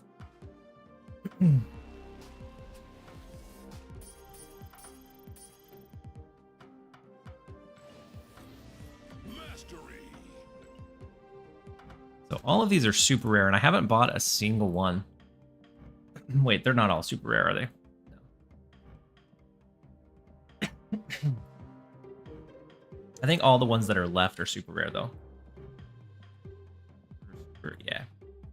Yeah, so unless we pull them from, like, mystery variants or premium mystery variants or something else, I'm probably never going to get this key. But it is nice that we're close enough. Like, I would probably buy one if we pulled 2 more eventually.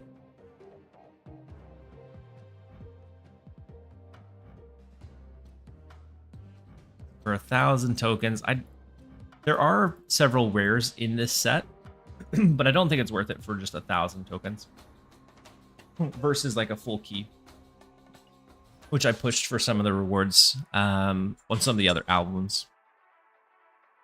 That was the only time I went out and like explicitly bought variants, was more so for the economy of it. Yeah, albums have gotten more and more expensive with what feels like less and less progress-driven rewards. Like, there's still cool emotes and things like that, but it feels like it's been a lot less focused on a lot less focused on like getting keys or getting tokens or whatever, and more so on like either other variants or emotes or other kind of chase items. So with Copycat, we copied their Marvel Boy. So I'm assuming this is a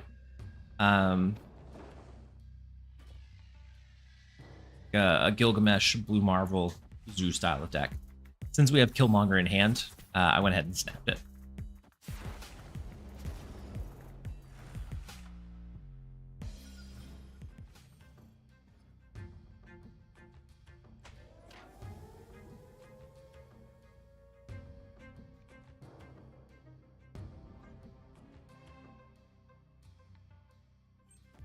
What do in the snow?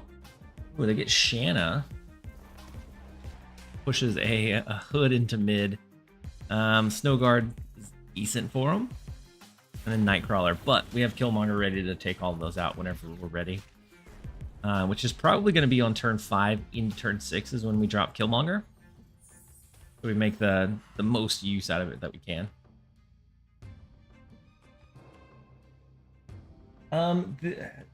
The most recent thing that I ran for Clog was actually a Fire Hair deck. I can show you if you have Fire Hair. If not, then I don't have anything like built necessarily. I think I pretty much scrapped everything with an uptick in like Killmonger. Okay, after this one, I'll show you. I'll pull it up.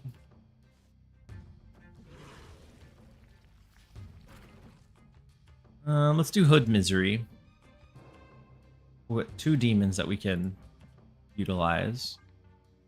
Hey, welcome. It took you long enough. And then Bort, thank you so much for the Prime sub and support. Very much appreciate having you here. Hopefully you're having a good one so far.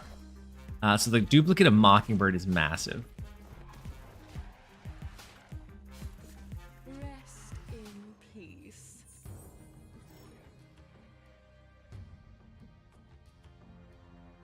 So if we dropped Killmonger now, it's 1, 2,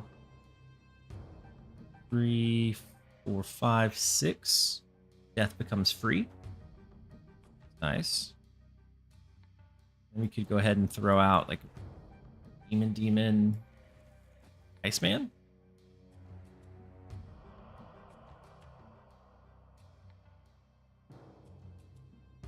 Do we even want to do Iceman? I feel like Iceman might be a bit of a waste. We're going to have 2 demons to play alongside free death. I think space is going to be a concern on the final turn. Iceman before Monger. We can do Ice. Yeah, I think that's the right call. Iceman, Monger, Demon, Demon. I like it. That way we still get Iceman down. We potentially impact one of their cards. But he's not stuck taking up that space. Oh, the Kyera. Oh my goodness.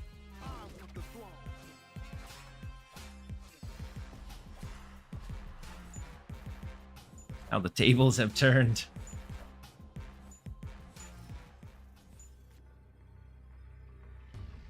They're locked into the right. The most they could go is 20 if they had a blue Marvel.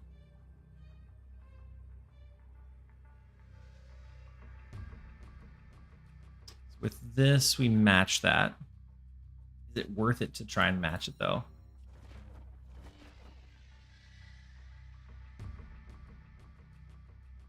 They have Gilgamesh plus a 1-drop. I guess Mockingbird is pretty cheap. I just don't think we can overshadow the left. Yeah, they have another Mockingbird, yeah. They could go Mockingbird, Blue Marvel. I don't know that we win this one. Gilgamesh, Mockingbird. That Kyar was very, very fortunately well timed. Saved them big.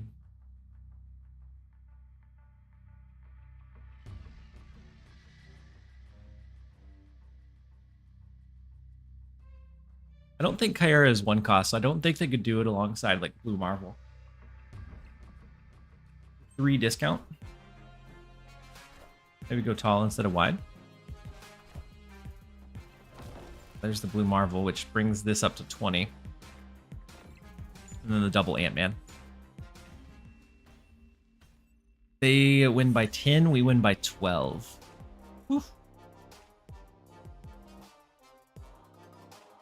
It was very, very close. I knew that if they did Blue Marvel, it would tie here, but I didn't want to take away from this lane. In hindsight, we could have and still won it. But we will take the 4.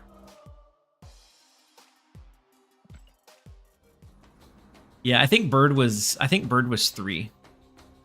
Because they only had the Shanna cards. I guess with Bloating Vats, maybe it was maybe 2. I don't know. Either way, we'll take it. If they were able to do a 1-cost Mockingbird, they had that one for sure.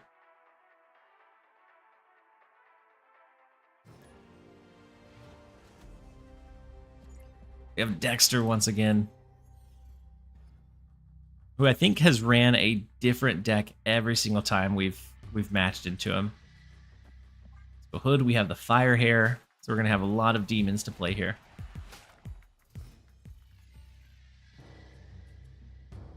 Yeah, I think right now we're 1-1. They beat us with Scream.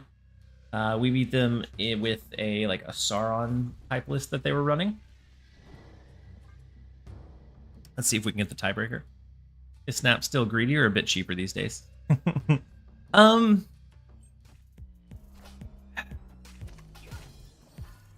Collection still kind of stinks, but at least in the more recent past, we've had a lot of good steps in the right direction.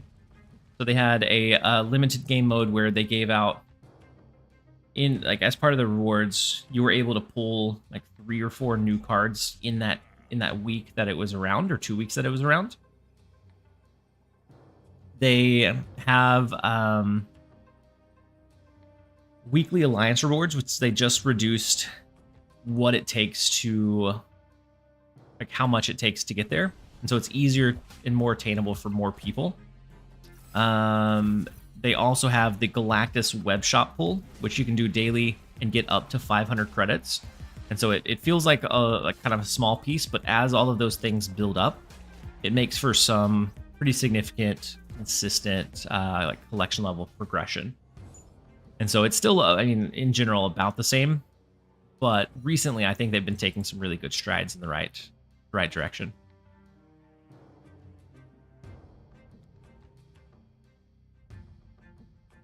I kind of want to save Lady Deathstrike. I don't know.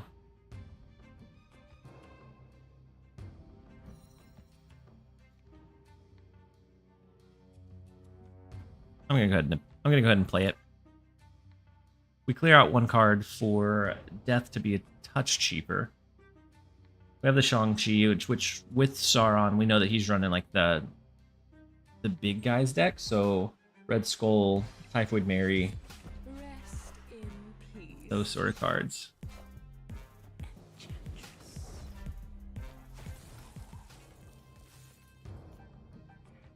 There has been a lot of gold bundles recently too, yeah.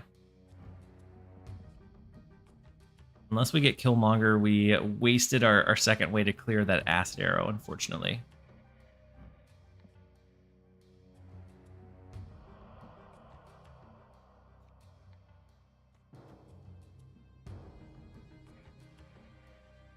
I'm gonna go Copycat.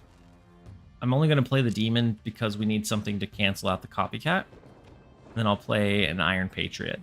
We can go Death plus Demon on the final turn. We could go Demon, Shang-Chi, Killmonger, maybe.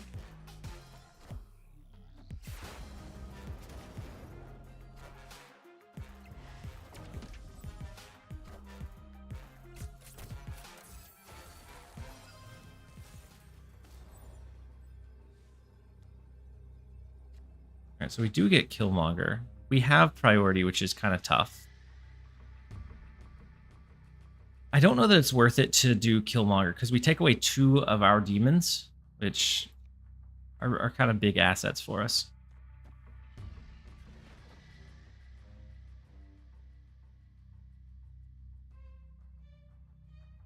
Depending on where all he pushes. We have a decent lead right now, but with Sauron, they could have, what, Typhoid Mary. They could have an Ebony Maw as well. Red Skull, Ebony Maw. Could be the big, like, double drop finisher.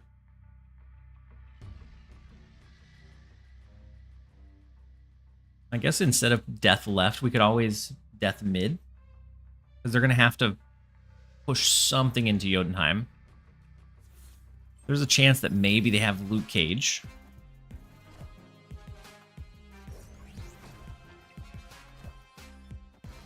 Starbrand, Ebony Maw. Demon. Lizard. Oof. Super close. But we're able to win left, right. And he'll take away mid with the massive Starbrand, Ebony Maw. Goodness.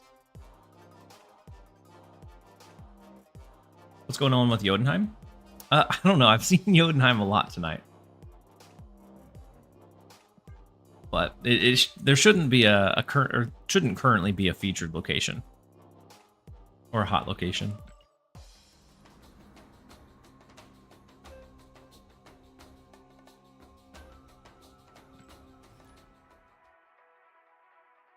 Back-to-back close game. Yeah, very close games. Oh wait, can I show you the clock deck? Yeah. Yeah, while I'm wait, I don't know if you're not a sub. I was gonna say I'm gonna run a quick set of ads, but I'll pull it up and then jump into a game.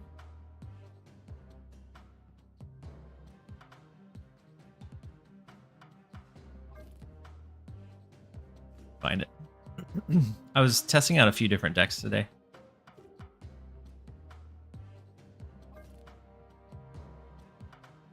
Did I delete it?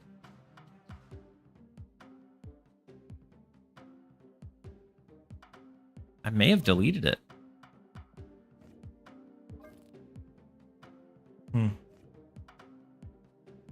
Oh no, that's the fire here.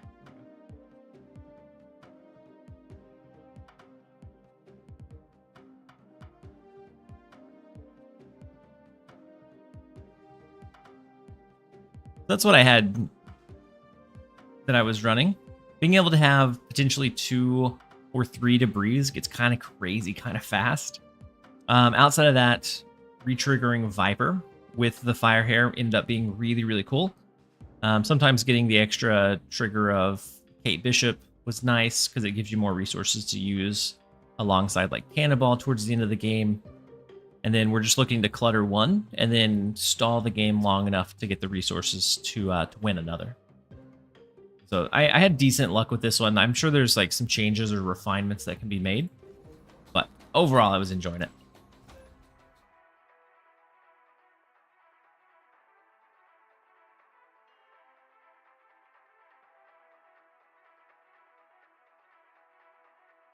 Ads us, we deserve it. I'll run instead of ads after this match. Because it's down, it's gonna auto run in about just over 3 minutes. So we're gonna play through this one quickly.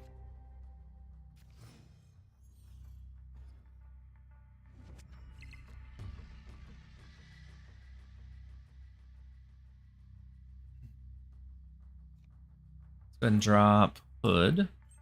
I'm always refining mine too. Yeah. Yeah, sometimes it's really tough between like 1 or 2 cards, and it doesn't make a huge difference. But a lot of times I'll kind of go back and forth on a couple of those pieces. So we can Iceman Nico. We could Nico into Iceman getting destroyed. So we'd be pushing for like Luna Snow or Finding Our Death or Lady Deathstrike or Firehair. I think it's probably what we do. Is Firehair more worth tokens or keys? I have plenty of both. If you have plenty of both, I guess it depends on... I mean, do you have the rest of the cards that are in the spotlight? That's the biggest, like, determining factor. It took me 4 keys this week, so take that with a grain of salt. But if you have plenty of both and you have both the spotlight cards, probably better to just use the tokens. All right, so Wolverine, we're looking at a destroy deck.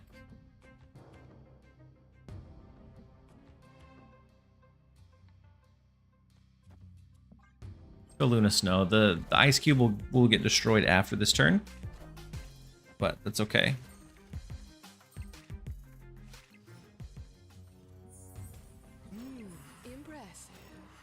I know that they'll likely have a death as well, so we don't need to like really pressure to win that much. I think we hold Killmonger until pretty late game. If we do Nico with the Misery, our Misery gets destroyed, right?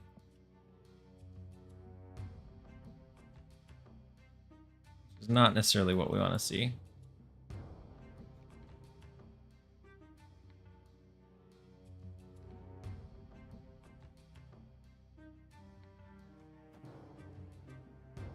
I'll just do this for now. They're most likely going to clear this one anyways, so I don't think we're going to hit anything substantial by dropping Lady Deathstrike.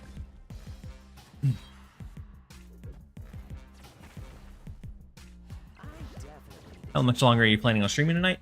As long as I can go. I would like to go another like 4 hours, but typically I've been asleep for a long time by now, so I'm just gonna go as long as I can. I could see being able to do at least another 2 at kind of at minimum.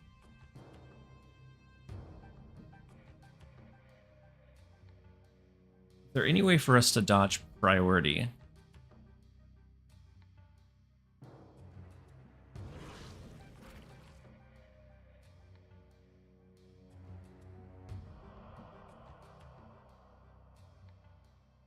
Let's see, we can do Iron Patriot. It doesn't really do us much good.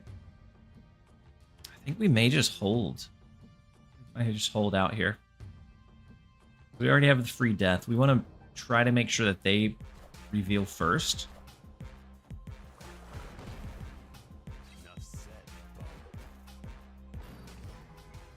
Tumo was not the direction I was expecting. Low collection level. All right.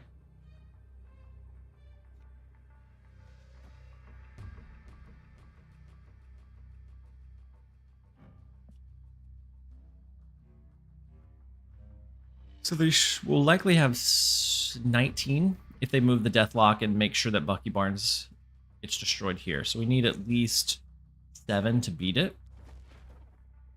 Do like that. If that's the case. Let's do Copycat into Death. We'll do Demon. For giggles, we'll do Fire here. And hope that they shift some stuff over and don't invest big here and here.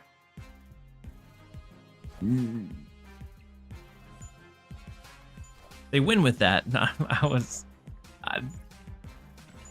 I didn't know if they had Null, being a 6,000 collection level player, but I guess it was given away for free recently. Could have definitely held down our own here. Got us. So that's a lot of caffeine. So the funny thing is, I dropped caffeine probably half a year ago now. A year ago? It's been a while. Like I went cold turkey on caffeine. Before that, it used to be I'd wake up, would be drinking some kind of caffeine, whether it be like coffee, an energy drink, anything with caffeine. And then I quit it cold turkey, which was awful. Like I went from probably averaging, not just in energy drinks, but just caffeine equivalent of probably 2 to 3 energy drinks a day to nothing. So I haven't had any. I haven't had any caffeine today. And so we're just going off of raw adrenaline. Does fast drops work? No, it doesn't, Nuggy. So it drops are the same speed all across the board. It's just like a joke that a couple of the guys play with like commands. You can set up like custom commands when you're streaming.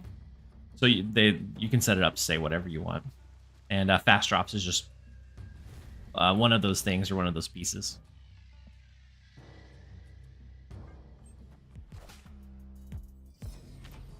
Yeah, everybody got null as long as they were active a couple of weeks ago. Which I forgot about for that 4,000 collection level player. Pure will then. Yeah. We're going off of pure will. We're tired, but we're not going to give in. So we both have fire hair here. Right now, I don't really have anything big to lean into. We could try to get like an Iron Patriot going.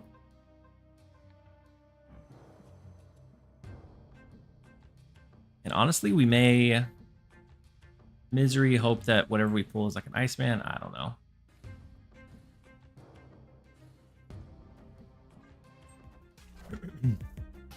I'm gonna copy up on the fire here.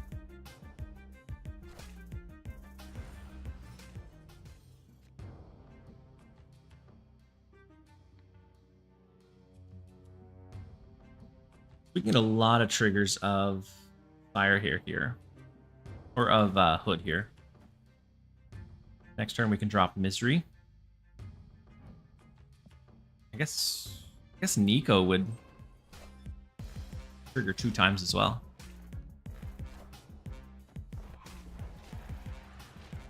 Preaching to the choir. I get up at 4 a.m. on work nights, usually in bed by 8. Yeah, up until today, I've been going to sleep around 9. And then with the drop starting, I always like to do the late streams just because there's a little bit less. There's a fewer number of streamers that focus on this time frame, and so it's nice to be able to kind of offer that. But man, do I get tired.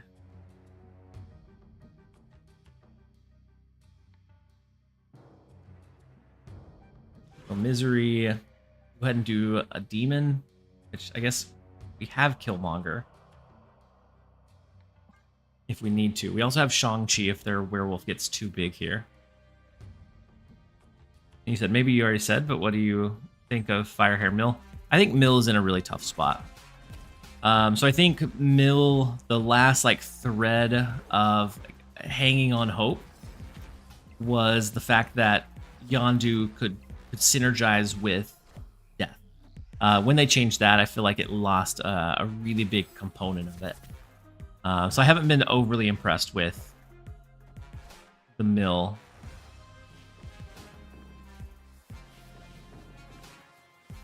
Fire Hair Mill anyways.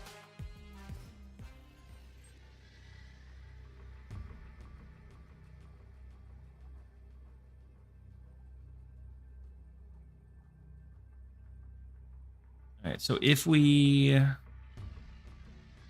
can always kill Monger, we don't have priority, so we take out their demons first. Demon, demon, demon.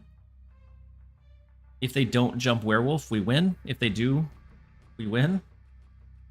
And I think we drop another demon here because we're taking out 14 of theirs, 7 of ours, so a net positive of 7. And we'll just demon, demon.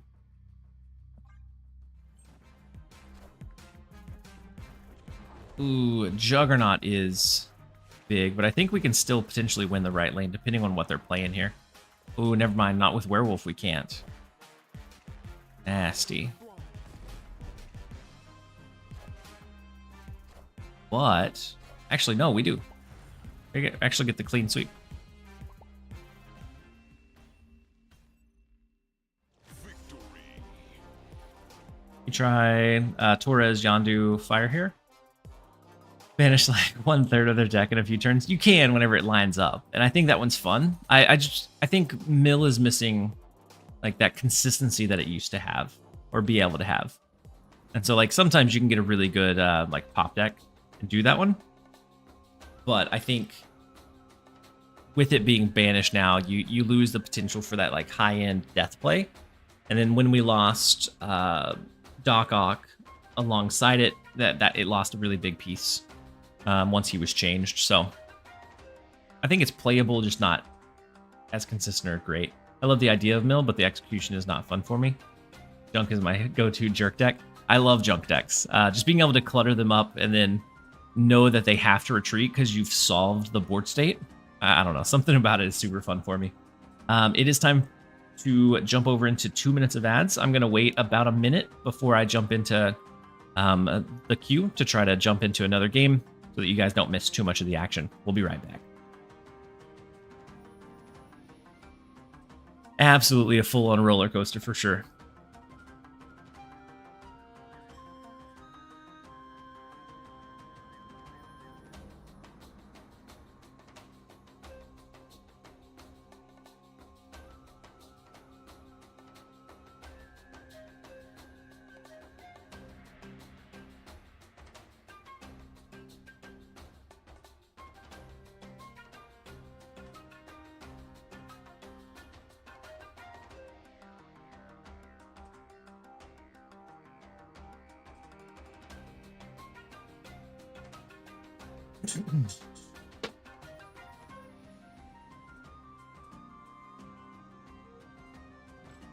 All right, let's go ahead and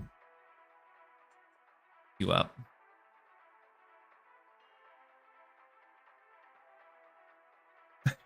He said we have this one. Never mind. Never mind the never mind. Absolutely full on roller coaster. So Spider-Man 2099, not huge. Also, missing our 1 cost is a bit scary. Krakoa is nice. No 2 drops either. Oh my goodness. What a unfortunate draw. Almost the entire... If we draw death here, it's our bottom half that we've drawn through. Now we do get Killmonger.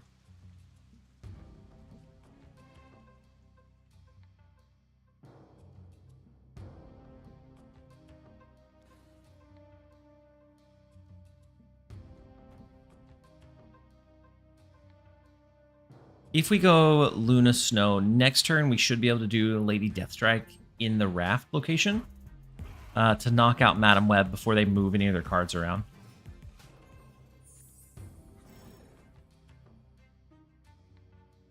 I remember those early days of Arsham Doc Ock. He deserved that nerf. I mean, even before that, he deserved the nerf. But it broke a couple of decks that I really, really enjoyed. I actually think we Iceman... I'm going to Iceman Misery. And then next turn we can always drop Lady Deathstrike if we still need to or want to clear Madam Web.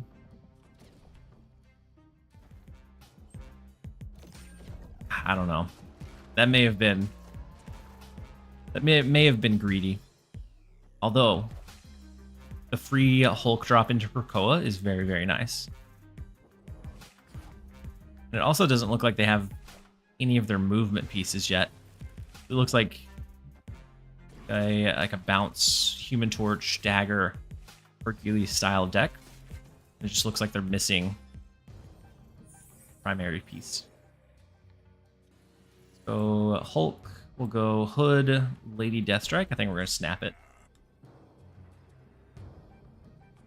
And then Arda streams, you said I'm off to bed. I said it this morning, but it's great to see you back at it again.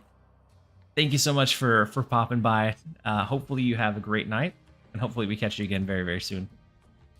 All right, let's go ahead and go Hood, Lady Deathstrike. We'll lock it in. We have the extra 12 power on whatever we top deck next, so it's potential 24 power death. If not, then it's just a massive, like, low-cost card.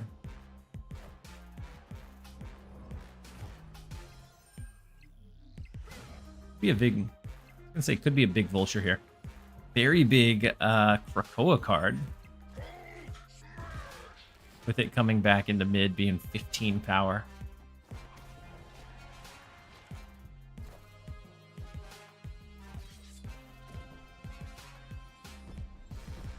So between Shang-Chi Demon. Ooh, no, Shang-Chi Firehair is where it's going to be at.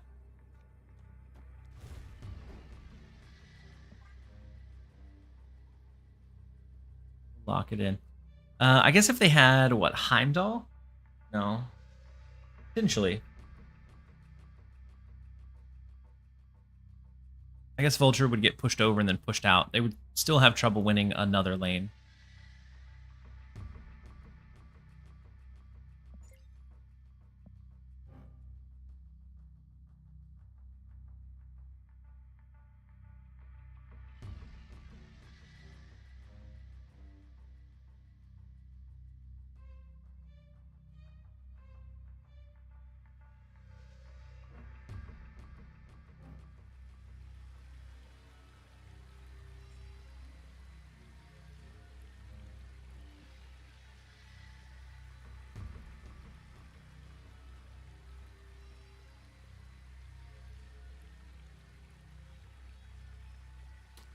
The one, or I guess there's a couple of downsides to it, but one of the bigger downsides to a movement deck is a lot of times there's so many different plays and pieces and directions you can go that it's really tough to decide which one to go off of.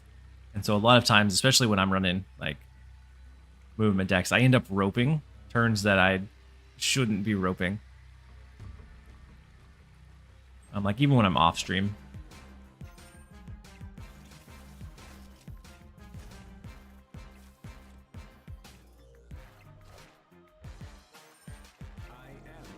Doctor Strange move is unfortunate. We do lose left. Oh wait, maybe not, because Hercules pushes it back mid, and then the big dagger coming in. So the two big pieces are stacked together beautifully for us. Had it not, the Ultron was enough that it would have won the left lane. Oof. Got very lucky that Hercules slapped their card back into mid and not over to the right.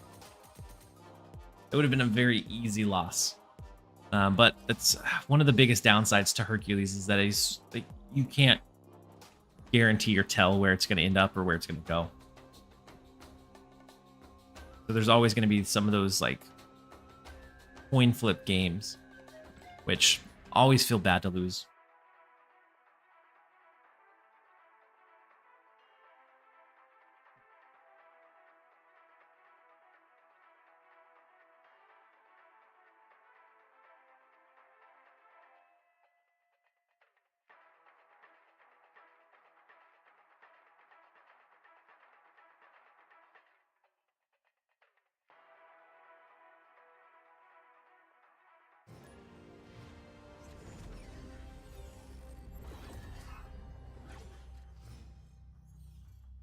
Ronin is a huge hit for Copycat. And then Central Park is amazing, especially with Killmonger. It's almost enough to snap off of. It's an Arisham deck, so it is it's gonna be a hard to read deck, but I honestly think we be all right snapping it. Also have the hood. Yeah, let's go ahead and do it. So hood, fire hair. Next turn can be Killmonger. We get 3 demons. We clear the board, so if and when we draw death, super, super cheap.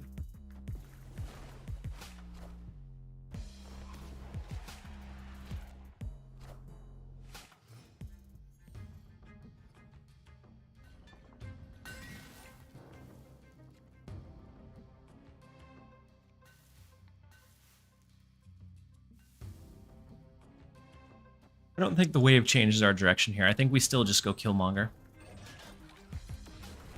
Ooh, a big Essen.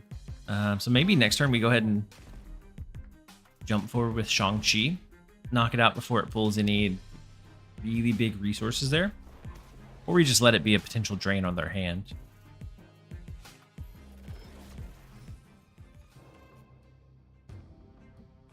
Beautiful death. Let's go Shang-Chi. I want to keep as many of their cards in hand as we can for the cheap Ronin we have. Power must be controlled.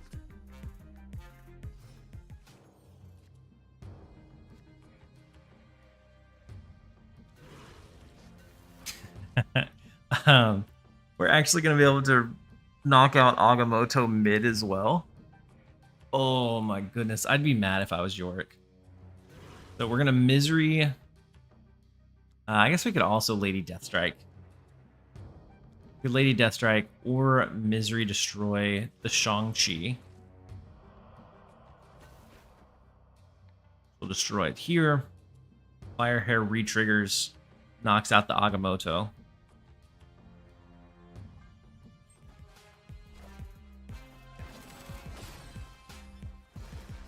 They're going to have a lot of energy on the final turn, but they're only going to have 3 cards to choose from. Must be controlled.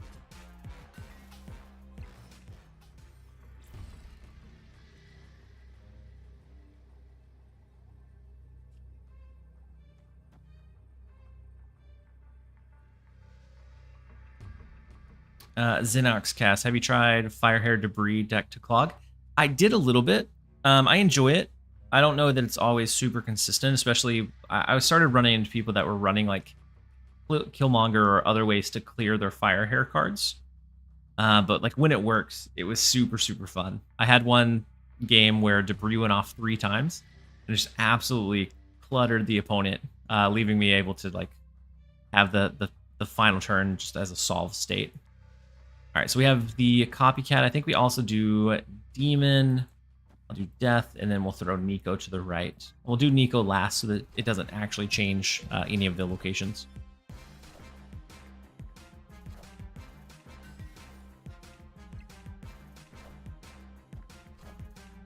Shang-Chi is not quite going to do it. And then the Doom 2099 does not quite do it either. Any thoughts on the Datamine cards for next season? So I actually haven't taken a look at the Datamine cards for next season. I don't think.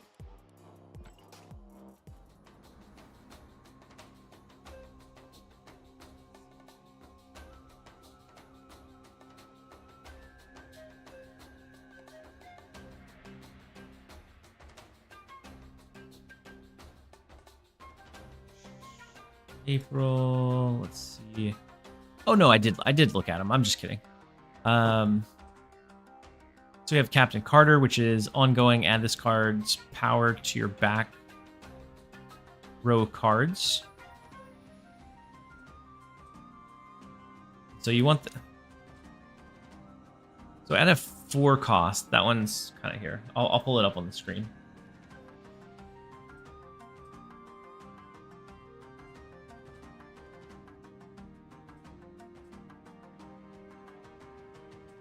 There we go. So this one's for April.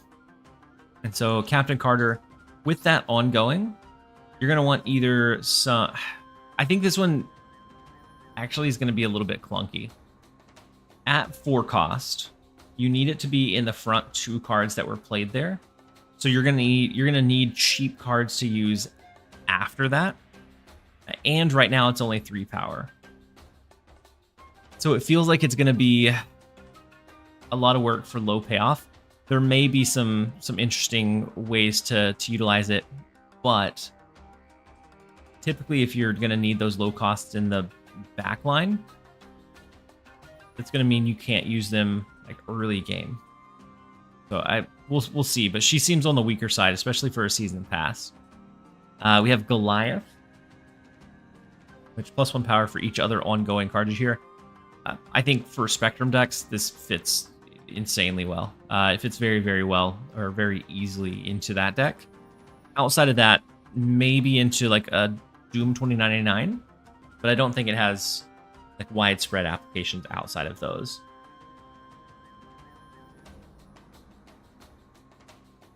You said Carter Galactus cracked? It can be. Wiccan stocks, yeah. I think with Wiccan, I don't know. Even then, it's very tight to fit it all in. Because let's say you do Wiccan on 4. You can still only do 1 of your 4 costs on 5. And so Galacta. And so that leaves 6 to play Captain Carter, and then you also need a card to follow up with her in that lane to get the extra bonus. No, it just seems like a more steps like Galacta. I think there may be some scenarios where it fits well. I just don't think it's going to be as widespread as like an Iron Patriot or a Sam Wilson. Just because of the cost with the power and like the restrictions on being able to get the payoff from it. We'll see. There may be something that comes out, or like a deck that we're able to brew up that really, really dominates it, but that's my gut impression on it. Then Kahori, on reveal, each card in your hand gives one of your cards in play +1 power.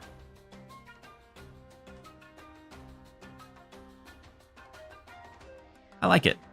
Like it's 4/6. You need at least 4 cards to be on par with like a Kol Obsidian. So I think that's typically our kind of litmus for high power plays. And so Kahori would have to be the 5th card. You have to have almost a full hand. I don't think it's crazy, but I think it's like strong enough that you'll be able to like build some synergistic pieces around it. And then Infinity Ultron, I'm excited about this one. Add 2 of Ultron stones to your hand. I think this will be really, really cool.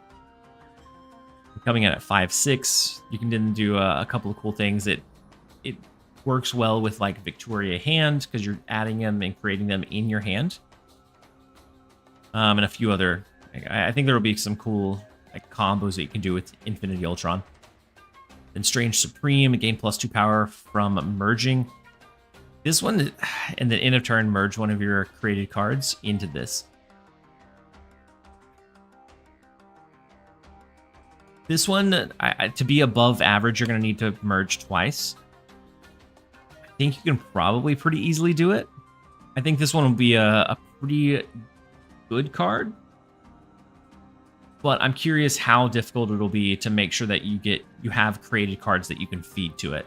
Outside of like Arisham. I think you probably slot this in Arisham pretty easily. Outside of that, I'd be interested to see how we like build a deck around like that merge factor. And then Hydra Stomper I think is going to be great. Ongoing +1 power for each time one of your cards move this game.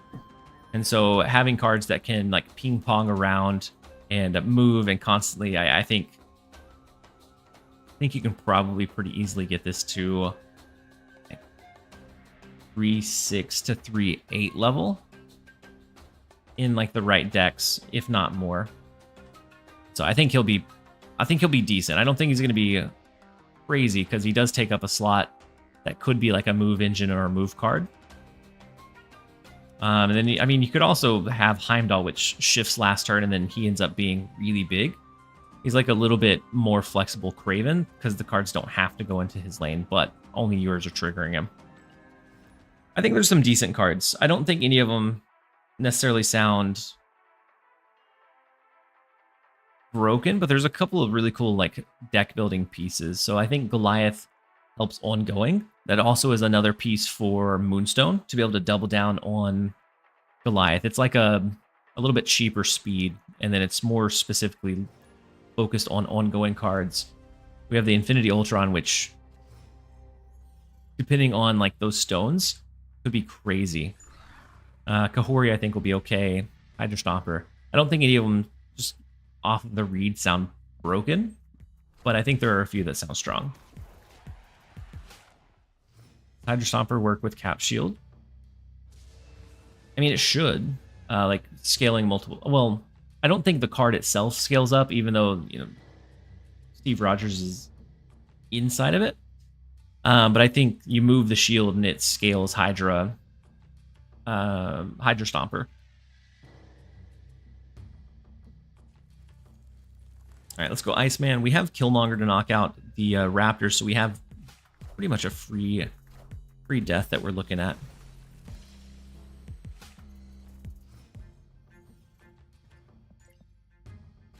Oh, I wasted all of my snooze. I'm so sorry, guys. I wasted all of my snoozes, and we are about to have an ad trigger in 20 seconds. So I'm going to run the minute and a half now, so that maybe we can be back by the time we get to turn 6. So we'll be right back, you guys. If I had a snooze, I would do that instead. All right, let's go Luna Snow right. Never mind, unfortunate.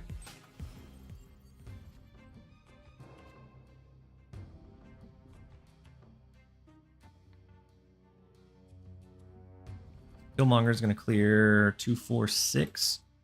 Not a free death anymore, but it is a very cheap one.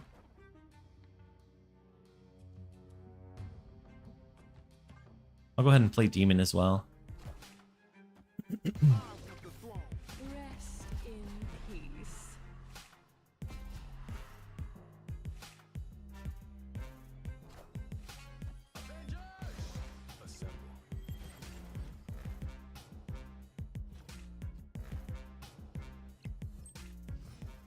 Gotta change the window. Oh my goodness. Thank you.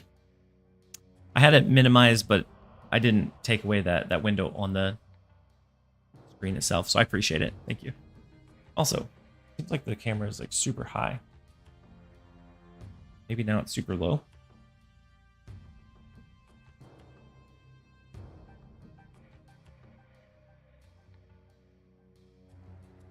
All right, so Copycat, huge Iron Man.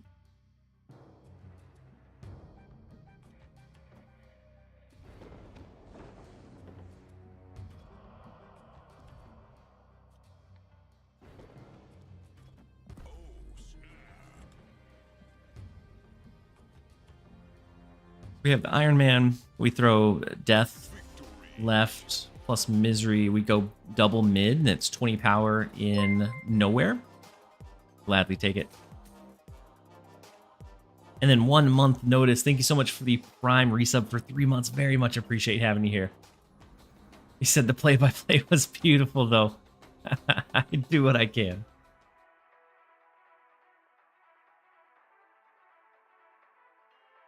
You said, I read Hydra Stomper is only adding 1 power the first time a card moves. After that, I don't think it's going to keep adding, so not broken with Sam.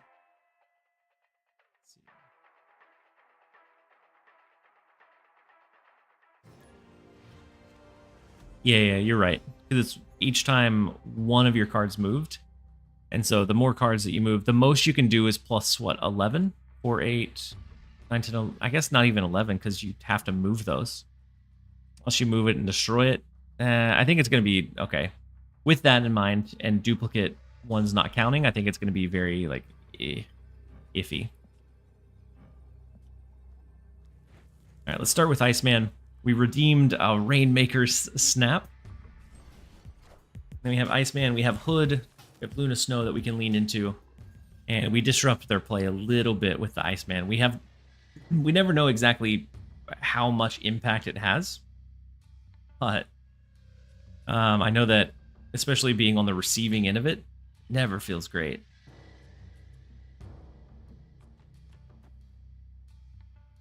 I think we're gonna intentionally lose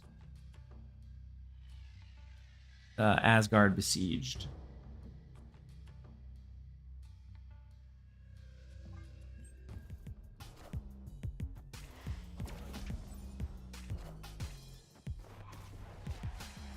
That way we can throw Luna Snow either in Strange Academy or in the right lane. They're gonna immediately lose their ice cube or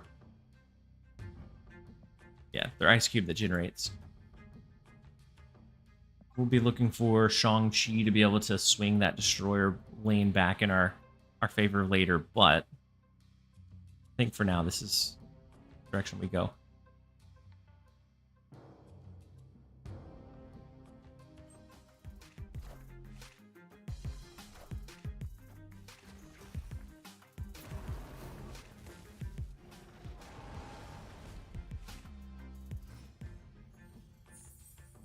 So once we take out Destroyer, it would end up being 4-6.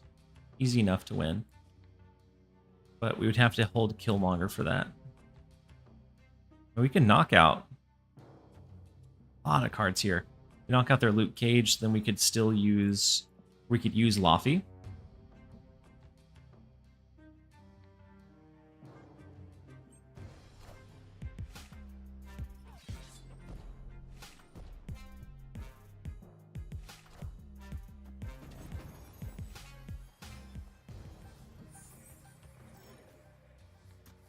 Shang-Chi here is nice.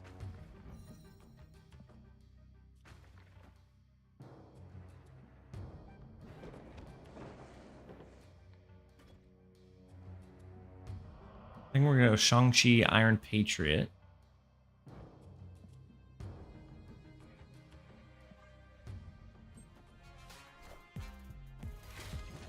Then we'll play it by ear. Must be controlled.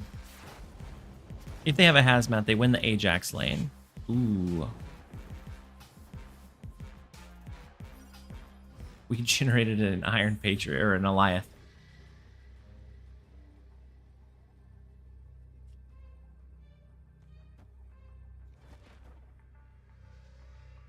I think we lock this in. I don't think they can get more than 19 in mid. They're not going to be able to do anything huge in left because of the Goliath. We could potentially compete against them in right, but Delicate Vibranium, ooh, and Hazmat. Oof. Had we not had the Goliath, that would have been enough. We got very, very lucky with the Iron Patriot card generation. But, Rainmaker, your snap redemption pays off. We end up grabbing the 4 cubes off of it.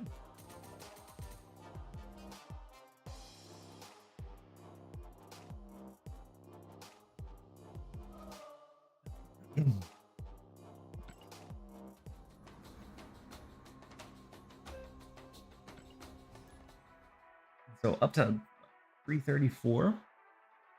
Bet we could probably break 300 as long as we don't do any kind of like silly plays. The unstoppable TLSG, Bobby Corwin, welcome in. Hopefully you're having a good one so far. Do you think they'll nerf Iron Patriot? I feel like they need to. Iron Patriot and Sam Wilson are both super, super splashable in so many decks. And like they're so ahead of that power curve that I think they probably deserve to be tuned a bit. Going up against rank number 7 Honifer. LDGT Richardson, you said, just got the premium mystery, and you got me Rose Besh White Queen. Nice. And with White Queen's buff, I haven't seen her used a whole lot, but I do think she has some definite good uses now. So, not a bad one. Not a bad one at all. It could be much, much worse.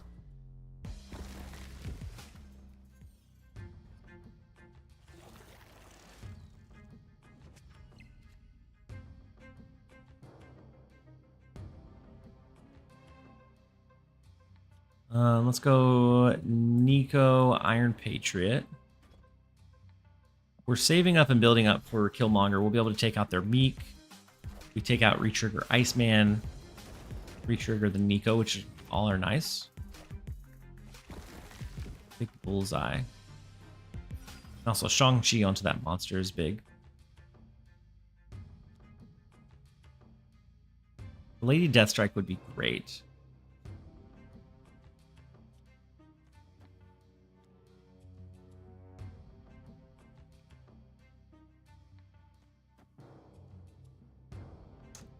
My gut wants to Shang-Chi, but I think I'm going to Killmonger. Just so that we re-trigger the Iceman, we get as disruptive as possible with that that added energy cost. Ooh.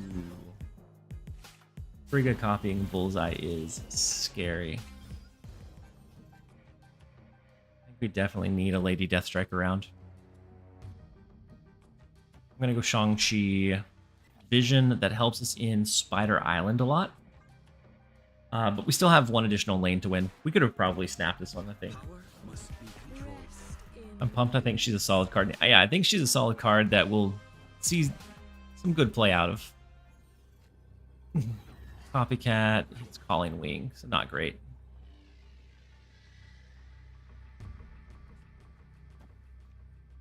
We're just going to do this. I think we probably could have snapped this, especially once we knew we had vision to win Spider Island. But, alright.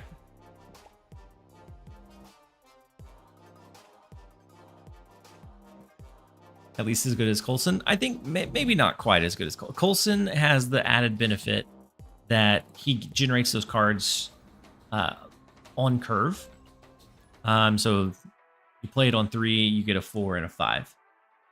White Queen, a lot of times you're not really going to want to waste your last turn for the opponent's big payoff play. But it does give some decent information. It's cheap enough board presence that I think more often than not you get good benefit from it.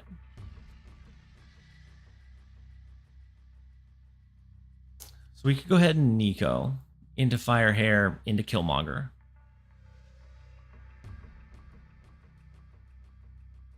Or we skip into Firehair, probably do Killmonger at some point. Let's hold the Killmonger, especially since the Nico spell's not an incredible one. Ooh. With them having Angel, they got a... unless that's Arisham. Could be. No. They only have 11 cards now. Maybe it's Firehair Thanos.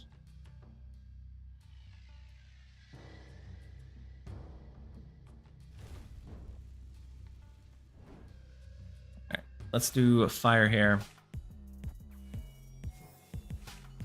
Stone, Soulstone, very, very big.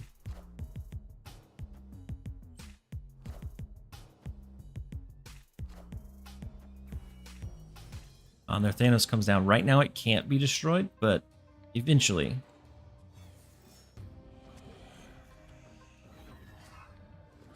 We also know that they're going to have a hard time finding their Power Stone unless they get Mind Stone.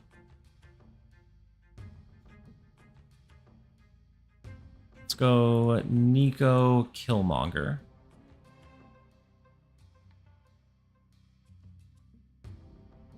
I guess that gives them the extra energy each turn, but that's okay. Because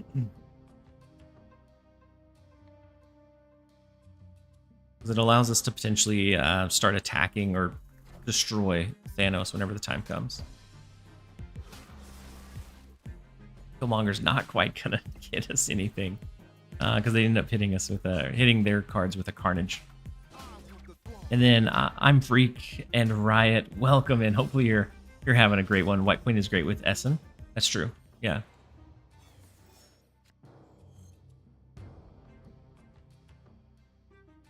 Turn 4 in Copycat Hood. We're setting up for a Lady Deathstrike here in just a second.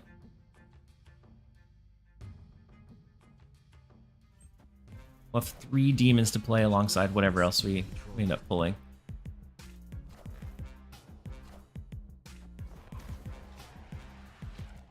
Actually, I guess it's only 2, unless we get misery.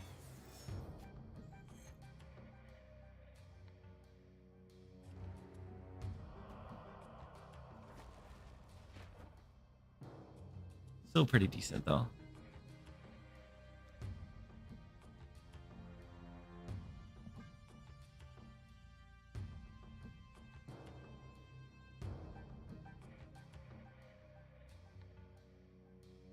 So I'm going to hold the demon with what we have left in our deck.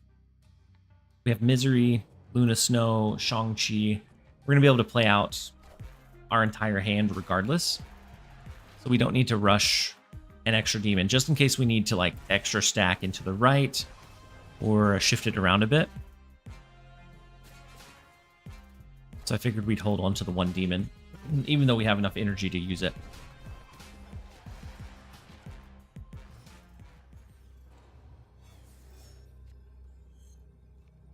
Shang-Chi is big, but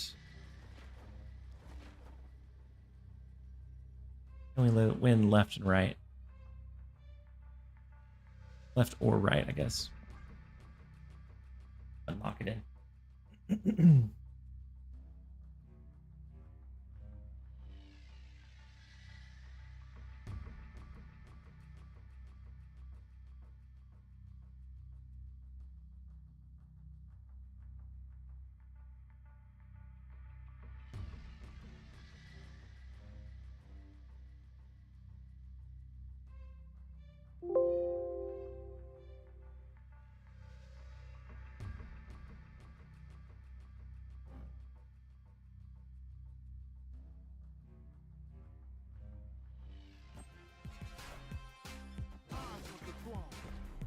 So Killmonger takes out our left, big, and then death to the right. Yeah.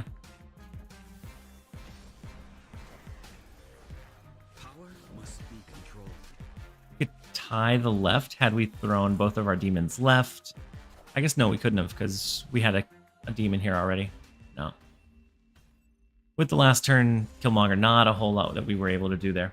But I am going to run to the restroom. Stand up for just a second. Is it tricky playing Firehair? It can be. I think the trap that a lot of people fall into is trying to be too greedy with it and get too big of a payoff. You don't always need like a massive trigger. Sometimes just like an Iceman and a hood is more than enough. But I'm going to run to the restroom real fast. And so while I'm gone, I'm going to run a quick... we're going to do 2.5 minutes just to push them off a little bit longer, and then we'll be right back, you guys.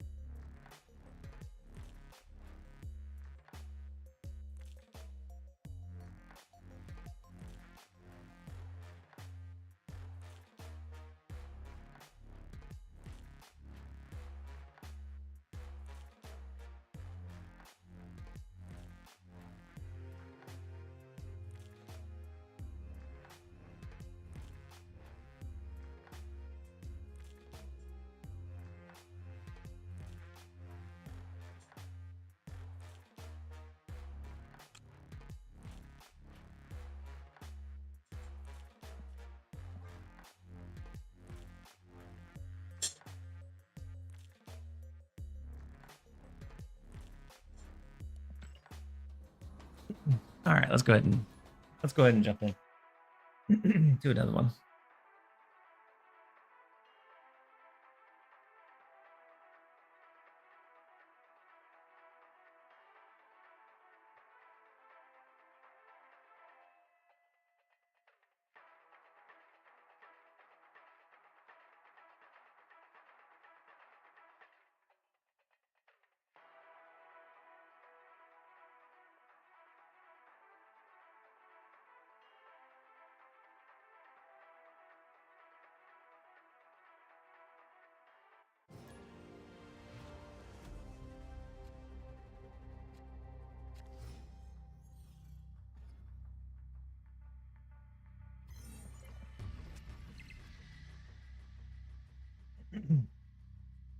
All right, so we have Alan, which is unranked.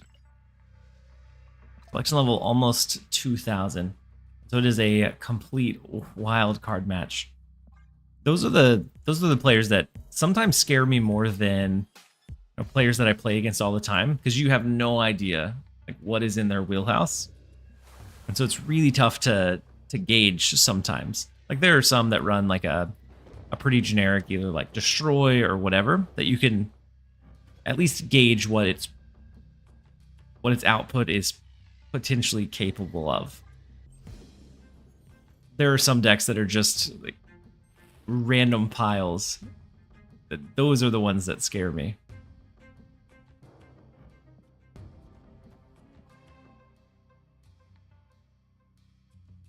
Let's go ahead and Luna Snow mid, following up our Iron Patriot.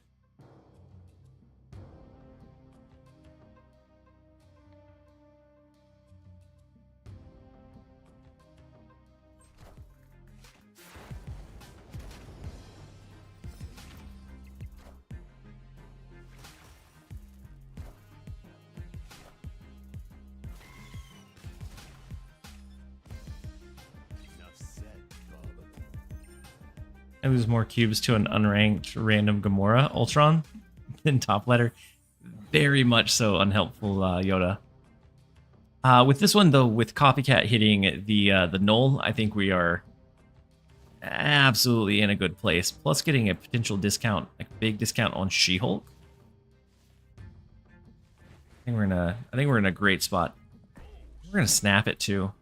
I'll hold the Copycat and use it as kind of a surprise factor. As long as we keep Ice Cube around, we could do Shang-Chi plus Copycat on the final turn. If we do get the discount on She-Hulk, we could do all three. We could do Shang-Chi, She-Hulk, Copycat. Be phenomenal. Enough said, Bub. Beautiful Wolverine.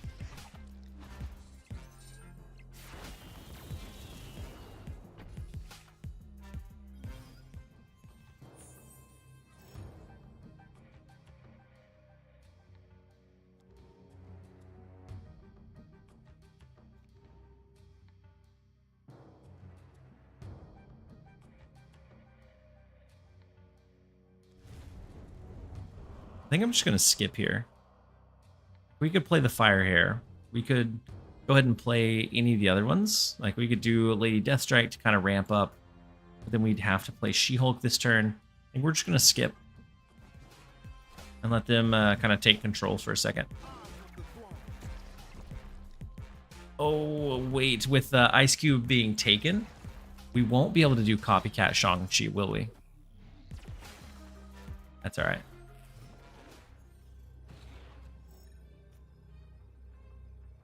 Death She-Hulk plus Copycat, I think, is probably enough. We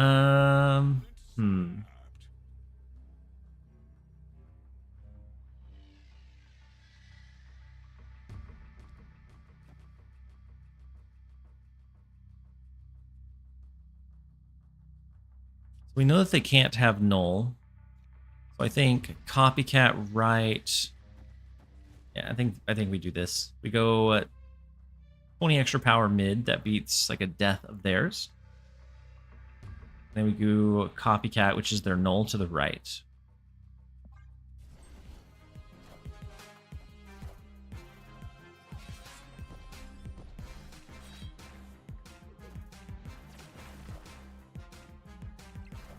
feel bad. We super slow played it.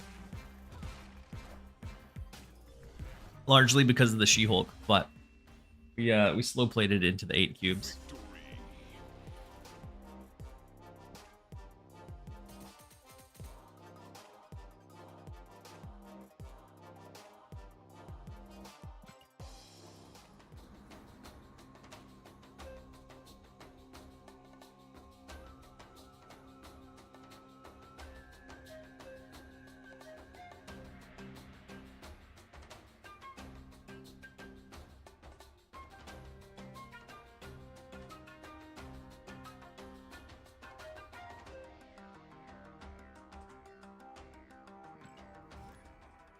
So we'll take it up to 311, almost going to break into the 200s, which will be probably the highest I've been ranked in the last couple of months. I typically don't like push to grind it or heavily climb. I usually switch decks too often or too much, or play a little bit too loose or inconsistently. Every once in a while, I think there's been a handful of times where I've finished top 100 or even top 50, but usually I don't put in like that much grind time anymore. Let's do Hood. We'll do Iron Patriot. We could do Lady Deathstrike, but I kind of want to save it. How's your high voltage going? So I finished the first 2 sets of missions, so we're at 2200. But I haven't really grinded as many games for like the extra 20 gain here and there without having missions to push for.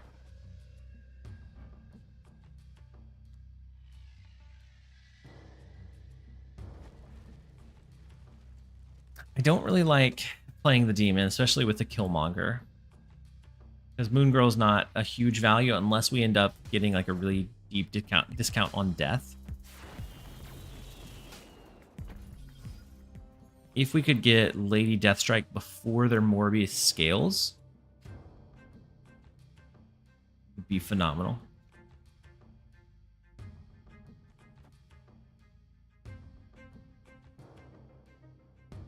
However, having the win in the right lane, I think, is always enough to snap into. And so for high voltage, originally I was running like a counter heavy, like an anti-fun deck, but I wasn't enjoying it. It was very straightforward, just like a counter and stat deck. And so I switched over to Living Tribunal, which did decently. I think I was holding around 60% win rate when I originally ran it. But then we finished all the missions, so I switched over back to ladder.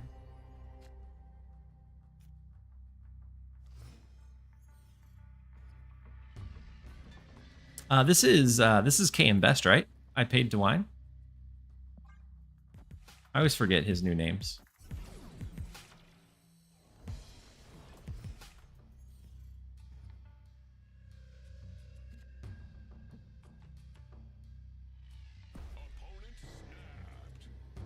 Cap shield. Happy with cloning vats? Bit scary. We have to worry about the spells that he generates, right? There's only a handful of extra cards in hand or in their deck, so and we saw Agamotto at the start.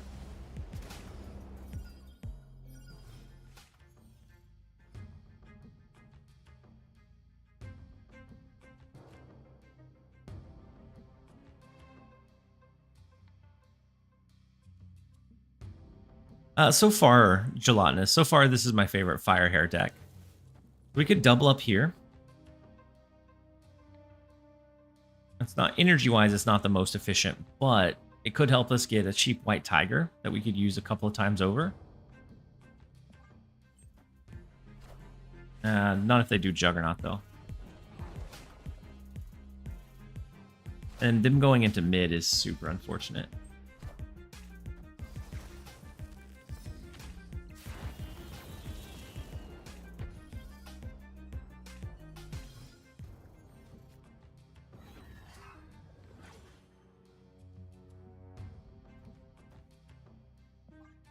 So unless we end up pulling out a miracle, we probably leave this one.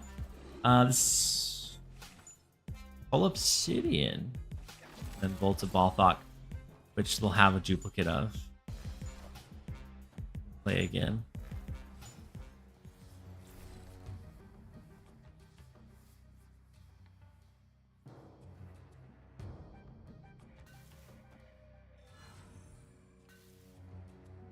Wish we could do another card like Fire Hair, Hood, really anything to go alongside this. But as is, not looking great.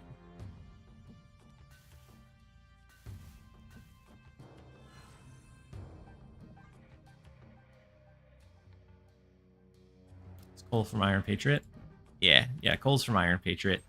Otherwise, it looks like the standard Lokimoto deck that's been floating around. I'm not gonna be able to hold a torch to it, unfortunately.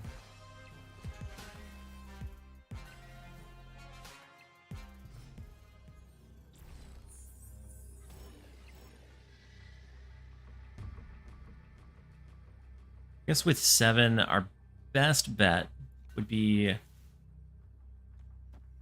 Shang-Chi here and like a Killmonger here, which clears the King Eitri. We would have 3 cards to their potential 3.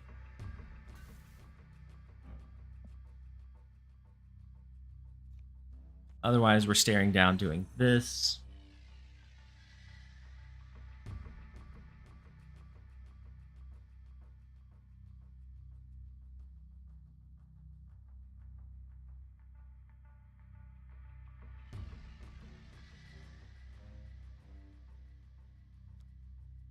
But I doubt that just that wins the right lane.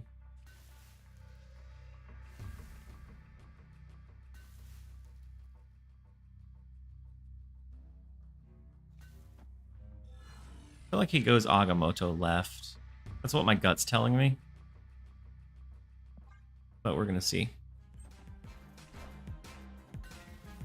Shang-Chi left. That still may be enough.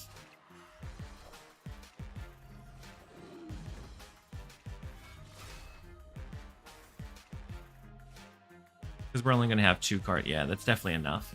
We're only going to have 2 over there. If the Ice Cube stayed, maybe, and we took out their King Eitri. But otherwise, we don't quite have it.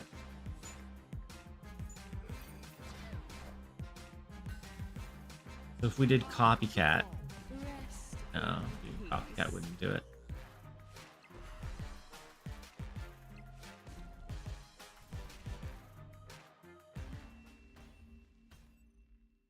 Still don't know what exactly the new Ghost Rider card skill. What do you mean? Right. Like you don't know what it does? It's essentially like Silver Samurai, except for it only discards a card from your side. So it discards your lowest power card. So if it's a 0 power card, then Ghost Rider, the first Ghost Rider is just a 2/5 out on the board, and you discard Iron Man or whatever 0 power card it is. If it's a 1 power card, then your Ghost Rider becomes 2/4, and you still discard that 1 power card. If it's negative, then it counts it as 0, and so then it just stays at 2/5. And so I think it'll be really cool with Khonshu. I also think it'll be cool with just potentially like a regular discard or resummon deck. I think it can be. I think it could be pretty cool.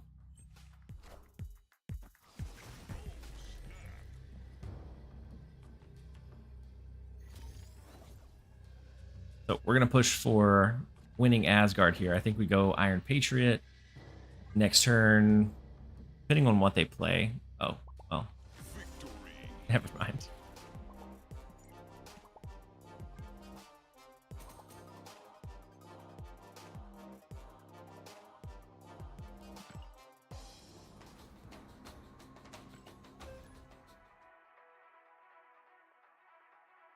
Always appreciate an excuse to play Copycat. Yeah, I feel like Copycat kind of disappeared for a little while. But I think it's one of those cards that for just a little bit there were stronger 3-cost slot cards.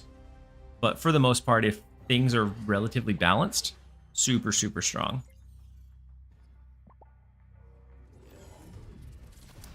Just this copycat alone makes me want to snap.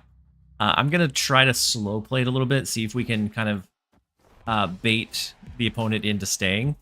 But having a 3-cost copycat null, I think is going to be a game winner for us.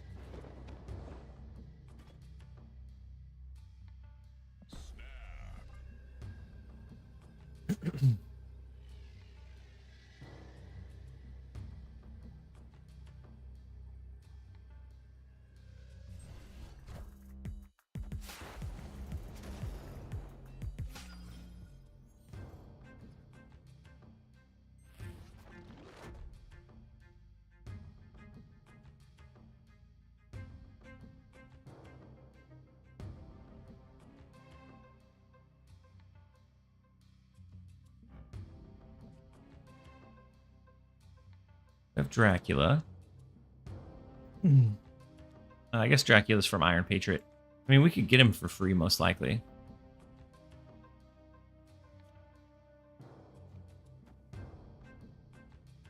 I don't know how heavily we want to push the Nexus.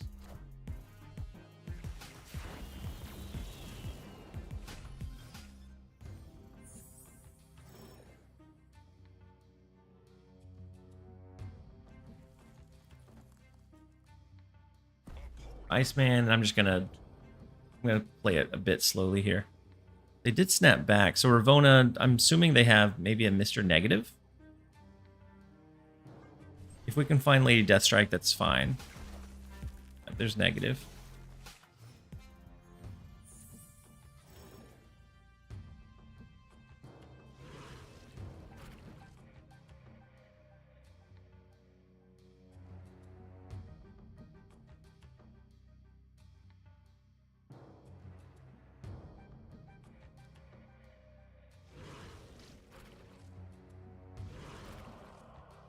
Go Misery left. We'll destroy Luna Snow.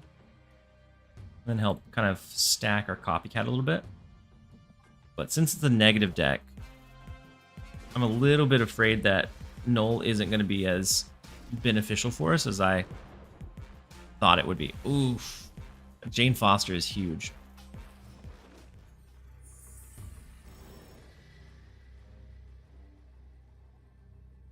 We can, I don't know, copycat. We can demon into Killmonger.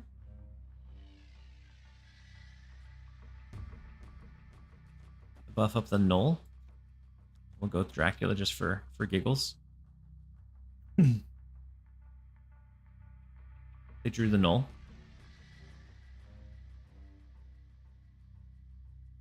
They would have, yeah, they would have drawn out the null for sure.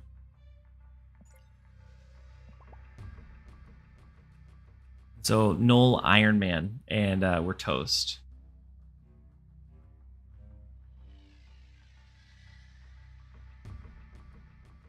Or null Mystique.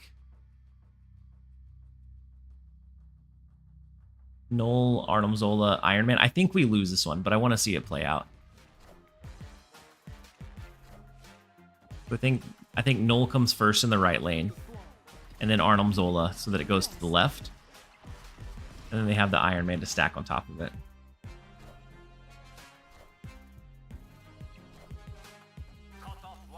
Unfortunately so.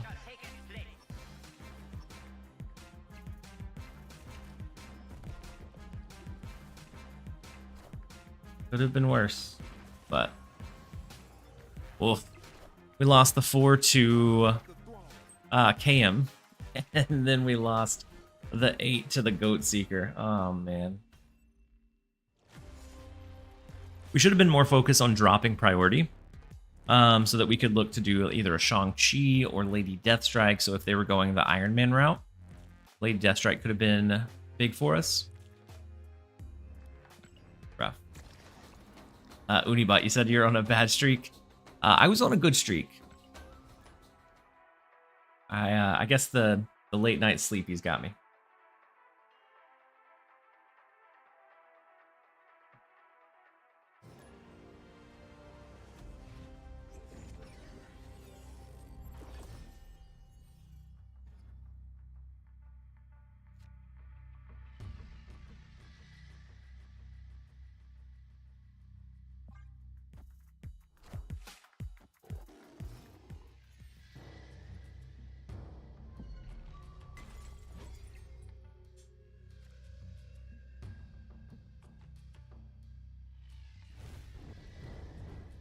All right, let's go Fire Hair. Going against Edivon, which is 363, right around our rank.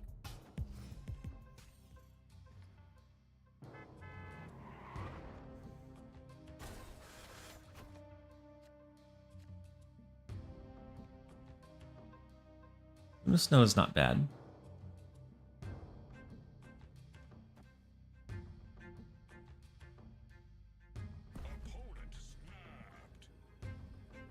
Do you ever think that Celine will work with Firehair and make a good deck?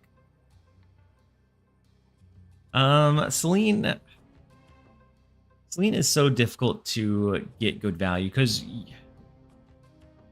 you're getting the same detriment as they are in most cases, and sometimes they can just either not play it or they're wanting to destroy the stuff anyways.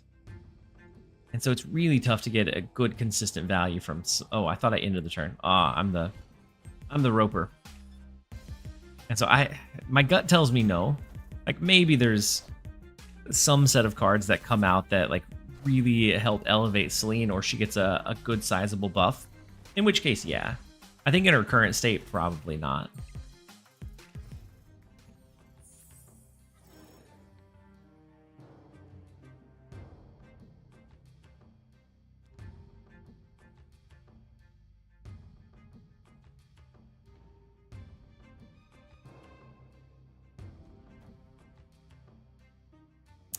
Let's go ahead and throw. I'm gonna do the Lady Deathstrike. And then Goat Seeker with the 1 community sub. Very much appreciate it. Great game. You hit an absolute.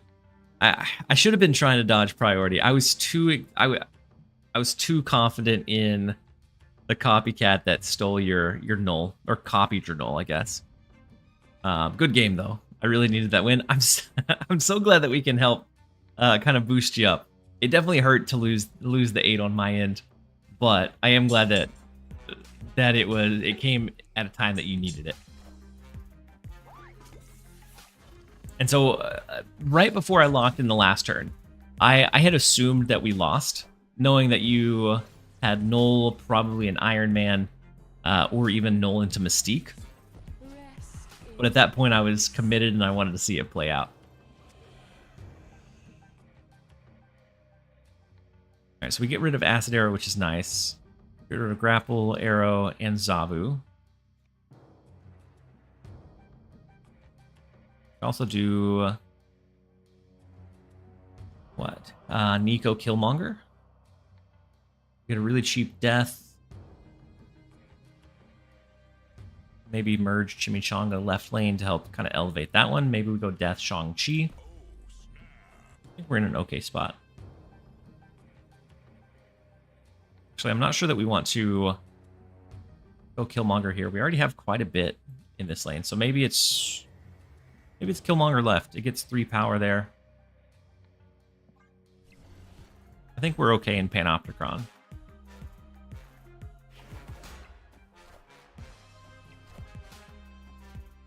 So Shang-Chi helps the Agamotto.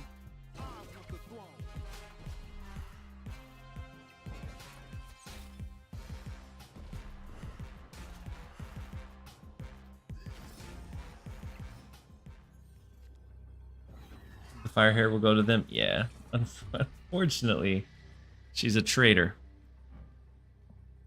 Winzawa Tomb is fine. We can do Shang-Chi. We only have 3 power here, which is kind of problematic.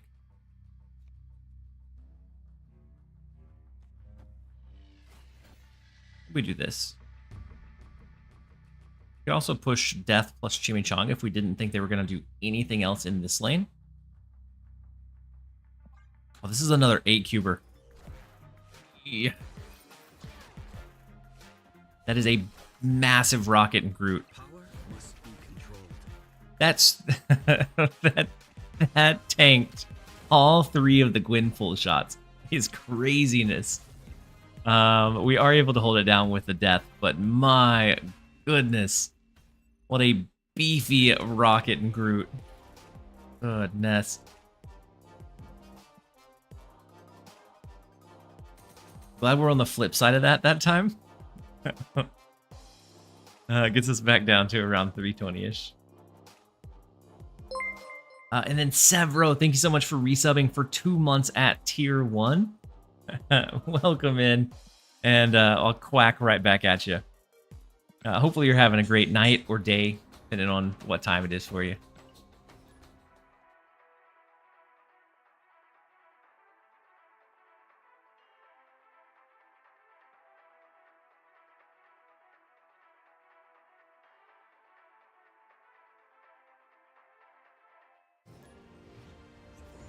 Oh, well.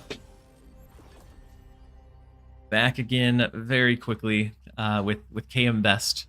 He took us for 4 just a second ago. Let's see if maybe we can get him back. Let's go Hood. We can always play Demon into Krakoa to get like an early +6. This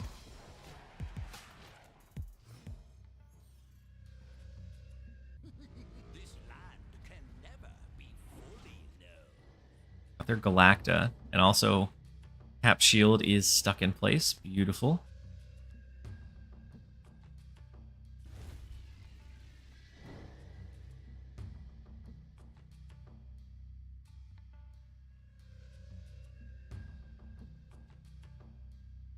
Can't remember if their deck ran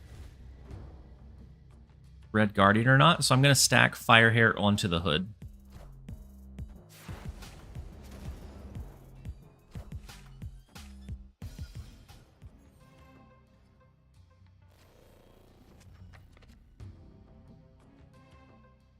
Interesting. Let's go Luna Snow. Let's see what we can make happen. We have their Galacta, so Galacta into Demon left. I think is fun. We get smacked with a Juggernaut again.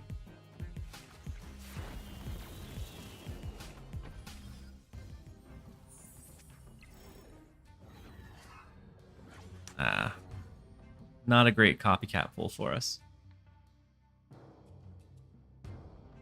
Without a Shang-Chi, I'm not convinced that we snap this. Right now we can clear the entire right lane with our Lady Deathstrike. So maybe we're okay.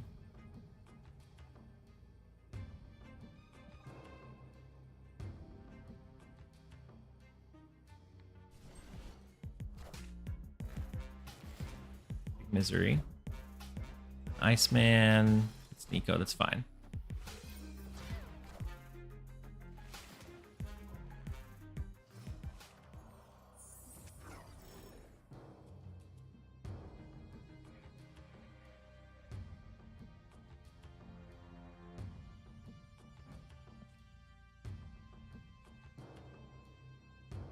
So what if we were to Nico Iron Patriot? It shifts over to the right. But we can win that lane. We just need to win one of the others.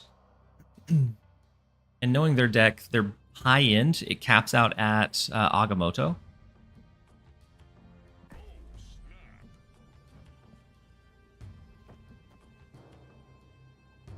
They do have a +8 Misery card somewhere. There's a chance we find Shang-Chi.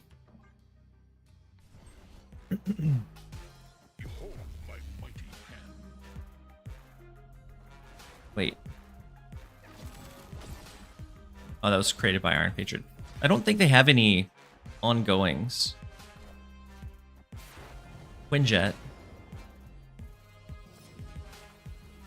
I think that's about it.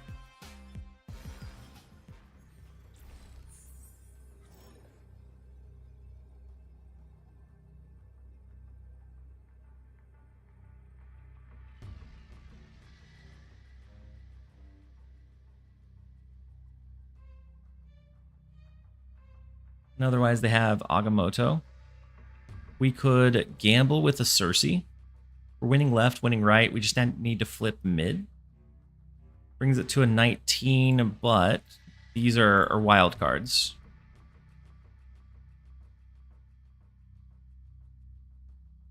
Popcorn. You appreciate the M'Baku. I mean, you gotta rock the M'Baku, the Pixel M'Baku. We could also do like Lady Deathstrike to the right. They have 10 energy on this final turn. Did they do winds? Or bolts? Yeah, they did bolts. Eesh. We're gonna leave it up to the Cersei. Oh my god. Power must be controlled. Rest in peace. Impressive.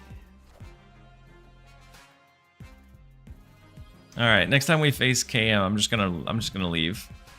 His deck's trashing me right now. Even without the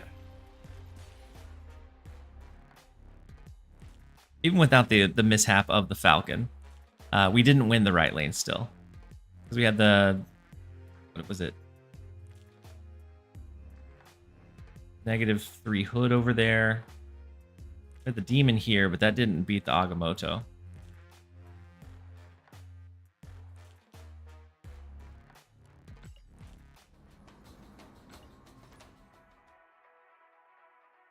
It's getting late, and I feel like I'm playing a lot looser than normal, and a lot more reckless. The deck that he's running has a lot of avenues to win, but I think it's a relatively like difficult deck to flesh out and play well. And obviously KM would be able to play it well.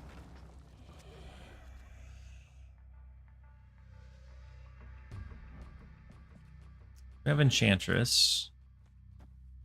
Let's go Nico.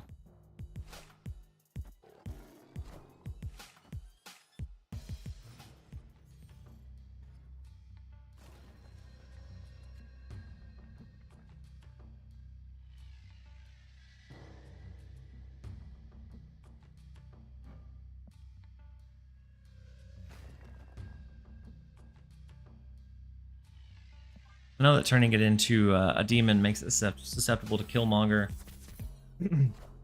That's okay.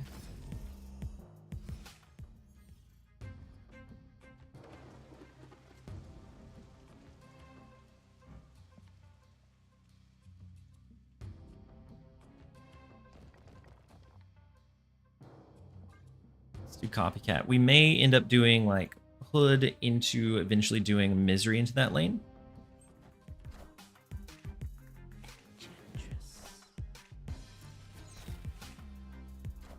Well, we gotta do the Killmonger now. I guess we don't have to.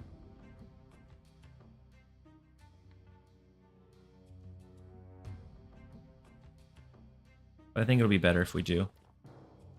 1, 2, 3, 4, 5, 6, 7, 8.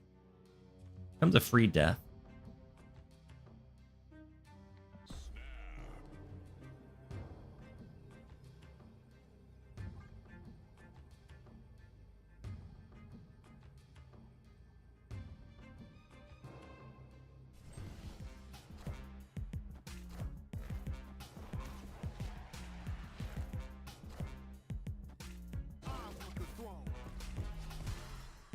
Big Galact on their end. Rest in peace. Impressive.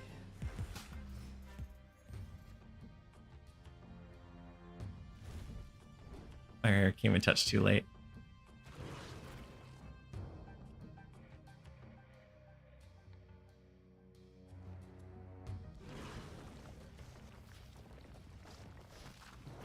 I guess we're gonna play mid. Opponent snapped. We're gonna go ahead and get death down just so that it can scale extra in Muir Island. I don't think we need to. Just gonna do a misery and then I'm gonna hold these two. And we have a pretty big last turn swing.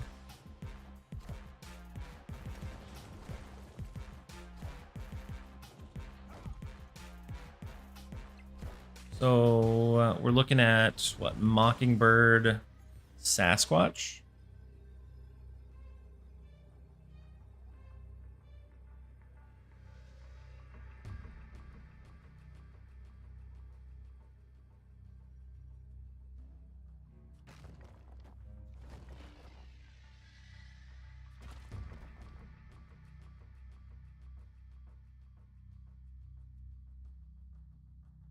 Nineteen 11. This goes to 17. If this was the real Mysterio, we would lose.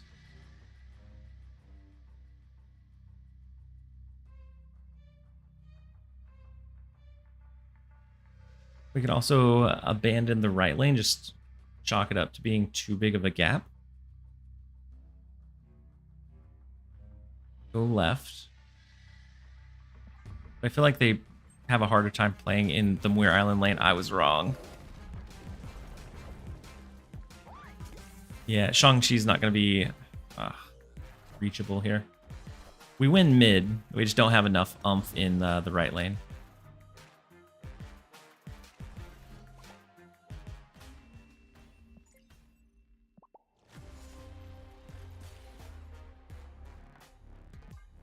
All right, it is time for a quick set of ads. Also, probably need just a mind reset. Is I think the last, is that 5 games that have been 8 cubes, either our way or the opponent's? we need a reset. And so I'm gonna jump away for just a second, run to the restroom, grab a drink, and then I will be right back in just a couple minutes, and we'll keep going.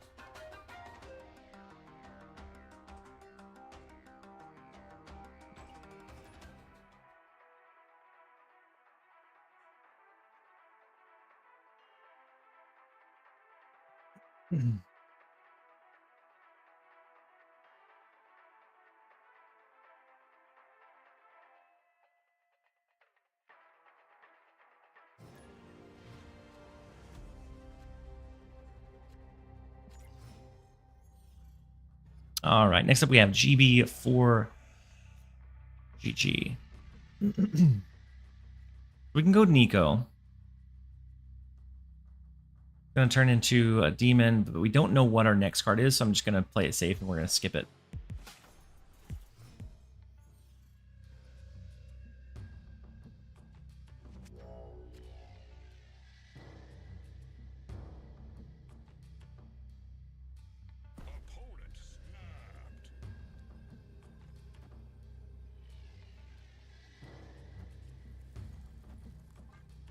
So Nico, Iceman. I'm looking to set up maybe a like Lady Deathstrike or something to full clear their stones in mid and fill up their Valley of the Hand lane.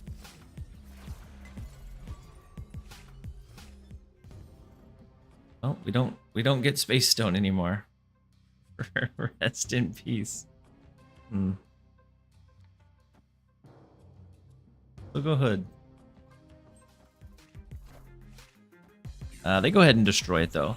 So they are going to regenerate in the left lane. If we can get them to destroy one additional card, then Valley of the Hand, as long as they don't have Reality Stone, which they might, but as long as they didn't have Reality Stone, we'd be in good hands.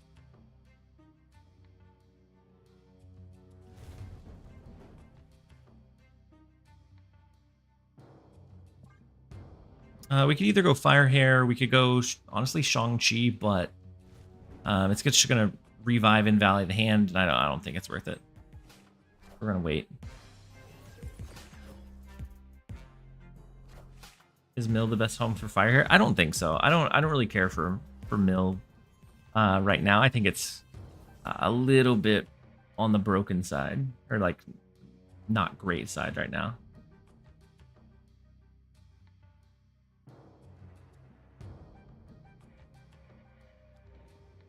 So this doesn't destroy a card, so Valley of Hand remains.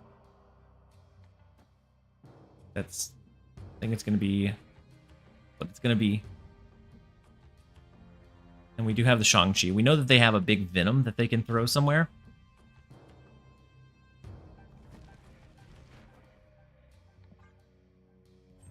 But we should have a relatively cheap death. Oh no, they go ahead and go it for us. But Valley of the Hand is going to come back really, really big here. But depending on what order theirs revives in, they might be cluttered up.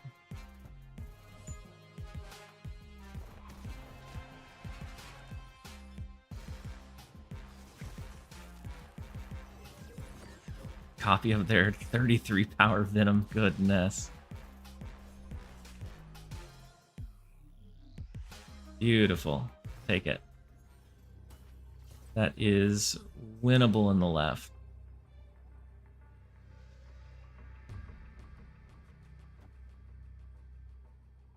So Shang-Chi, Demon.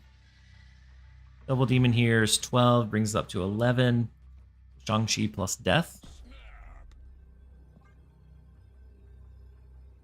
I tried Fire Hair in a Mill deck, and I didn't really care for it that much. I feel like when Yondu lost the synergy with Death, Mill lost a really big component.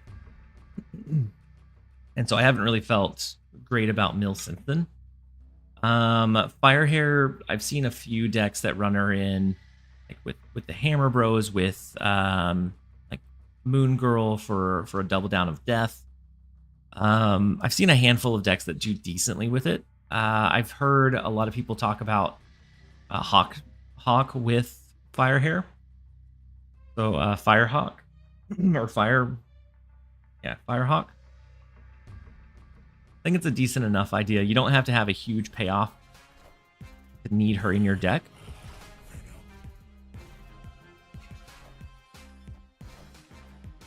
Death, Fire Hair. Fine, right?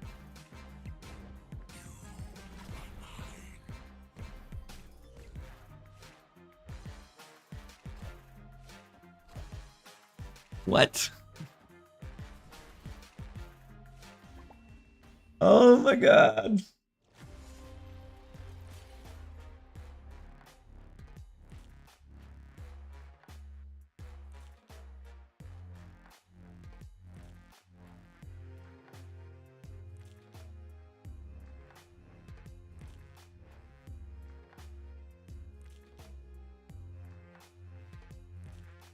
Dark hair is better than Firehawk. I agree. I agree, Ani.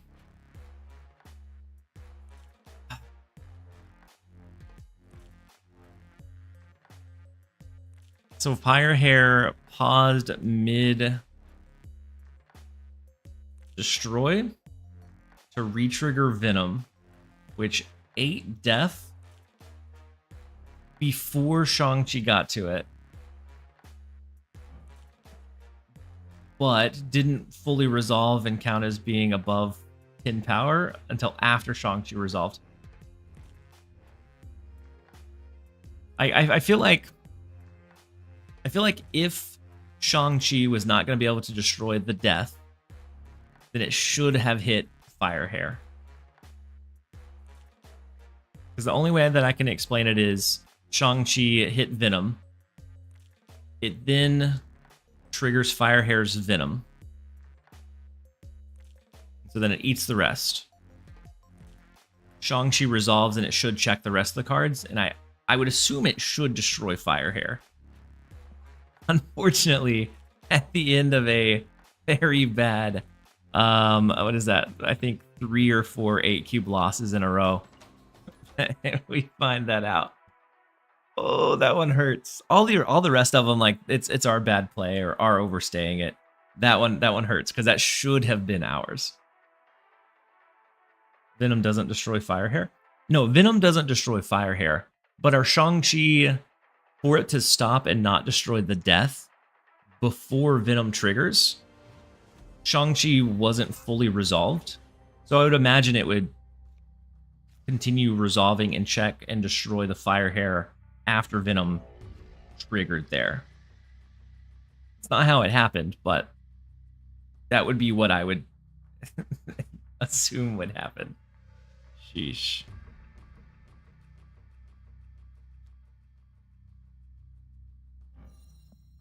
So we have a Chief Misery here. Nico being the mystery, I think we just save it.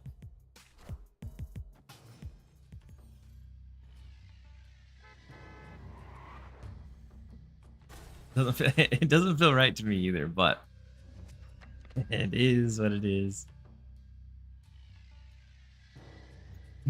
So do we ever Nico Chimichanga copy the Nico?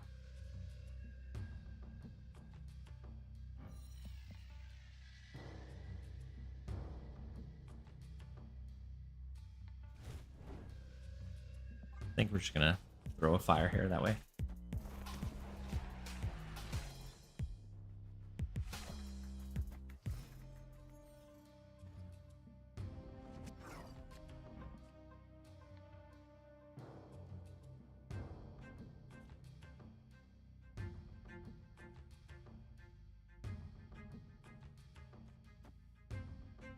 We can go ahead and throw Luna Snow. We'll get some extra energy. Potentially do a Lady Deathstrike. Kind of depends. So with them running Hood, King Eitri, I'm thinking that they're running a Fire Hair deck as well. Maybe a Hammer Bros version.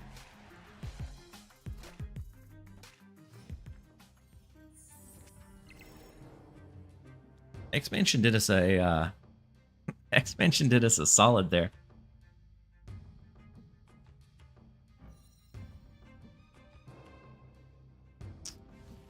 This just clears them out. Get one more demon, so we might as well Chimichanga onto the Fire Hair. We could either do that or let the Misery reproc it. I don't think we want the Misery to reproc it, though. You stream only when Twitch drop days? Not necessarily enter. This last set I did, but it just depends on like what updates are coming to the game. The last few card releases, I haven't felt like incredibly inspired by them, and so I didn't really have any decks that I was just pressing to run. And so I focused on doing a few other things during that time. But I stream very heavily during the Twitch drops, and then outside of that, like as updates happen, I do stream some there as well.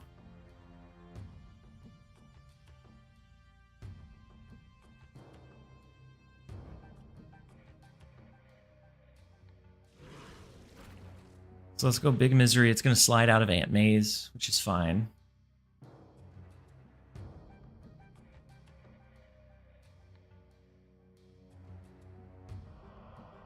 And then I'll hold all of our demons. We may potentially do like Killmonger double demon.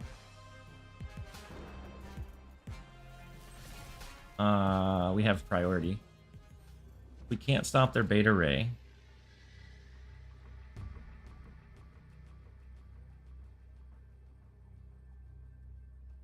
Probably can't do much in terms of like this right lane.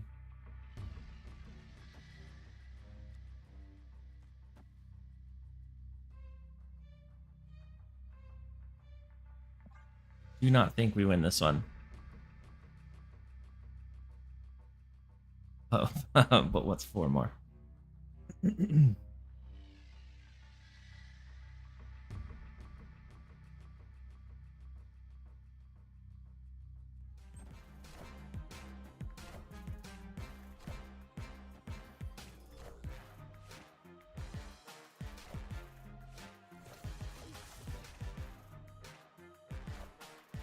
Power must be controlled. Big Shang-Chi. Ugh. All we...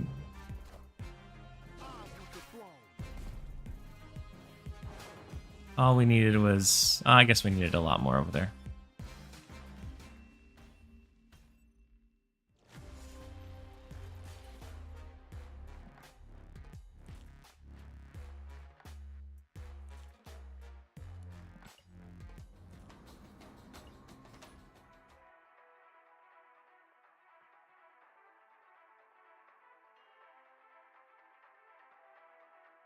We did have a 60% win rate with the deck. I'm assuming after the tragic last few games, I'd be surprised if we have a positive cube rate, honestly. We do still have, I mean, we still have a 58% win rate, which is kind of astounding with how much we've bled the last like 5-6 games. Still a positive cube rate. It's nowhere near as big as it was, but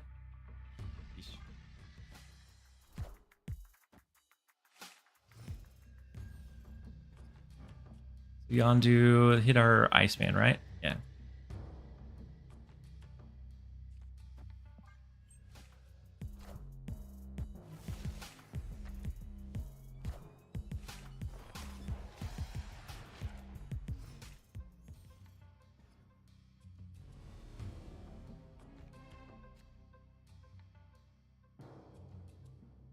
I think instead of Killmonger, I'm gonna go. I think I'm gonna go ahead and lean in and go like Nico Demon.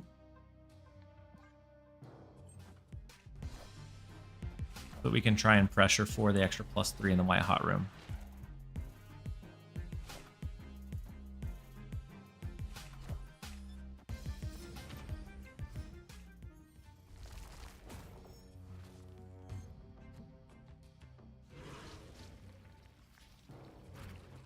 We can retrigger Nico, we retrigger Hood. Next turn, we're able to do Lady Deathstrike onto the Fire Hair. It's helpful. But maybe not before they hit us with a Killmonger. Hoping not, but... Rest in peace. Another Cable Mill, another Demon. Very, very big. Rest in peace.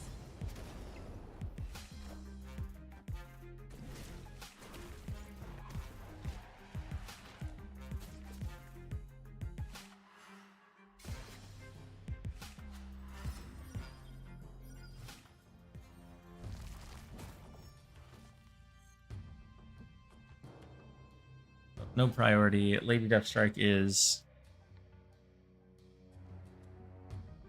not going to be giant for us, I don't think.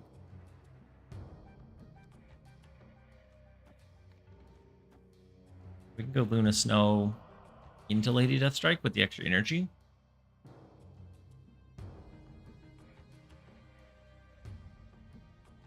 Probably have our copy of Firehair from the cable. That may have also been our Iron Patriot. Nope, there's our Firehair. That's the last card in our deck, yeah. Impressive. We are holding out for the Killmonger, take out their demons. Then we have Death, which is also going to be big.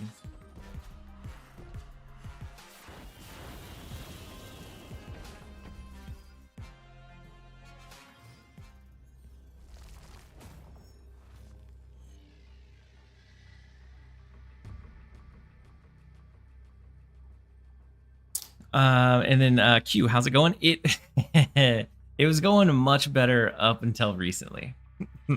Then we took just a really big nosedive and ended up losing a bunch of games. So we can throw Demon back, do Shang-Chi, throw Demon, throw Death.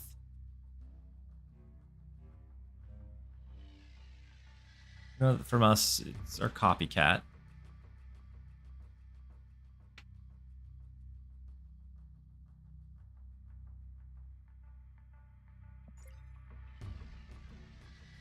They played our Iron Patriot. They have the discounted, like the double discounted Iron Patriot cards. Just scary.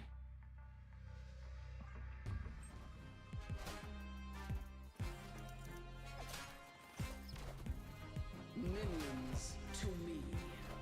Copycat Fenris. We might be okay.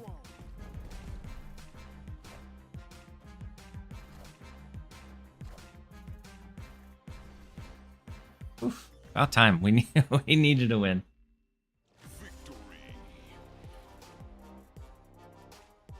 Firehair. Yeah, I think Firehair is, from a deck building standpoint, very, very interesting. Like, there's a lot of applications for her. I do think that, for the most part, she's been a little bit lackluster. In this particular deck, I've been... the last, like, 8 games aside, we've had really, really good luck.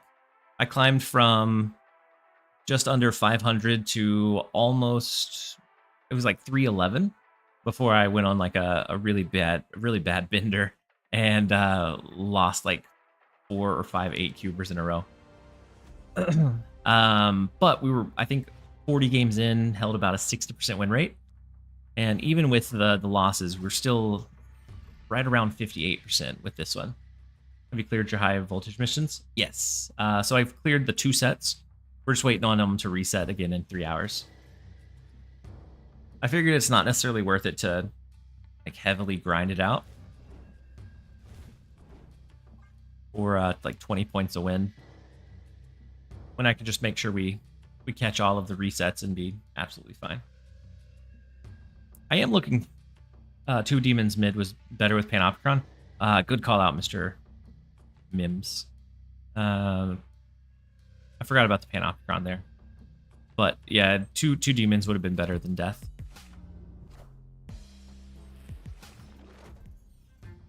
I am excited about the high voltage card this time. I think it'll be good with Khonshu.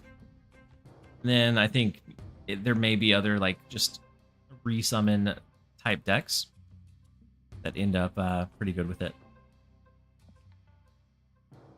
So we know that they're not going to have Dakin, which is a pretty big relief.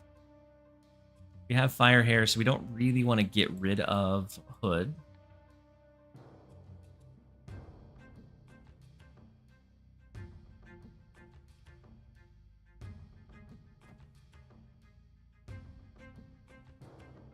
Maybe it's Hood into Nico. Let's clear the space. That would turn Misery into a demon, which is a downgrade, so we're just going to hold it. I'm extremely excited for Khonshu in general. Yeah, I think it'll add an interesting flair to discard decks.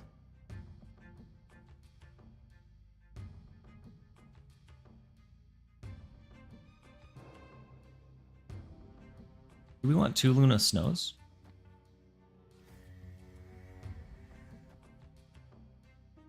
No, probably not. I think only one.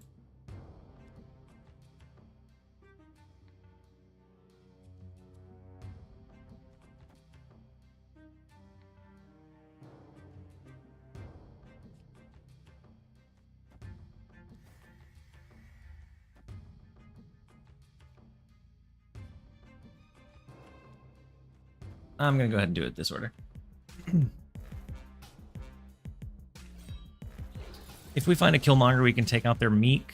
Morbius is going to be scaled too heavily. We know that they won't be able to find Dakin, but gives them a better shot of finding Bullseye and MODOK, and potentially Swarm.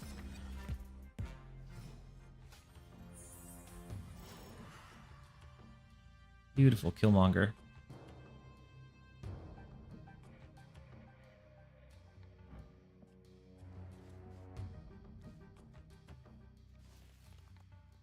One, two, three, four, five, six, seven. Should give us a free death.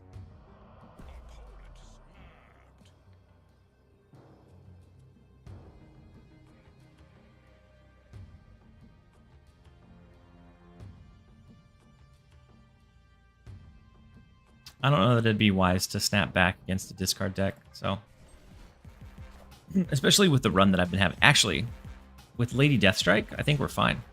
We probably snap back.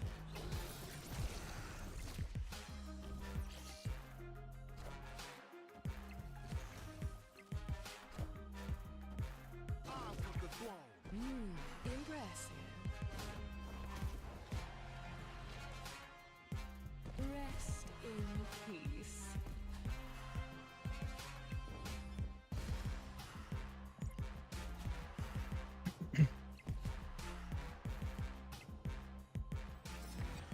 So as long as we have priority, we're good.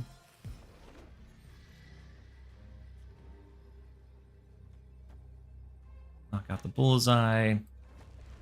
Go. Demon Death.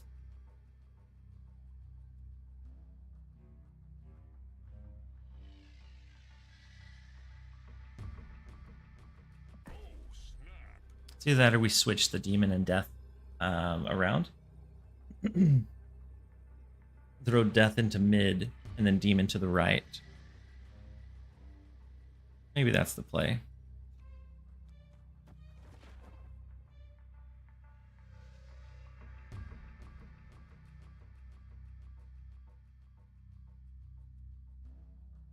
As long as we can beat 15 in the right lane, we're okay.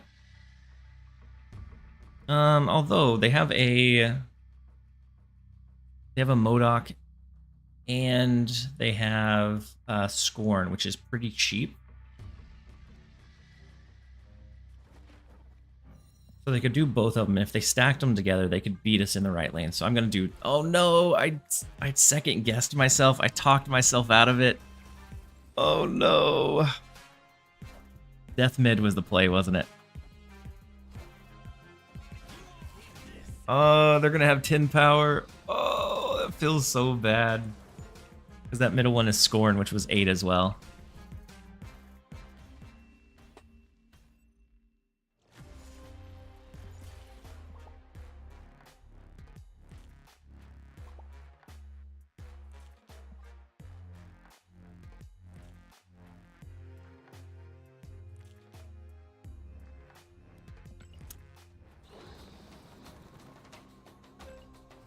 That one feels bad too. If it was unwinnable, or if it, I don't know, it came down to a read and I made the wrong read. I went against the initial gut, which feels awful.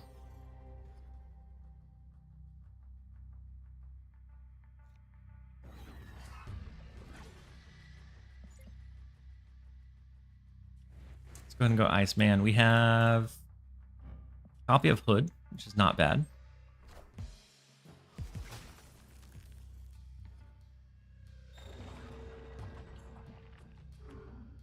Do lose Lady Deathstrike though. US agent. Fine.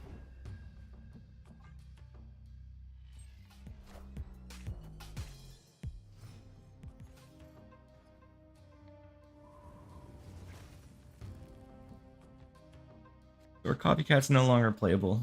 It makes this turn a little bit easier if we just throw the Luna Snow and kind of move on.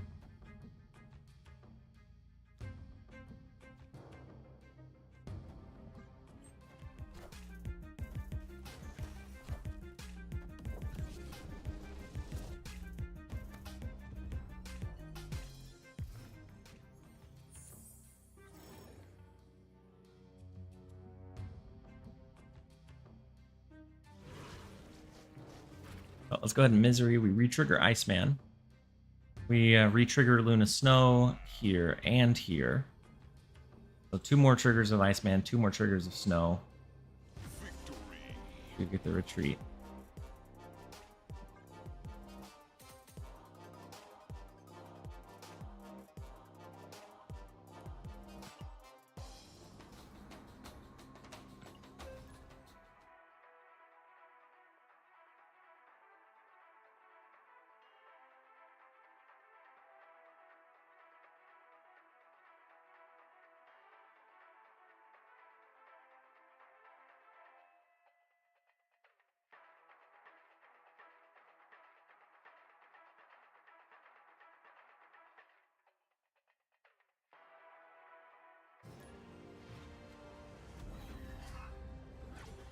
We have crime afoot once again.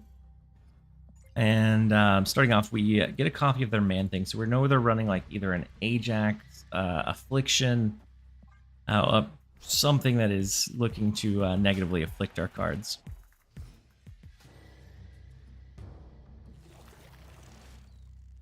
Spider Island is a bit tricky.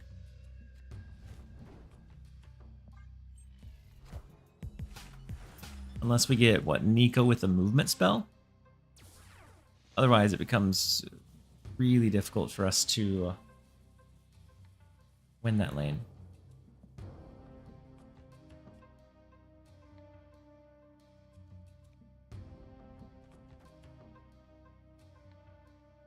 I'm going to go Copycat to the right just so that we have 2 Hulks.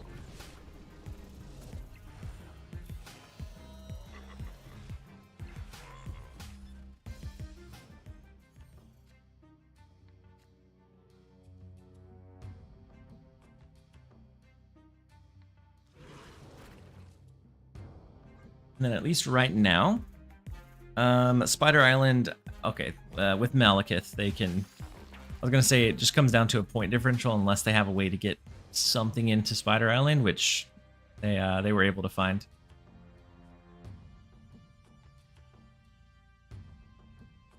We have to be able to clutter these 2.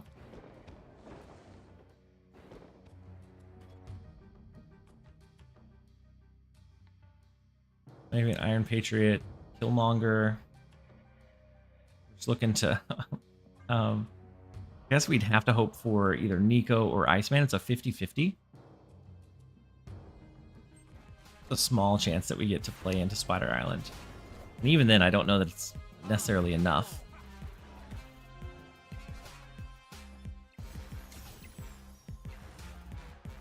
Big Diamondback. My goodness.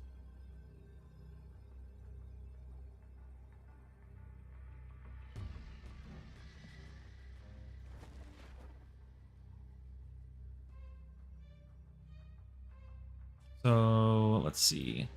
Lady Deathstrike, we win Gamma Lab. Into Iceman. Oh no.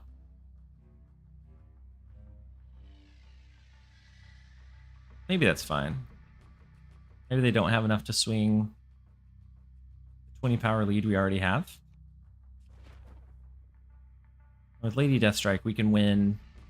We can take out the US agent. We take out the Diamondback. These both pop up back up to 10. This goes up to 3. No, it goes up to, I guess, 2. Either that or we lean into like a Shang-Chi, but that's super inoptimal so that we can get power into Spider Island.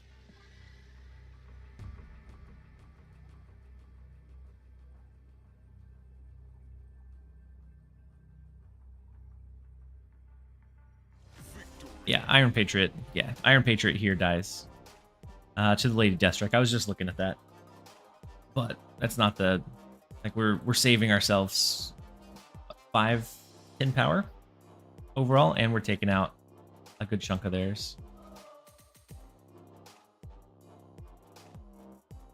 And then if they were throwing just like an Ajax and then leaning onto that Moir Island, with losing the affliction from US Agent, I don't know that it would be big enough to beat what we had already had in place over there.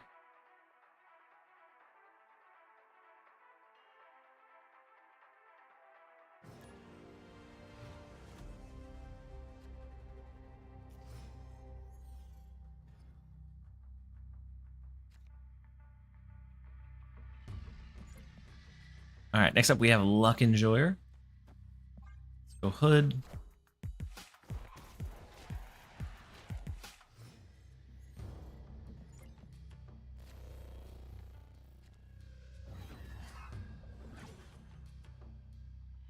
Steek's not going to be great for us. We don't really have anything to use the Mystique on, do we? Unless we pulled something from Iron Patriot. I think that'd be the only thing that could potentially even be used on.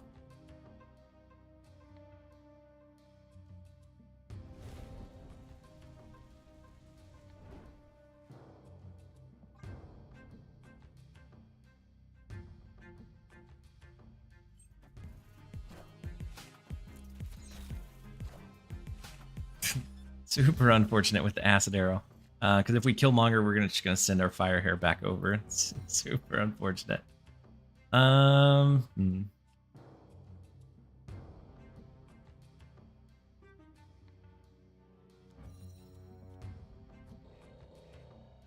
We can Luna Snow.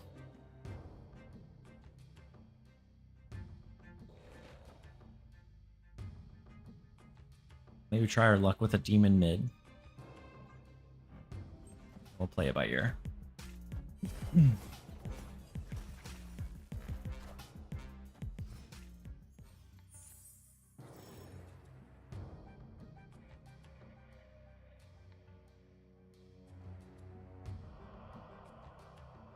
Demon did stick here, so we have the lead.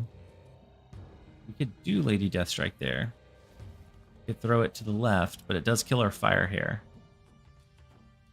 Or we just knock out the Hood and Monster Metropolis. We get one demon to leverage. We could always risk a potential Killmonger to take out their Pim Arrow. Lady Deathstrike is the direction I'm leaning here. Because there's always a chance that they play in Danger Room and then it dies.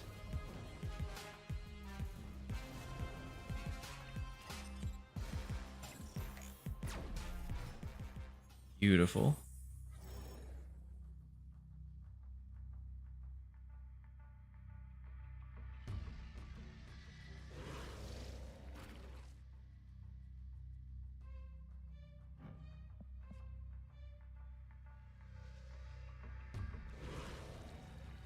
So if we misery this back over, Fire Hair doesn't trigger because it destroys on their side of the board. So we should be a bit safer.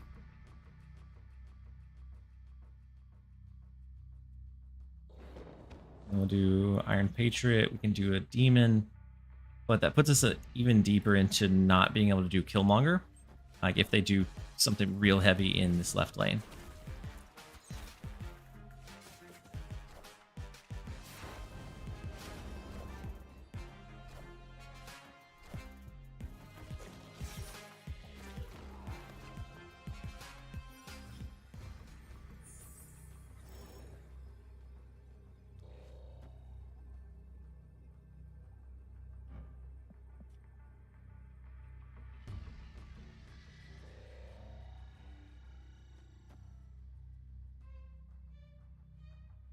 We're going to give this one a shot.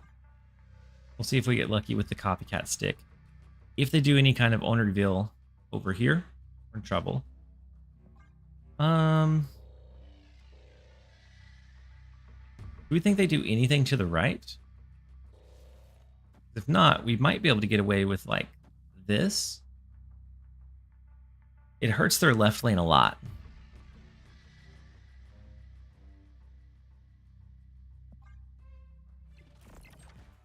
So if this is like an onslaught, taking out the Pim arrow ends up being big.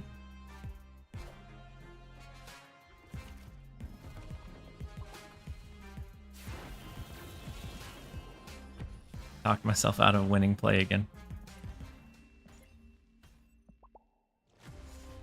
Or potential winning play. It came down to a 25% chance in mid. Sheesh. It's time for a quick set of ads to run, and then we'll be right back, you guys.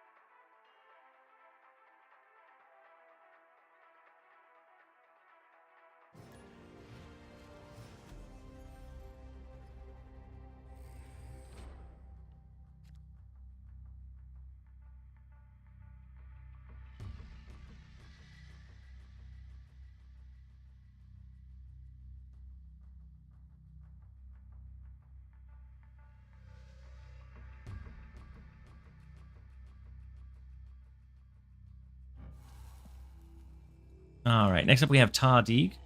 Pimero wasn't an issue because the Luna Cube would have been destroyed. It destroys at the start of a turn, right? And so it would have remained as long as there was an additional turn.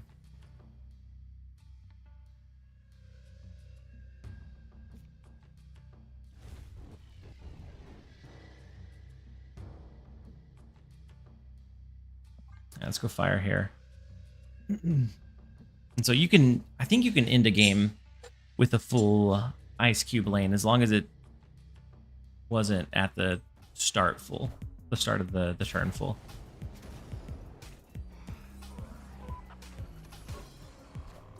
Big Valentina rotation.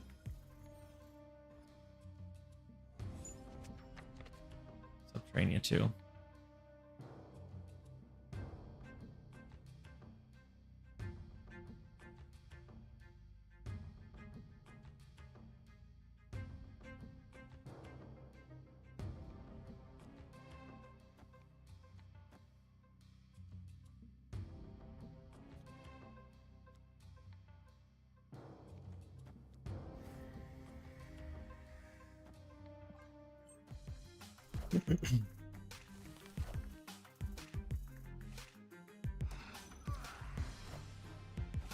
Electra didn't do us a lot of good.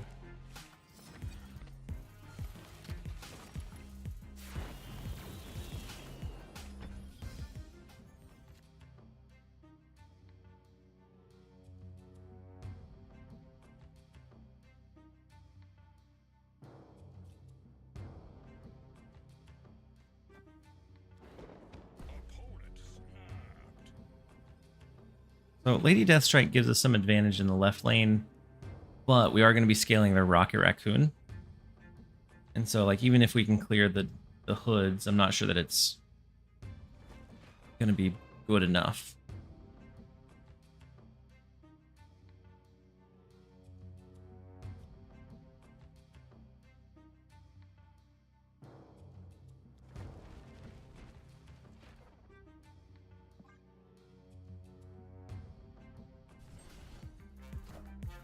Minions to me. Behold my mighty hand.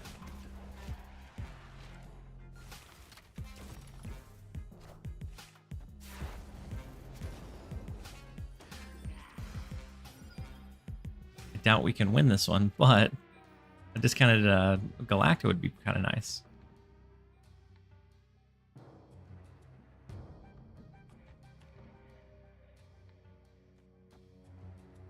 We could destroy this one, but with Tarnax, it becomes really hit and miss anyways.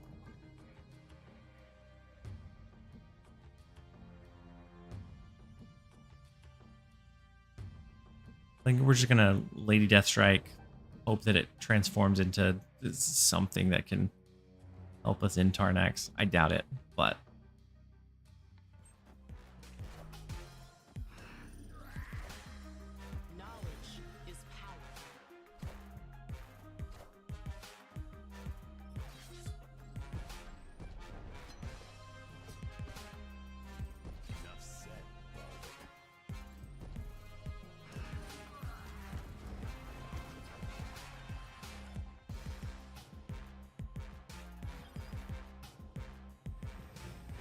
was about as close as I could have hoped.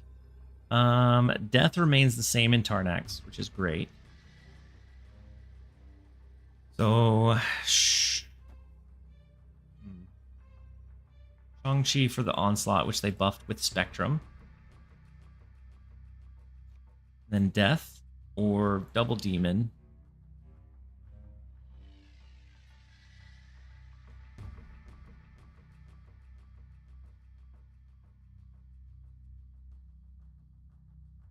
They can move the Rocket and Groot over to the right, which is problematic. We don't have enough over there.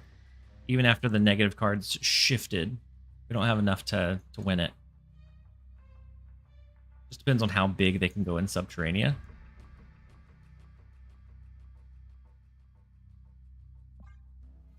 Probably lose this one. I think they shift Rocket to the right. They just stack over there. With maybe like a Gore, maybe an Goliath. Oh yeah, Goliath. Power must be controlled. They go to 15. We go to 14 after Rocket and Groot takes hold. Yeah. We end up losing it by 1.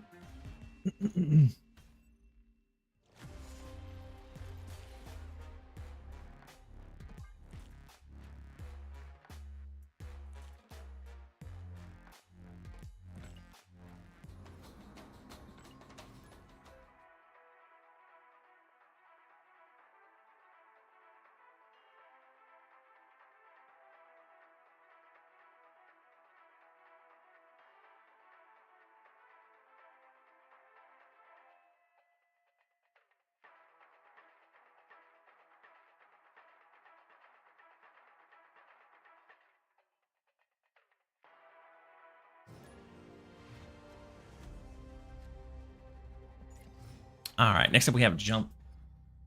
We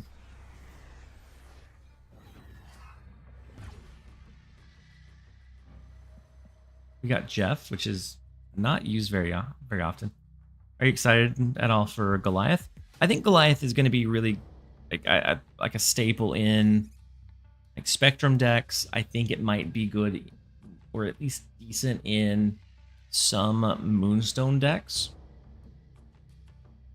And then it also might be a good like low end card for like 2099, like Doom 2099 decks. I think the most obvious and probably the better home is going to be in like Spectrum. I'm excited to see if it's going to be enough to bring Spectrum, like without the Doom 2099 stuff, up into relevancy.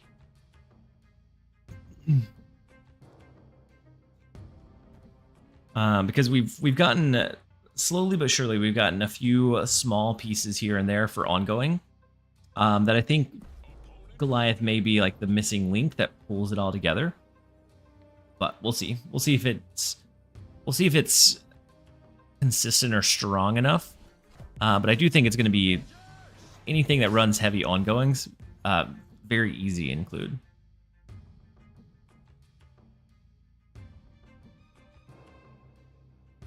So tough right lane. Copycat into Quantum Realm is nice. I think maybe we go ahead and Killmonger to clear out some of the junk. This kind of death if we find it. Double hit one of their cards in hand.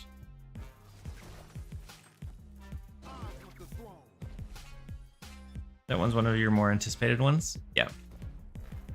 Yep, I think there's going to be a lot of Super Scroll and Enchantress that week. But we'll see how... I think it'll be like either towards the tail end of the week or the next week before we're really able to tell if it's good at all or not.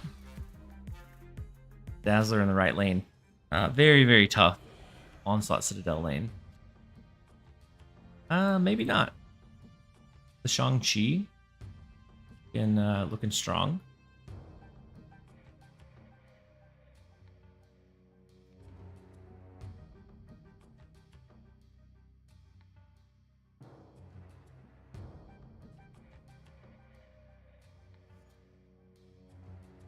What if we Nico Shang-Chi?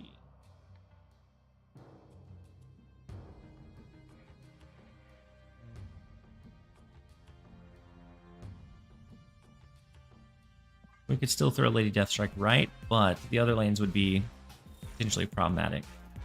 Power must be controlled.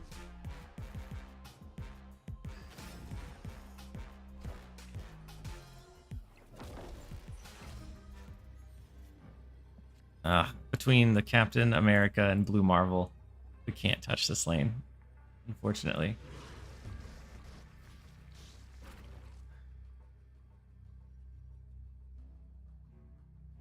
What else do they have? Dazzler. Maybe Shanna? Shanna could be scary.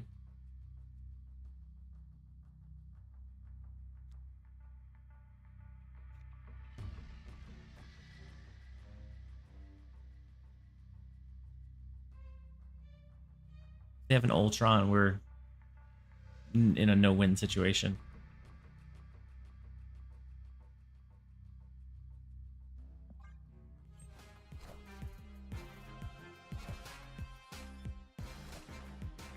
I am Iron Man. What? A wild stay.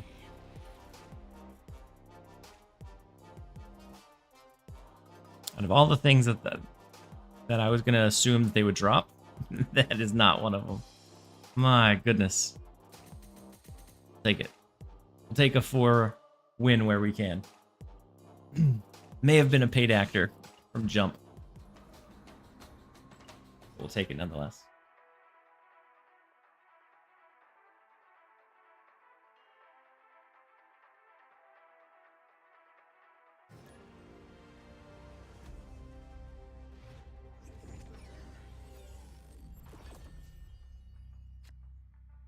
I mean, they might have with all of their heavy ongoings,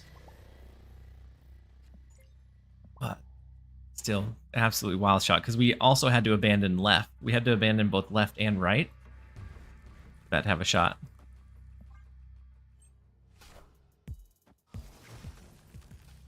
Next up, we have Joe. Joe Mama. Rank 483 right now. Not bad.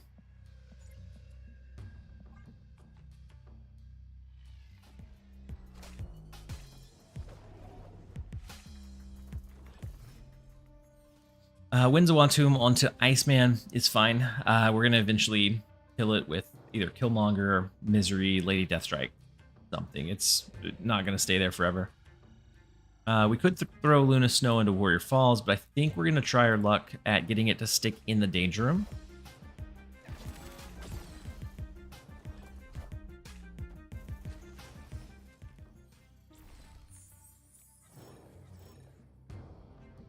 Big. We can always Fire Hair Killmonger.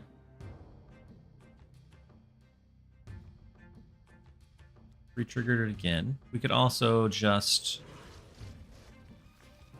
Misery or Lady Deathstrike because we do have the extra energy.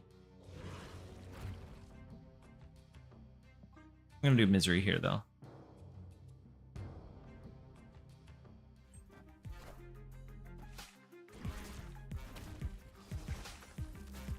Rest in peace. Big Galacta. Oh, not able to knock it out with Lady Deathstrike, unfortunately.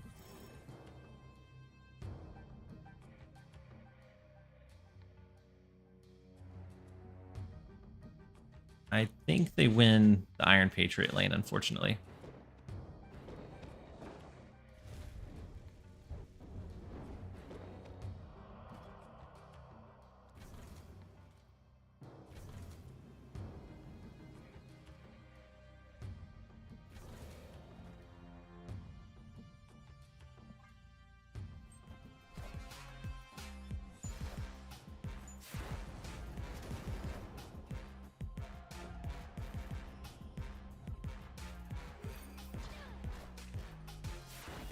Big Thanos. Impressive.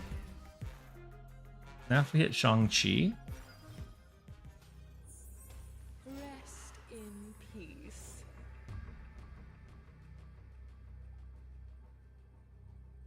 My goodness. We hit Shang-Chi, we swing back this lane. Just looking at whatever other lane we wanna add into. So I think Orcus Forge is probably fine. Warrior Falls, honestly, is probably fine too. I think we get a retreat when we snap here, but I'm gonna snap it still just to find out.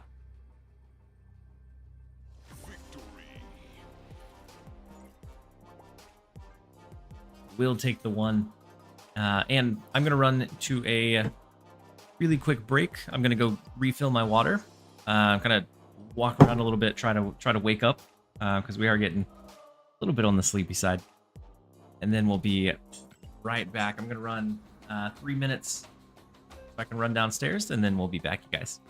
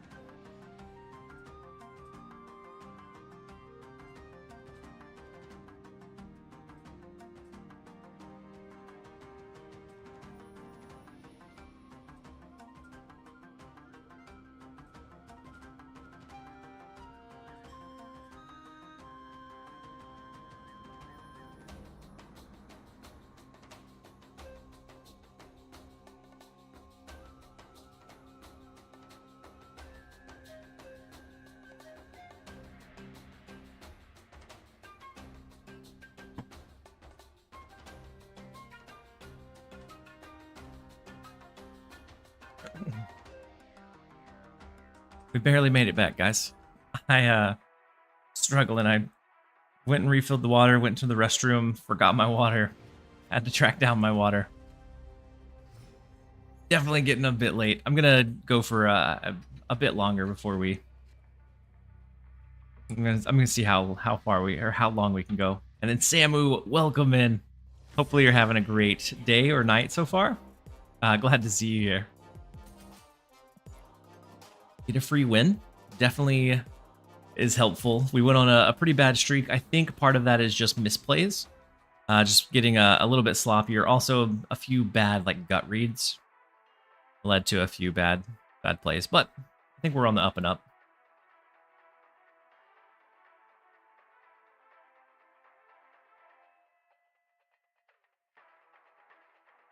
Let's see what our stats are now. Hey, we almost brought it back up to 60%. So oof. We'll be able to get a free copycat once we get enough destroy cards. It's nice to see.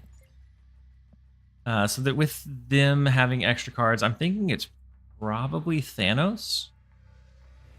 Let's go Iceman just to disrupt their flow a little bit.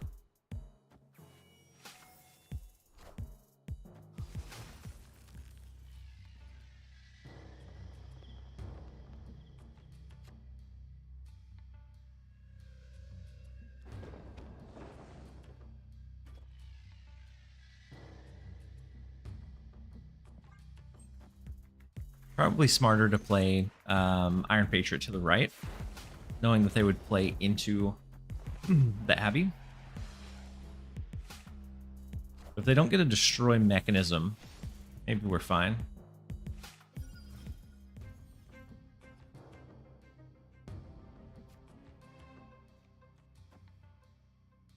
Let's go Luna Snow. See if we can maybe get a discount on our Ultron. Might be nice towards the end of the game. We also will have Death Copycat probably for the most part free. Carnage helps him. We helped him out with the Carnage. 468. With the Angel, it's going to be enough. Oh, well, that's fine.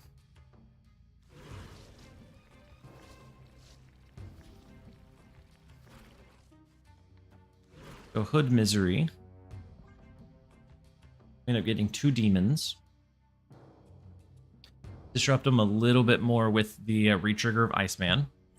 The demons into Washington, D.C. being 9 power each. Massive. We do have to watch out for them having like a last turn potential Killmonger, though. Impressive.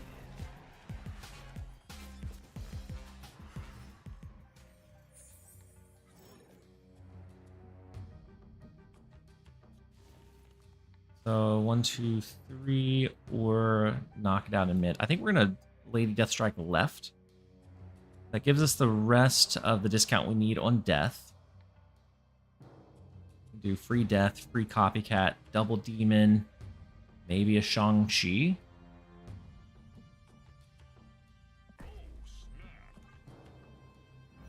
We also know that death is at the bottom of their deck. So they shouldn't have the free extra to go around.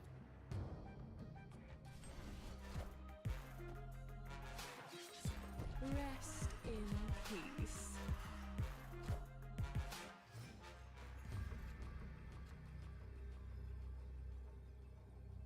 Mockingbird. We could do... I mean...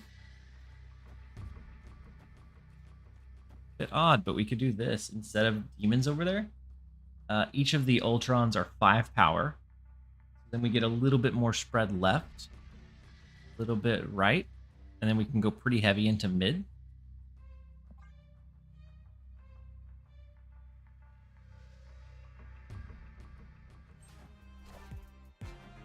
We went way too heavy into mid. It appears. Maybe they drop a Shang-Chi. Yeah, Shang-Chi left, fine. And even Demon Right is fine as well. Gladly take it.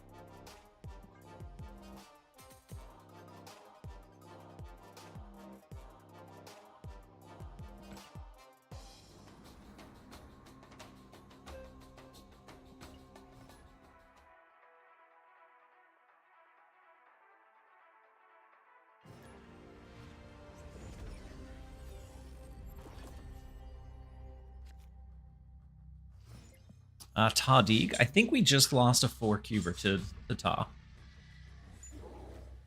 If I'm remembering correctly, anyways. Let's go Iceman. We have Shang-Chi to take out their monster. We have Firehair to retrigger Iceman, potentially retrigger a Nico or a Hood.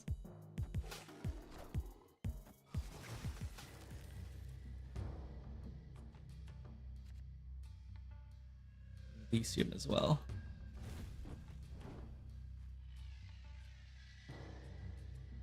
We could go ahead and play Firehair, but I think I'm going to play it a bit slower than that. Just so they don't know for sure what direction we're going. I think we can wait a turn. So we don't want to drop Killmonger anymore.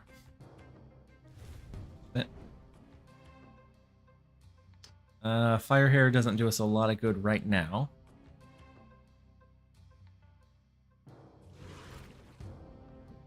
Misery. We still have quite a bit of time. I'm gonna skip again.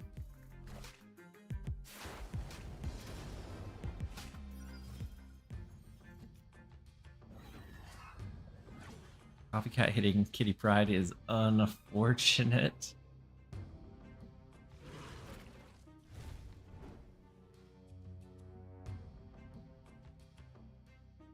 A Misery Firehair.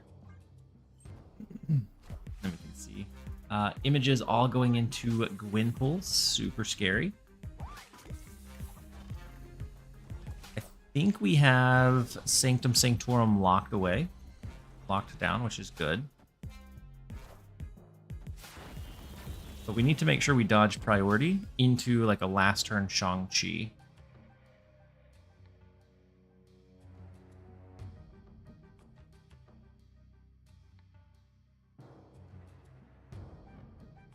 I think is the only way we could potentially come out on top is to know that they have some stacked cards.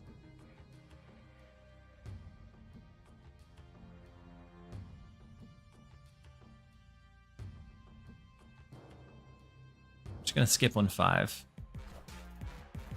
Ooh, big bolts. If they have Juggernaut, scary.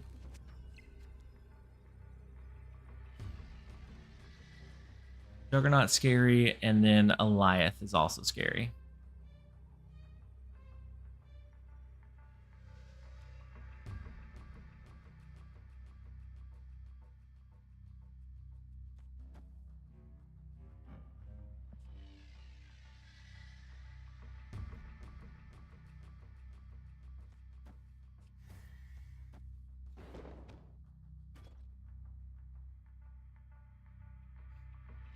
They go just Juggernaut. They have 10. They have 10 energy. Never mind.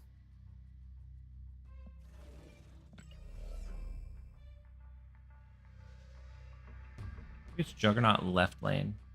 So we go like Nico, Shang-Chi, Copycat, and throw Iron Patriot here. Just assume that they go something big in mid.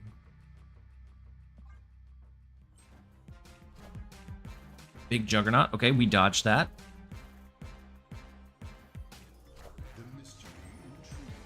Ah, Living Tribunal. Unfortunate. Yeah, nothing we can do there. They definitely win this one. Big Living Tribunal. Must be controlled.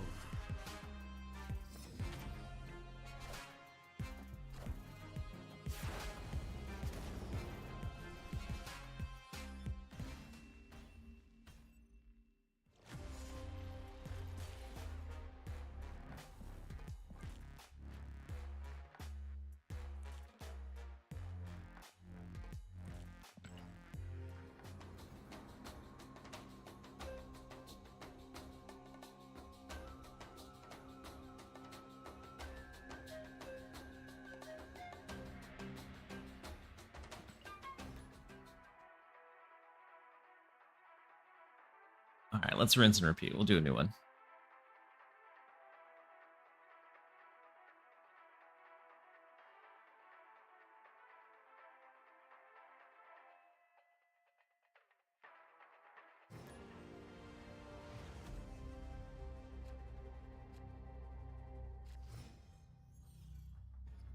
All right, we have Dr. Lizardo.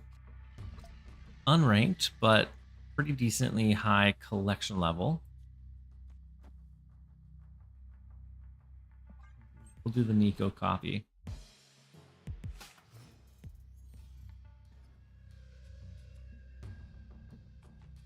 See what we draw.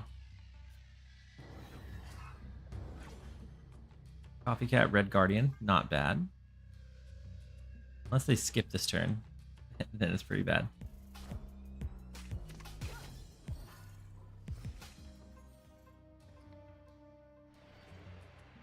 They either have our Killmonger, or they have a copy of the Copycat Red Guardian.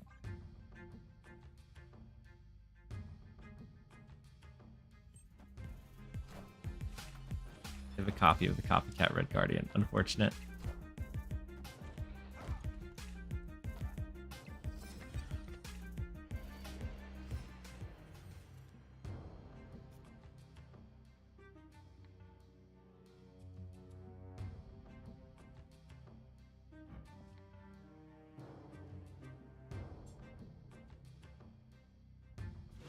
I think I'm just gonna Misery Right. I'm not gonna get a great discount on death.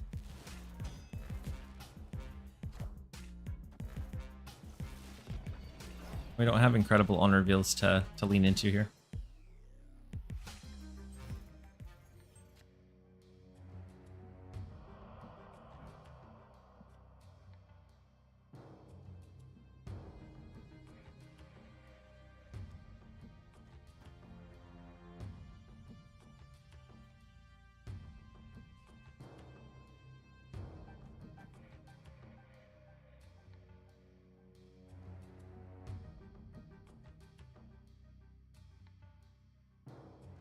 So we could Red Guardian the Beta Ray. It goes down to 3 so that the double up isn't as big. We could do Luna Snow, see if maybe we lose priority. Maybe we look to angle a Shang-Chi.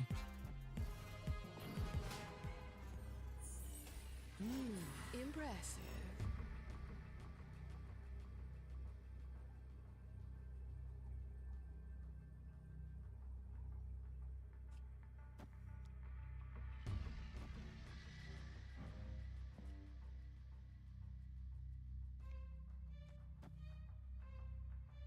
We were gonna split it, move the Misery over, do the Killmonger so we cleared this one, and then the Copycat.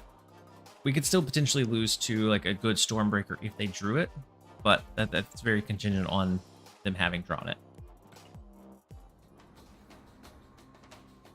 Cram didn't want to snap that Tribunal on you. My goodness.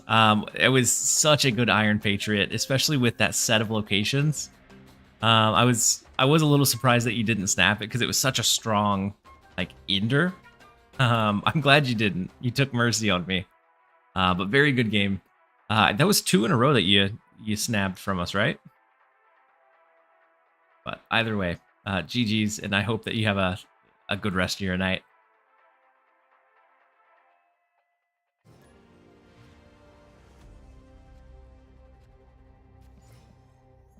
So at least it looks like Dexter's having about the same luck. He's hovering around the 400s.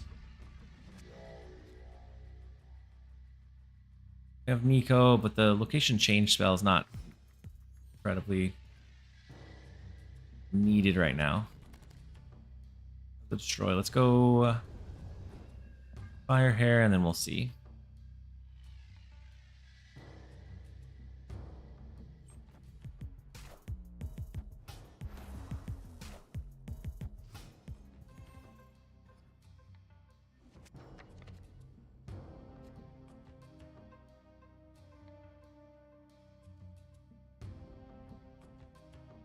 Yeah, 2 tonight. Yeah.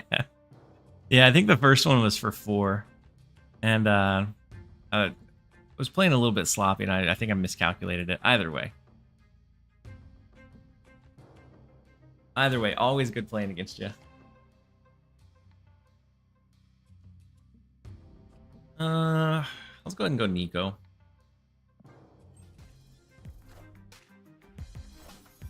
Looks like we're probably gonna need to angle towards like Lady Deathstrike left, but that does clear our hood.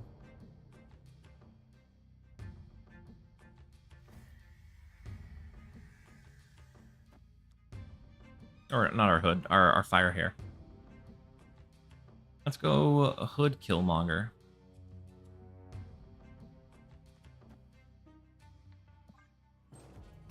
So you're using the controversial Pixel M'Baku avatar? I mean, you gotta go with the best sometimes. That's what we did. Wait, we get a copy of Killmonger, don't we?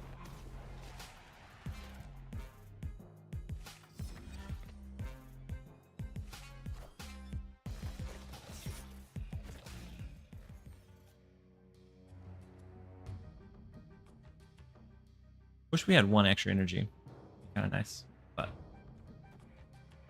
we're gonna go ahead and clear up Diamondback and Scorpion,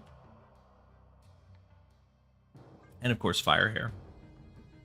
Leaves room for Double Demon Death on the final turn. Double Demon in mid is strong, but I think it's kind of expected, or potentially expected. Rest in peace.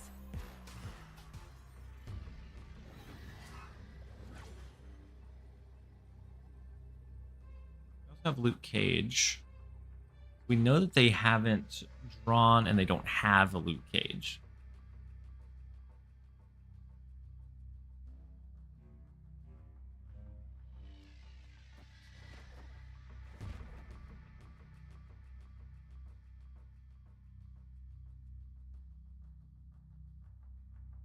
I feel like that's the most straightforward line, but not necessarily the best line. I also think it's probably the most predictable.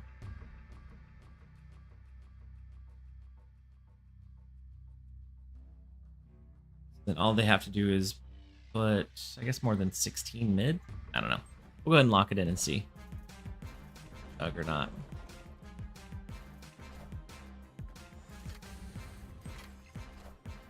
Shang-Chi would have worked with the hazmat line. See, he went hazmat, but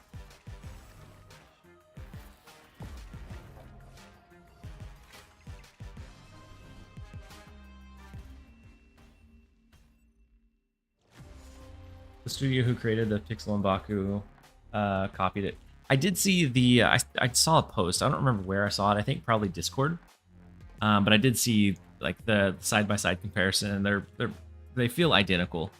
Like the coloring, detail, all of that felt incredibly identical,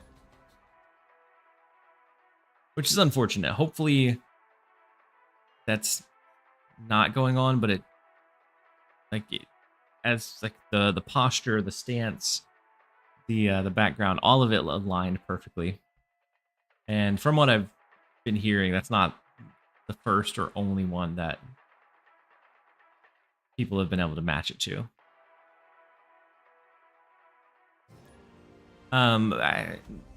Just playing devil's advocate. I have no idea.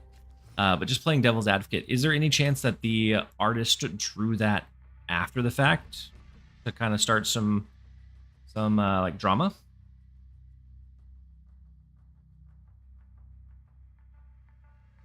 Or was it something that they've already had published?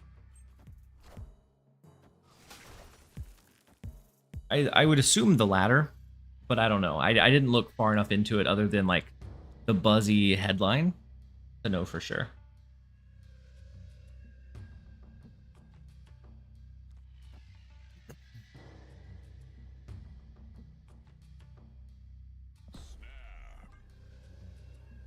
So we're gonna Nico move our Luna Snow from Necrotia into Dark Dimension. Yes. I don't know if that's even desirable or not. That'll make sure we have priority, but then Shang-Chi becomes kind of a tough one. I guess we can just do Luna Snow. We get the extra energy. And then it clears next turn.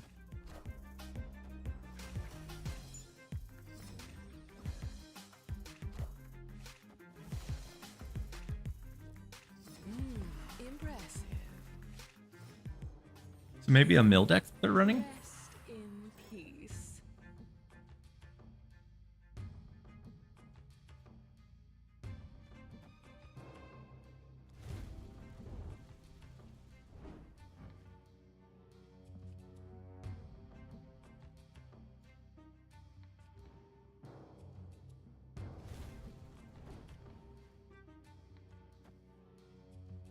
I'm gonna do Fire Hair, Lady Deathstrike. We'll clear the Nico. We're gonna clear Iceman to get that to re-trigger. Then we re-trigger Luna Snow twice. Once here and then once here. Then we have Killmonger to be able to clean it up after the fact, which is gonna be nice.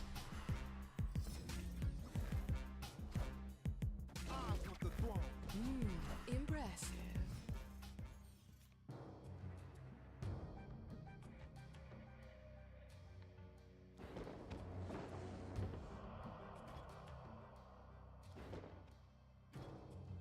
Do Iron Patriot. I think we're gonna have enough energy. So 4, 5, 6, 7, 8, 9.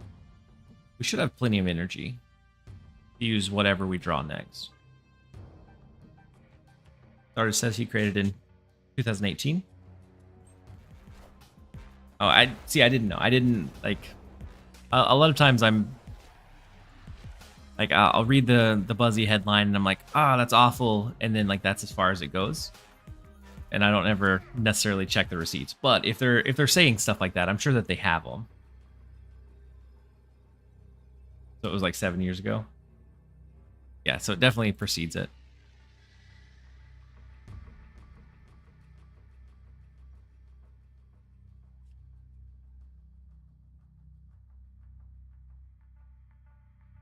So we go Death, Sentry, Killmonger. Just leave the hood. We're not using it. I guess even Killmonger in mid only protects if they do like a demon outside of mid. Otherwise, we're like, their demons will reveal after ours. Death, that's fine. Hold that one down. We should hold left down unless they have something crazy.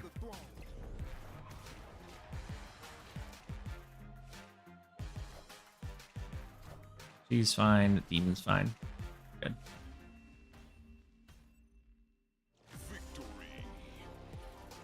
And I guess I've the Pixel and Baku avatar has been one that like I've had viewers redeem. We have the point redemptions. Viewers have redeemed predating the drama, so I'm not using it just because of the drama. I had someone redeem it earlier today.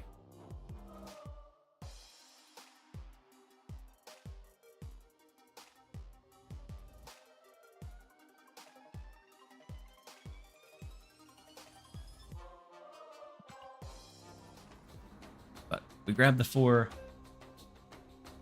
I am getting incredibly tired. And then I still have to... I'm going to run around the park and have a full day of activities with my kiddos tomorrow.